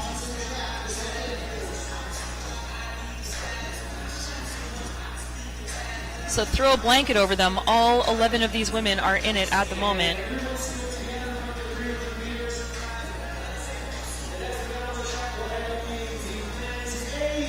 Shafiqua Maloney on the outside there. We knew that she would be a factor. Also keeping close eyes on the inside. That's Presley Weems in the red of the Atlanta Track Club as they approach 400 meters. It is 60 flat for Shafiqua. That's Kayla Johnson up there as well. So 60 flat .3. We got Kayla Johnson at 1 minute .47, and then Michelle Howell right behind. Actually, Michelle Howell in the lead, with Maloney and Johnson taking close order behind her. But 9 of these 11 women are still in it with about 250 meters to go, and that is Maloney starting to pull away. St. Vincent and Grenadines athlete with 200 meters to go. We are 1:33 on the clock at 600.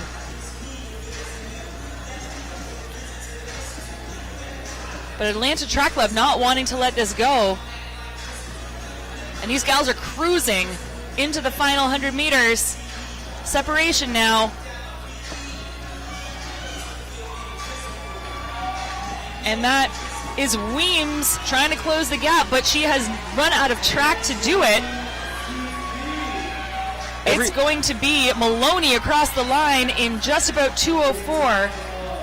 2:04.40 for Maloney, 2:05.6 for Presley Weems of the Atlanta Track Club. And then Ayub through the unattached athlete, 2:06.87. So the time to beat, 2:04.40 under beautiful conditions here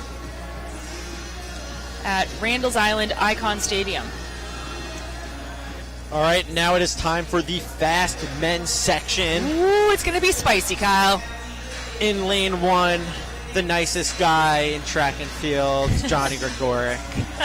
2, Rajay Hamilton. 3, Thomas Randolph. 4, Isaiah Harris. 5, Tonatio Lopez. 6, Bryce Hoppel. 7, Festus Lagat. 8, Alex Amekwa. 9, Vincent Crisp. And 10, Ryan Sanchez. I don't even know who I would say is expected to take this one. It is a very, very loaded field. I mean, Bryce Hoppel, of course, the U.S. champion. Zay Harris, Mr. Consistent from the Brooks Beast. Festus Lagat has proven that he can run fast on this track. Ryan Sanchez, one who I might expect to take it out, keep it honest, from the very beginning. I believe he ran 1:13 for a 600 earlier this season down in Puerto Rico. This is loaded. Tonatio Lopez from Mexico. He has won some trials of miles, 800s in his day. I was going to say, don't count him out. 1:43.44 is the national record in 21, and he's had some fantastic races since then. I mean, the seed times these guys are portions of a second apart. And all of them, not only really fast runners, but fantastic racers with a collective experience internationally that rivals some of the best track meets in the world. So we're in for a treat, ladies and gentlemen. And these guys can run fast here in these conditions tonight. I'm looking at the flags. They're barely moving at the moment. As the sun set, it got calmed. $8,000 on the line for the fastest time of the night. 1:47.9 is the time to beat, something that every one in this heat has done many times over. Tonatio Lopez has run 1:43.44. Bryce Hoppel has run 1:44.14.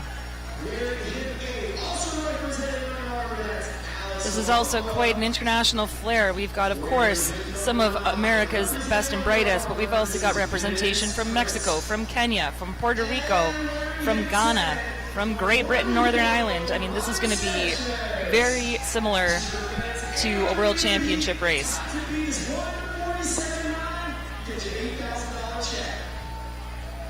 I love the contrast of Ryan Sanchez and Johnny Gregorek being in the same lane.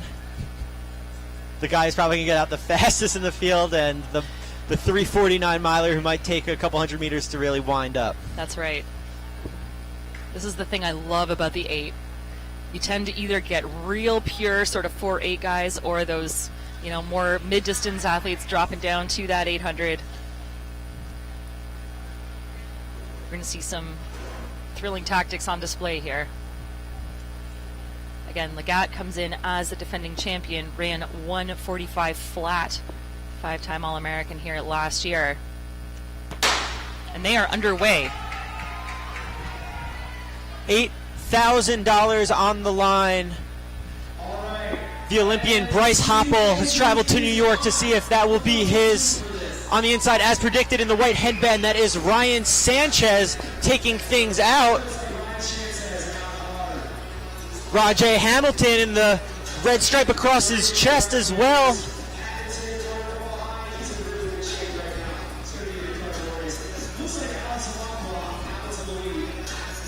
And that is Alex Amankwa being chased by Ryan Sanchez, and Bryce Hoppel sitting in third. It's an honest pace right now. These guys know that they got an opportunity on their hands. Alex Amankwa, 50-point. They are rolling. He's got a couple steps on the field now as Bryce Hoppel's making a move up to see if he can cover. But look at that lead extended by Amankwa. He's only raced once this season, and he is off. Oh, and here's a rabbit as he steps off. Bryce Hoppel's in the lead. You've got Ryan Sanchez in it. Festus Legat. Zay Harris moving up on the outside. 600 meters as they come through in 1:18 mid. It's Bryce Hoppel, Ryan Sanchez, and Festus Legat. Hoppel with the advantage, holding on the inside. Can he hold him off as Sanchez is being pushed to the outside? He's trying to make a pass. Not successfully until the straightaway, and the two are neck and neck. Bryce Hoppel, Ryan Sanchez, they both want $8,000. Bryce Hoppel's got 2 steps on him. It doesn't look like Sanchez has it. Bryce Hoppel looking at the clock. Wow. $8,000 going to Bryce Hoppel for that 146.08. The Olympian, the American champion. That was a pretty cool $8,000, and it is smiles all around for our winner, Bryce Hoppel. What a decisive final 80 meters. And there it is, the giant check. Trials of Miles, $8,000. That's going to be hard to put in his pocket. Pay to the order of Bryce Hoppel. I want to see him go through airport security with that. Fantastic photo op there for our winner, Bryce Hoppel, setting the tone for the 800s.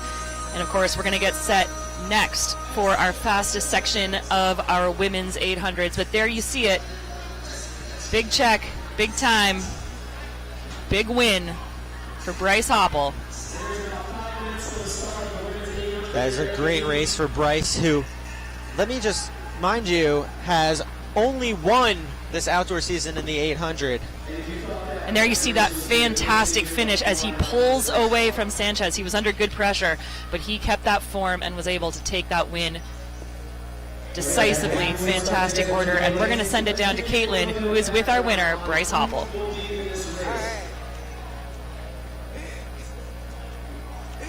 Your Trials of Miles champion, Bryce Hoppel. We are cracking up because look at how big this check is. This man just won 8 bands. Now tell me, was you racing for the time or for the money? I don't know. I'm just a competitor at heart, so I was racing for the win. It's nice to have the money come along with it. Yeah. Now, you got a lot of fans out here. Everybody loves watching you race, so tell me what your end goal was when you came out here. I just want to have a fun time. I mean, it's early in the season. We're still trying to ramp up to do big things later, make world teams, and hopefully go for medals. And it's just good to be out here in New York. All right. Now, where else can we see you this season? Because we know you're going to be somewhere nice. Oh, yeah. We got plenty coming up. I think next we're going out to L.A. for the Grand Prix. After that, we're going to get to Paris for the first time. So I'm excited for that. And then New York Grand Prix, and we'll go out to Eugene for the U.S. champs. All right, and then hopefully on the Budapest, right? Fingers crossed. Oh, absolutely. We're trying to make that team. That's really the end goal, and get medals in Budapest. You heard it here first. Bryce Hoppel, $8,000, y'all. Nice job, man. All right, great to hear from Bryce. Obviously very excited after that one. And next on the track, we've got this women's 800, also for $8,000. And what a field it's going to be. This is unbelievable. We've got Sammy Watson of Adidas. We've got Charlene Lipsy. We've got Sabrina Sutherland. Lucia Stafford is going in lane 4. Allie Wilson in lane 5. The cream of the crop, Ms. Ajay Wilson herself in lane 5. We've got Adele Tracy from Hoka. Maddie Kelly, defending Canadian champion, in lane 7. Brenna Detra in 8. And Sophia Gorian in lane 8. Of course, Wilson. Like I said, the cream of the field, the one to watch. We could spend the next 20 minutes just talking about her resume alone, but she is looking to come home $8,000 richer. I don't know if Ajay even needs introductions at this point. I was going to say, if you know, you know, and if you don't, watch this race. 155 for 800 meters. Ajay, the master tactician. Let's see if she can do it once more tonight here at the Trials of Miles at Icon Stadium. Got several of these athletes coming off of really strong performances from earlier in the season, particularly at the Penn Relays, where we saw both the Wilsons, Ali and Ajay, running very strong in the 600 and 800 respectively, and they are underway. $8,000 on the line, some of the fastest runners in the country and the world here at Icon Stadium. Ajay out well on As the she does. outside. Lucia Stafford, who we have seen run some great times this past indoor season. But it's Charlene Lipsy from Long Island, not far away, leading her former teammate Ajay Wilson through 200 meters in 27 high. And Kyle, that doesn't surprise me. She also likes to be a front runner. She and Wilson are like that together, but has so much experience in the 1500. She knows she's strong, and she likes to take control of races and set the tone for the rest of the field. And they're starting to bunch up a bit after that opening fast 200. They're going to have to make some moves here. Stafford now on the outside. She was the fastest non-qualifier for the final in Tokyo. Maddie Kelly almost goes down on the inside. They are bunching up. 60 seconds, Ajay Wilson up front controlling the race as we've often seen her. Lucia Stafford behind her in second. On third, that's Adele. But right now it is all Ajay Wilson at 500 meters, and she's throwing in a little surge. You can see the pack starting to string out. Lucia Stafford, a very strong athlete. She can handle the mid part of the race. She's run 2 minutes flat. She's looking to eclipse that, but they were relatively slow through that opening 400, and now you're seeing the wheels at 1:30 flat through 600 meters. It is all Ajay Wilson, and she is taking this pack to school. She's got a nice gap there. Charlene Lipsy, Adele Tracy, Lucia Stafford trying to find every little last bit of fight that they have in them, but right now it is all Ajay Wilson. She wants that $8,000. Does she have the strength to hold off Adele Tracy as she's coming in 50 meters to go? But Ajay Wilson says, I want that money. And it's just going to be over 2 minutes, 2:01 for Ajay Wilson. And she puts her name on this field yet again, as she has done so many times. 2:01.28 for Ajay Wilson. Adele Tracy, great close by her in 2:02.03, 2:02.46 for Allie Wilson, and then Sammy Watson, 2:02.51. Look at how tight these times are. We got 6 runners at 2:02. Lipsy through 2:02.72, and then Maddie Kelly, 2:02.99. But as we thought, this was the Ajay Wilson show, and she comes away with $6,000 in her pocket. $8,000. $8,000. And I think if you've been paying any attention at all to track and field here the last decade plus, then you knew that this was Ajay Wilson, who is on screen there holding it down. as Adele. Tracy is making a huge move there. Had a very, very strong close. She did. I think Ajay almost led up at the line. She looked pretty smooth coming across there. 2:01.28. Decisive win by almost a full second over Adele Tracy. And as promised, this meet has delivered. We are going to head down to chat with Caitlin momentarily with our winner, Ajay Wilson. And for any distance fans, there are 2 high-quality 5,000 meter. Ajay, so it's no secret you go home with 8 bands tonight. That is the easiest 201 I ever seen. Did it feel easy? I definitely had to work a little bit before. It was a little windy. I felt good. I felt strong, and I'm glad I was coming out here. I was glad to come out here and race. Now, can we officially call this Ajay's house since you won on this track? I don't know. I feel like I've raced here a couple times. I took some L's here too. But I'm glad to come over to win today. Yeah. Now, it's always a pleasure watching you and the thing race, but I want to know about you. Where else can we see you this year before U.S. Championships? Yeah, so my next race will be in LA next weekend for the LA Grand Prix. Yeah. And then maybe back here for the New York Grand Prix, so we're still deciding. Yeah, I still love it. All right, and what's one thing that your fans can expect from you this season before Worlds? Consistency. That's definitely something I've been, trying to make even stronger this season, so I'm excited to be consistent and hopefully get some wins. Yes, ma'am. Ajay Wilson, go home with $8,000. Trials of Miles, your champion. Congratulations. Back to Kyle. All right. Well, Kate, that was some exciting 800s. I mentioned this earlier in the night, though. I'm racing the Brooklyn Half Marathon in like a few hours. You got to get home and get some sleep. You got to bring your heart rate down after those races. You got to get those Z's on the pillow. Kyle, we so appreciate you being here for all the work you do. Thank you so much for everything you do for our sport, and good luck tomorrow. Thank you. I think someone will be joining you in the booth shortly, though, but I know you can hold this one down for, I believe, the 5K coming up next. That's right. Before I sign off, make sure everyone subscribes to that CITIUS MAG YouTube channel. Perfect. We'll give that shout out again. Thanks so much, Kyle. Have a great night.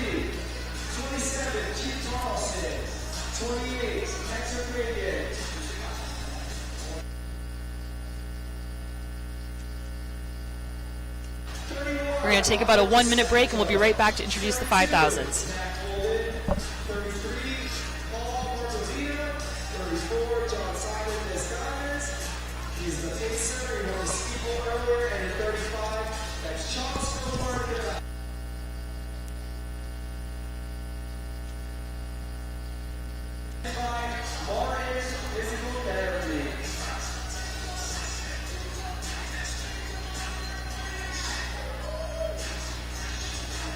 So after all that thrilling action with our mid-distance events, we move into our final races of the evening. These are the men's and women's 5,000 meters presented by Martin Trained. Martin Physical Therapy, founded in 2022, is focused on getting runners, cyclists, triathletes, and active people from all walks of life back to the activities that they love doing with a personalized and in-depth physical therapy approach. We're really grateful, of course, to Martin PT and all of our other sponsors and partners that helped put on a wonderful evening of action here at Icon Stadium in New York at Randall's Island. We move now into the longest, but still very exciting events of the evening, the 5,000s.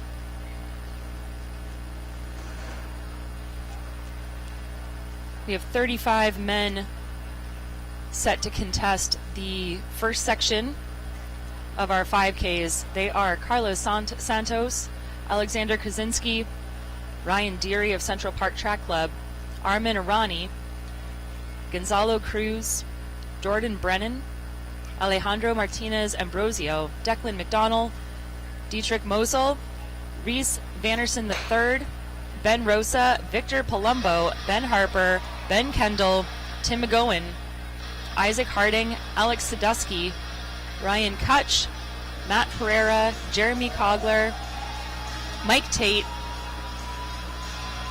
Thomas Fafard, Mitchell Yvine, Liam Bach,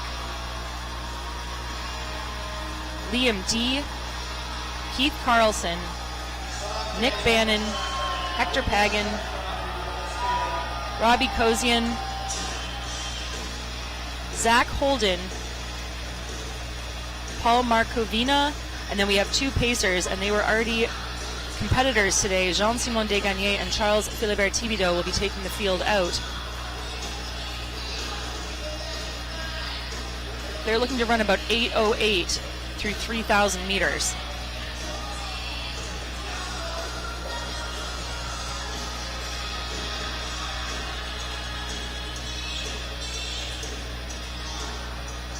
So that's Desgagnés up front, with Charles PT behind him. Those are your 2 pacers.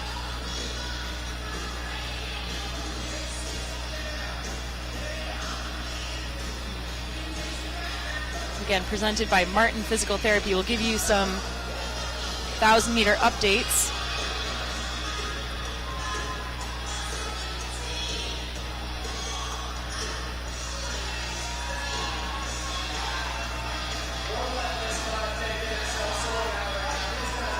So it looks like Ryan Kutch of Central Park Track Club is leading the race proper at the moment. He's in the orange kit behind our 2 pace setters. As you can see, a huge pack on track, but they are starting to string out.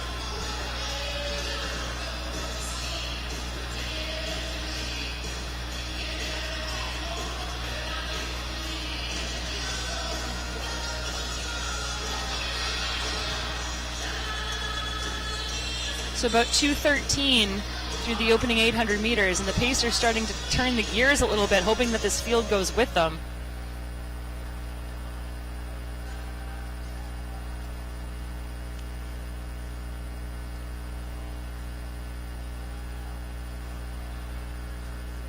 I believe that's Mitchie Bean of the Royal City Athletics Club.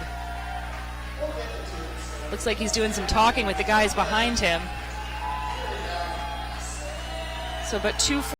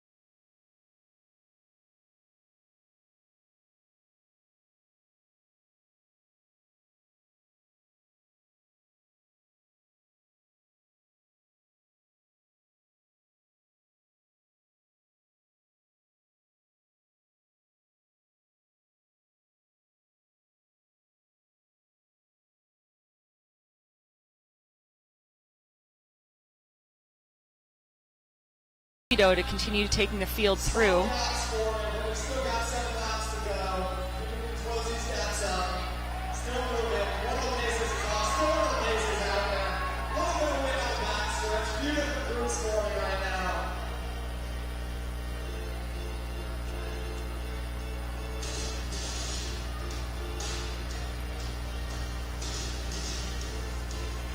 I believe that's actually Mitchie Bean in second in that bright yellow kit.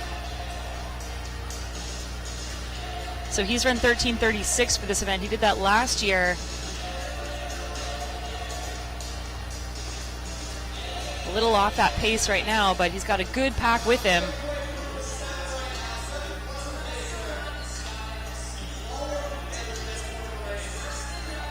That's Alex Kaczynski behind him, and then that's Fafford in third in the race proper.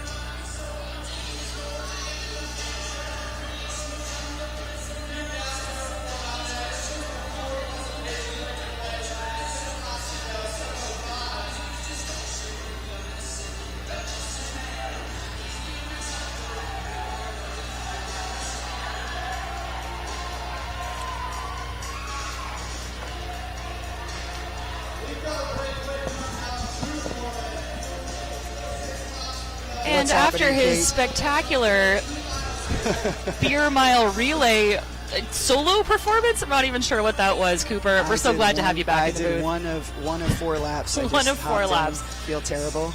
Wasn't even alcoholic, and I still feel drunk. Yep. Well, that'll happen. I believe that's Jeremy Kubler. So it is a trio of Canadians up front. That is Philibert Thibodeau continuing to set the pace, lead the way. Again, looking for about 8:08 through 3,000 meters. We'll get that split in just over 100 meters time. And then behind him, Mitchie Bean. And then Jeremy Kubler running behind him. And then it is, I believe, Fafford, hip 17 there. Oh, that's Sandusky, sorry. But it is a trio of Canadians up front, and they went through in just over 8:08. I think they were more closer to that 8:12, 8:13 mark through 3,000. But Chuck PT doing a great job up front to keep that pace honest. You're having some trouble loading the live results right now. It's all good, all good.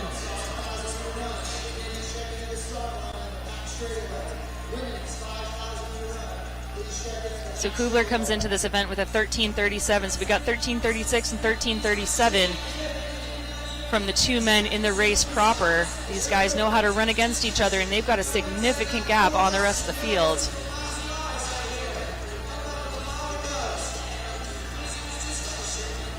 Kubler actually ran a 13:33 indoors this year at that very fast Boston University track.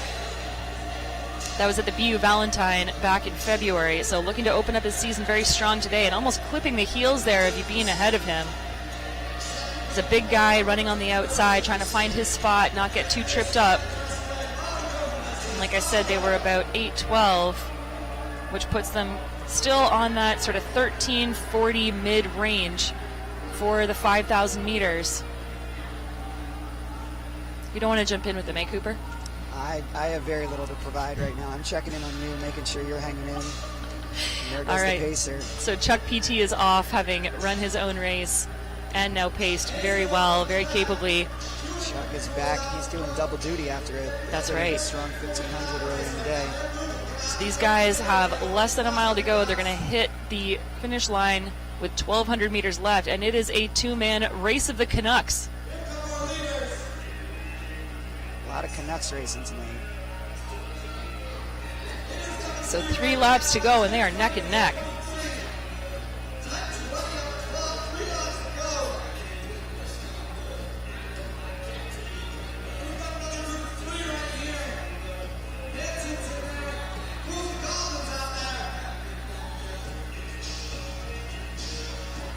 5,000 is a long way to go when you're doing it by yourself. These guys are fortunate to have one another. They're going to come up on a 4K split here, and we'll give you an update on what they are on pace for.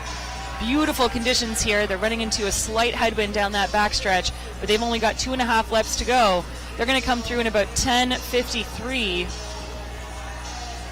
And that continues to put them right around that 13:30 high mark. This is well within the wheelhouse of both of these guys. They've run within the 13:30s, but looking for some personal bests out there tonight. They're going to start lapping some other athletes.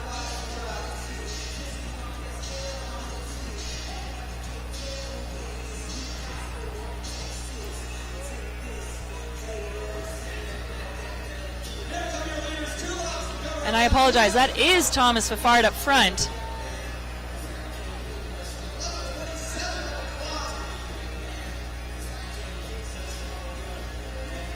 And with less than 2 laps to go, he is continuing to pull Kubler along behind him.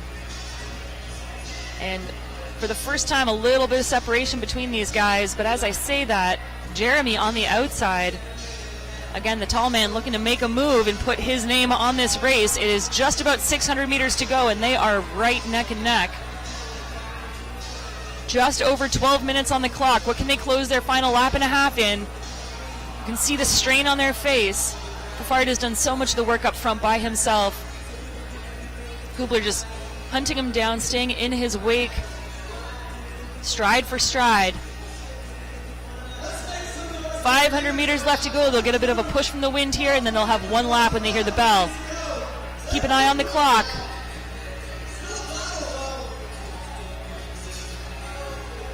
And as they hit the final quarter mile, they're at about 12:33. So they're going to have to close in about 63 seconds if they want to get close to their personal best. And it is Fafard making a huge move now. We were talking with Eric earlier about having raced some long triathlons and not wanting to give up in the final stages, saying, I didn't come this far for nothing. And look at the move. That is exactly what's happening here. Fafard really turning over. Huge gap established with 200 to go. He's 13:04 on the clock. This is going to be a monster final lap for the Canadian.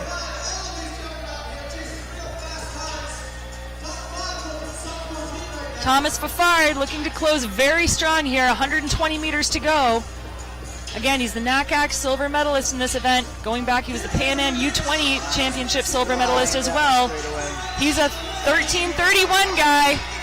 It's going to be close, and he's just going to miss it. 13:33. What a finish for Thomas Fafard. Fantastic result by him. 13:33.00. Moving. That is moving. That is moving, and a great final lap. That final split.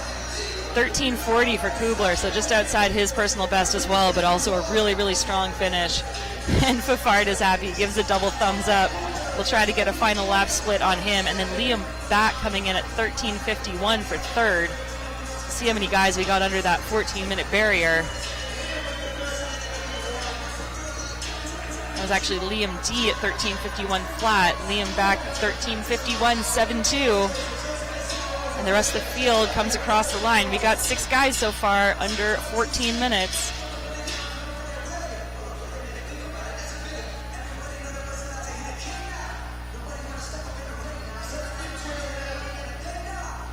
We are down to 1 race. 1 race to go. How are you feeling? I'm feeling good. How are you feeling? I'm feeling great. You're working hard up here. This has been a great evening of competition. We've had some fun races. It's been a lot of fun. All right, so 8 men under 14 minutes in that 5,000. They were Fafard, Kubler, D, Back, Harding, Pagan, Sandusky, and Kendall of Hanson's Brooks. Nice camaraderie and congratulations there from your pace setter, Day Gagne. And we're going to try and find Caitlin for an interview. I see her down there. Talk about working hard. She's been jumping around all over the place. Jumping around. She was telling me she was going to show up in a full cow. We were going to have costume changes. We were going to have dance-offs. The production team has been working overboard today. That's right. Everyone's been bouncing all over the place, taking on different roles. Looks like they're ready though, so maybe we can. Are we good? Yeah, throw it down to Caitlin trackside. Absolutely, let's do it. Caitlin with our winner, Thomas Fafard. This is our winner of the men's seated 5K this evening, Thomas Fafard. Tell us how you feel about your win tonight. I'm really happy. You know, it was not a PR, but really close to my PR. running the last K by myself. Pushing through the wind, it was really hard, but I'm really happy with the race. And yeah, both of the rabbit were my friends, so it's good to have them to help me to run fast on the track. Yes, of course. Now tell us how training's been going, since that was a pretty good race. Training been going well. I'm coming down from Flagstaff, Arizona for a training camp, so feeling really good and looking forward to run faster this season. Of course. And where else can we expect to see you this season? Doing the national championship over the 10,000. So this is the next race on the calendar, and after that, we'll see. All right. Congratulations. Thank you.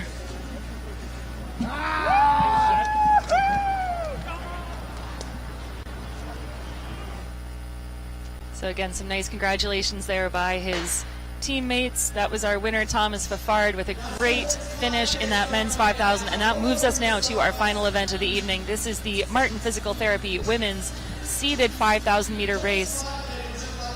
We have 29 women set to take the track here, and they are in order: Angelica Espinoza, Elise Ramirez, Annika Sisson, Laura Campbell, Sydney Lair, Catherine Gagne, Gabriella De Leon, Lily Anderson, Kate McCary, Nikki Long, Sarah Moxham, Amanda Asaro, Kelly Calway, Becca Brennan, Tyla Gunton, Kelsey Pontius, Angelia Rafter, Catherine Monks, Stephanie Sherman, Marielle Hall, Henna Rastami, Grace Moore, Daniela Torres, Amber Zimmerman, Obe Richardson, Jessie LaCourse, Alma Cortez is your pacer, and then I believe also possibly pacing is Parul Chaudhry, who we saw earlier in the steeplechase,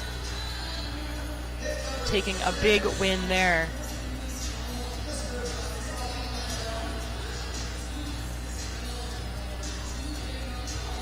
But I believe that is Alma Cortez out front, taking on those pace-setting duties.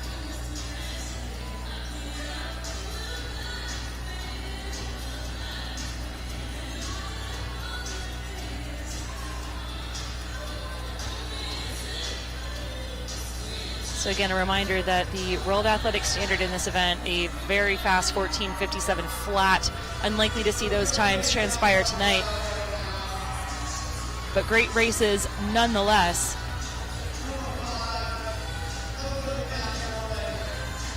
So it is Cortez up front, taking on those pace-setting duties. And then Grace Moore is leading the race proper, and it is a pack of 6 women followed by 5, so major separation already happening.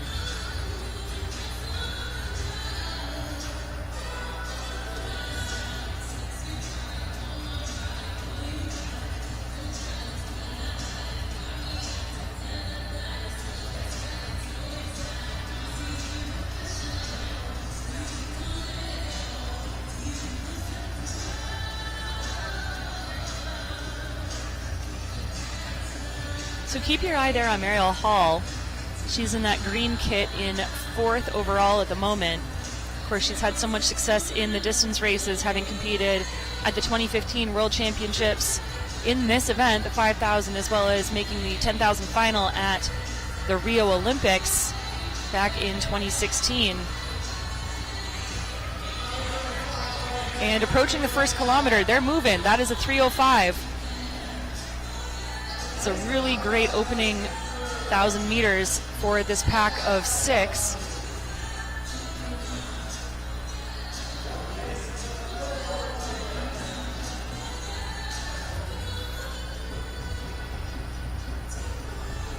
So it's more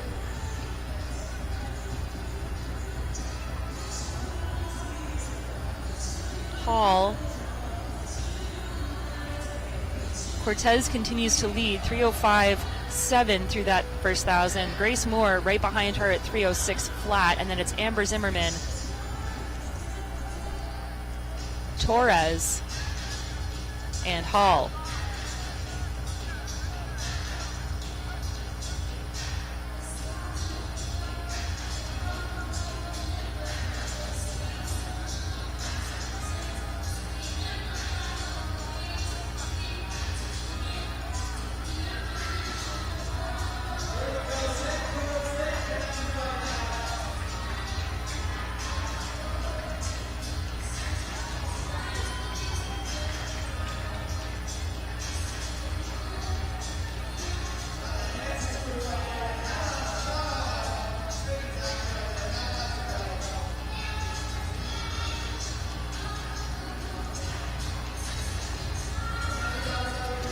So Grace Moore really well tucked in behind our pace setter up there. She was second at this event last year, running 15:30.98, and that is just about the pace that they're running right now.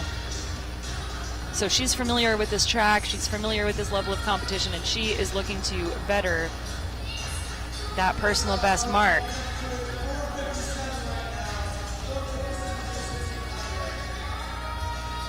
And that was 4:56 through the opening mile, which puts them right on that 15:25 mark.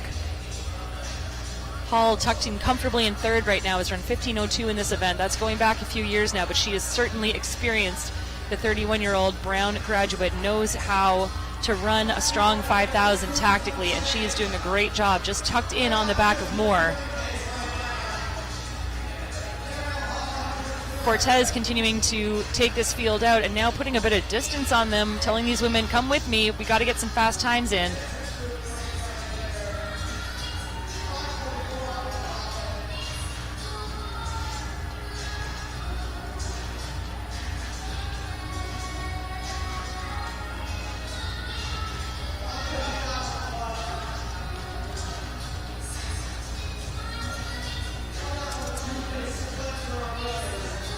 So approaching the 2,000 meter mark, they were 3:05 through the opening K. They're right on pace, 6:11.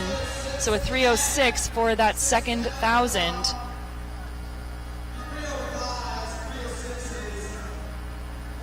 And it is Cortez with about 2 strides on the field, and then 4 women in the race proper.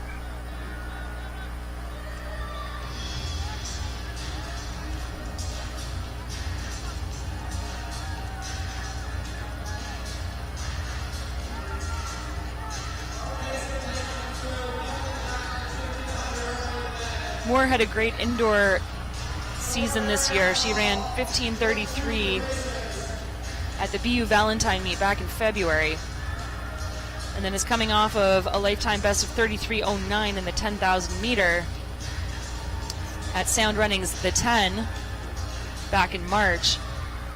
Also put in a 1:11.50 half marathon just a couple of months ago, so she's got strength. Looking to capitalize on that tonight, continuing to lead the race in earnest with Hall tucked in just behind her, and Cortez doing a great job up front of those pace-setting duties.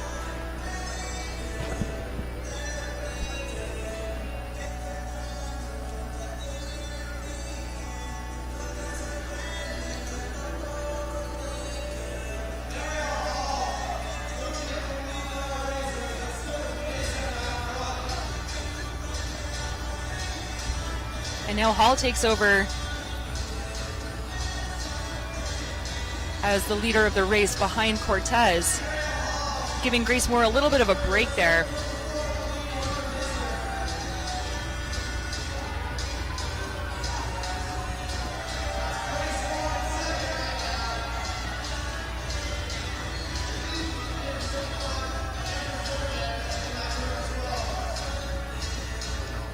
And I believe that's Amber Zimmerman in the hat, tucked into third.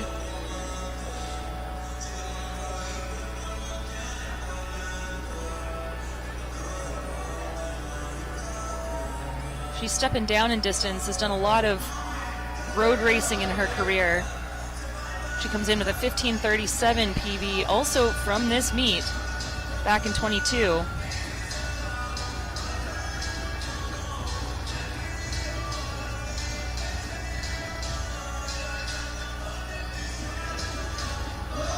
She was fourth at this race last year. She is sitting third in the race at the moment. A little bit of separation now to Moore. Mariel Hall looks really strong. Great work by our pace setter. We're going to get a 3,000 meter split here coming up.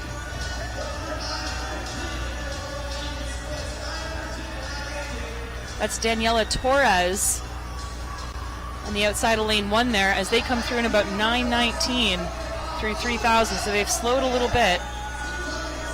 But Cortez keeping them honest, and Mariel Hall right on her tail, positioning herself beautifully for when that pacer eventually drops.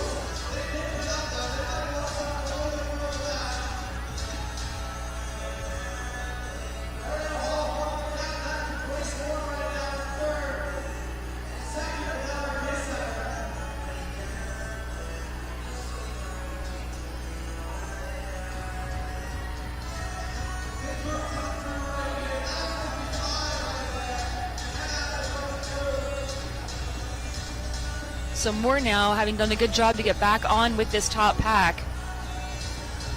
Wind is picking up, it's a little gusty, and it is a really difficult set of conditions to be running solo in.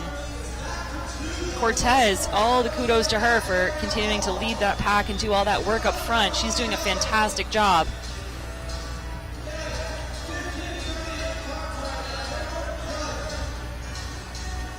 So they're 3,400 meters into this thing. They've got 4 laps left. They've got 1 mile to go. Cortez looking pretty smooth. She might just finish this thing. But the battle is on between Moore and Hall.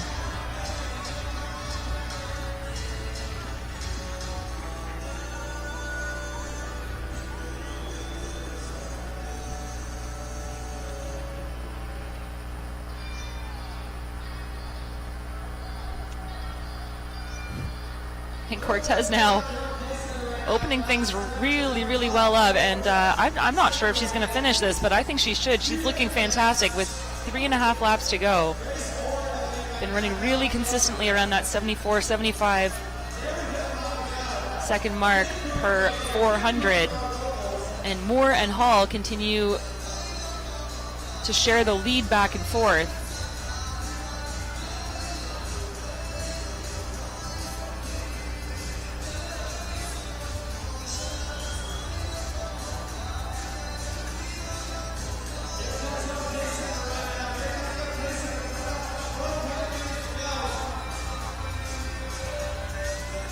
So it's Cortez, Moore, Hall, 3 laps to go, 11:50 on the clock.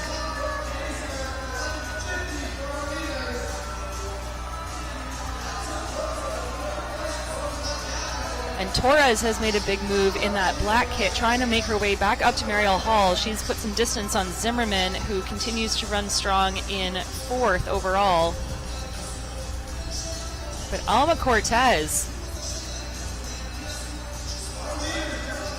looking calm, cool, and collected, starting to lap other athletes, and she's coming up on a 4K split. She might just finish this thing. So that is 12:27 on the clock,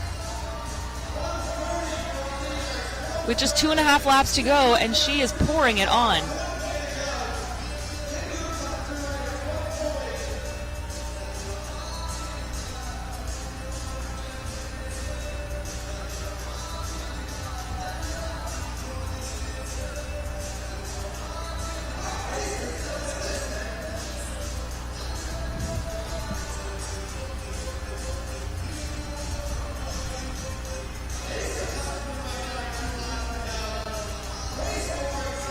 So Cortez with 2 laps to go.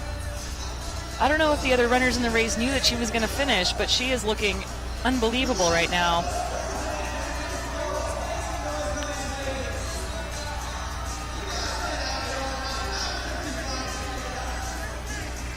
She's only 25 years old. She was the NACAC Under-23 champion in the 1500 back in 2019.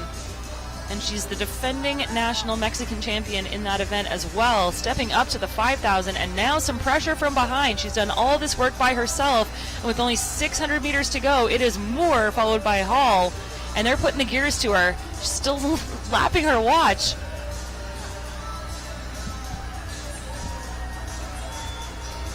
She has a 15:40 PB, and she's on pace to run that tonight.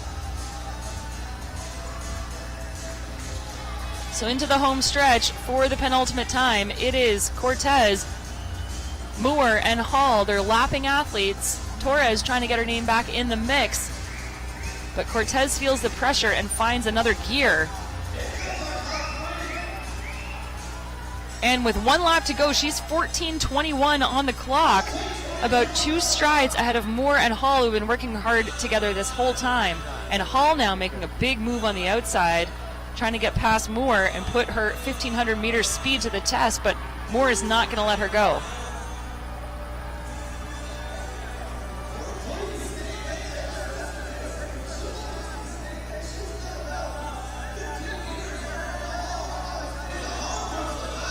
So our pacer is in this thing to win it. Again, 15:40, her lifetime best. And with 200 meters to go, she is about 14:58. She's going to crush her PB, but look at this kick by Hall. Perfectly timed, and she's going to swing around Cortez, biding her time until the perfect moment to strike, and it is down to a race. Cortez feels the pressure and responds. Cortez not letting Hall pass her. She finds another gear, and she is going to take this thing with 50 meters to go. It's going to be a huge lifetime best for Alma Cortez, 15:30. That's about a 10-second improvement on her PR. Unbelievable work by our pacer to finish 15:30.67. That was a 69-second final 400 meters. Great move there by Hall as well, but just left it too late. 15:31.47 for Mariel Hall. But Alma Cortez, our pacer, comes away with the win and hacks a 10-second chunk off of her PB. Grace Moore, 15:36.41 after doing so much of that work with Hall throughout the race. Daniela Torres, 15:41.20, and then Zimmerman, 15:46.73.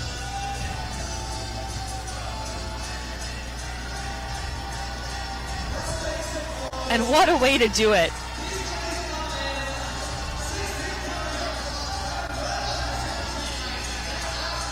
This is where Hall just about passed Cortez. She felt the pressure on her outside and responded accordingly. Found another gear, really nice turnover, and is rewarded with a win and a shiny new personal best after all of that work by herself. So it has been nothing short of a thrilling night here at New York's Icon Stadium here on Randall's Island. Thank you so much for joining us for Track Night NYC. We are so grateful for all of our partners, New Balance for helping put this on, also in partnership with CITIUS MAG and Trials of Miles. Thank you to Power Bar for your sponsorship as well. As we get another shot of our winner from the 5,000, Alma Cortez. We saw some fast times, we saw some great weather, we saw a fantastic turnout by our crowd. We want to thank you all for joining us on our live stream. Please remember to subscribe to CITIUS MAG, follow all of our partners on social media.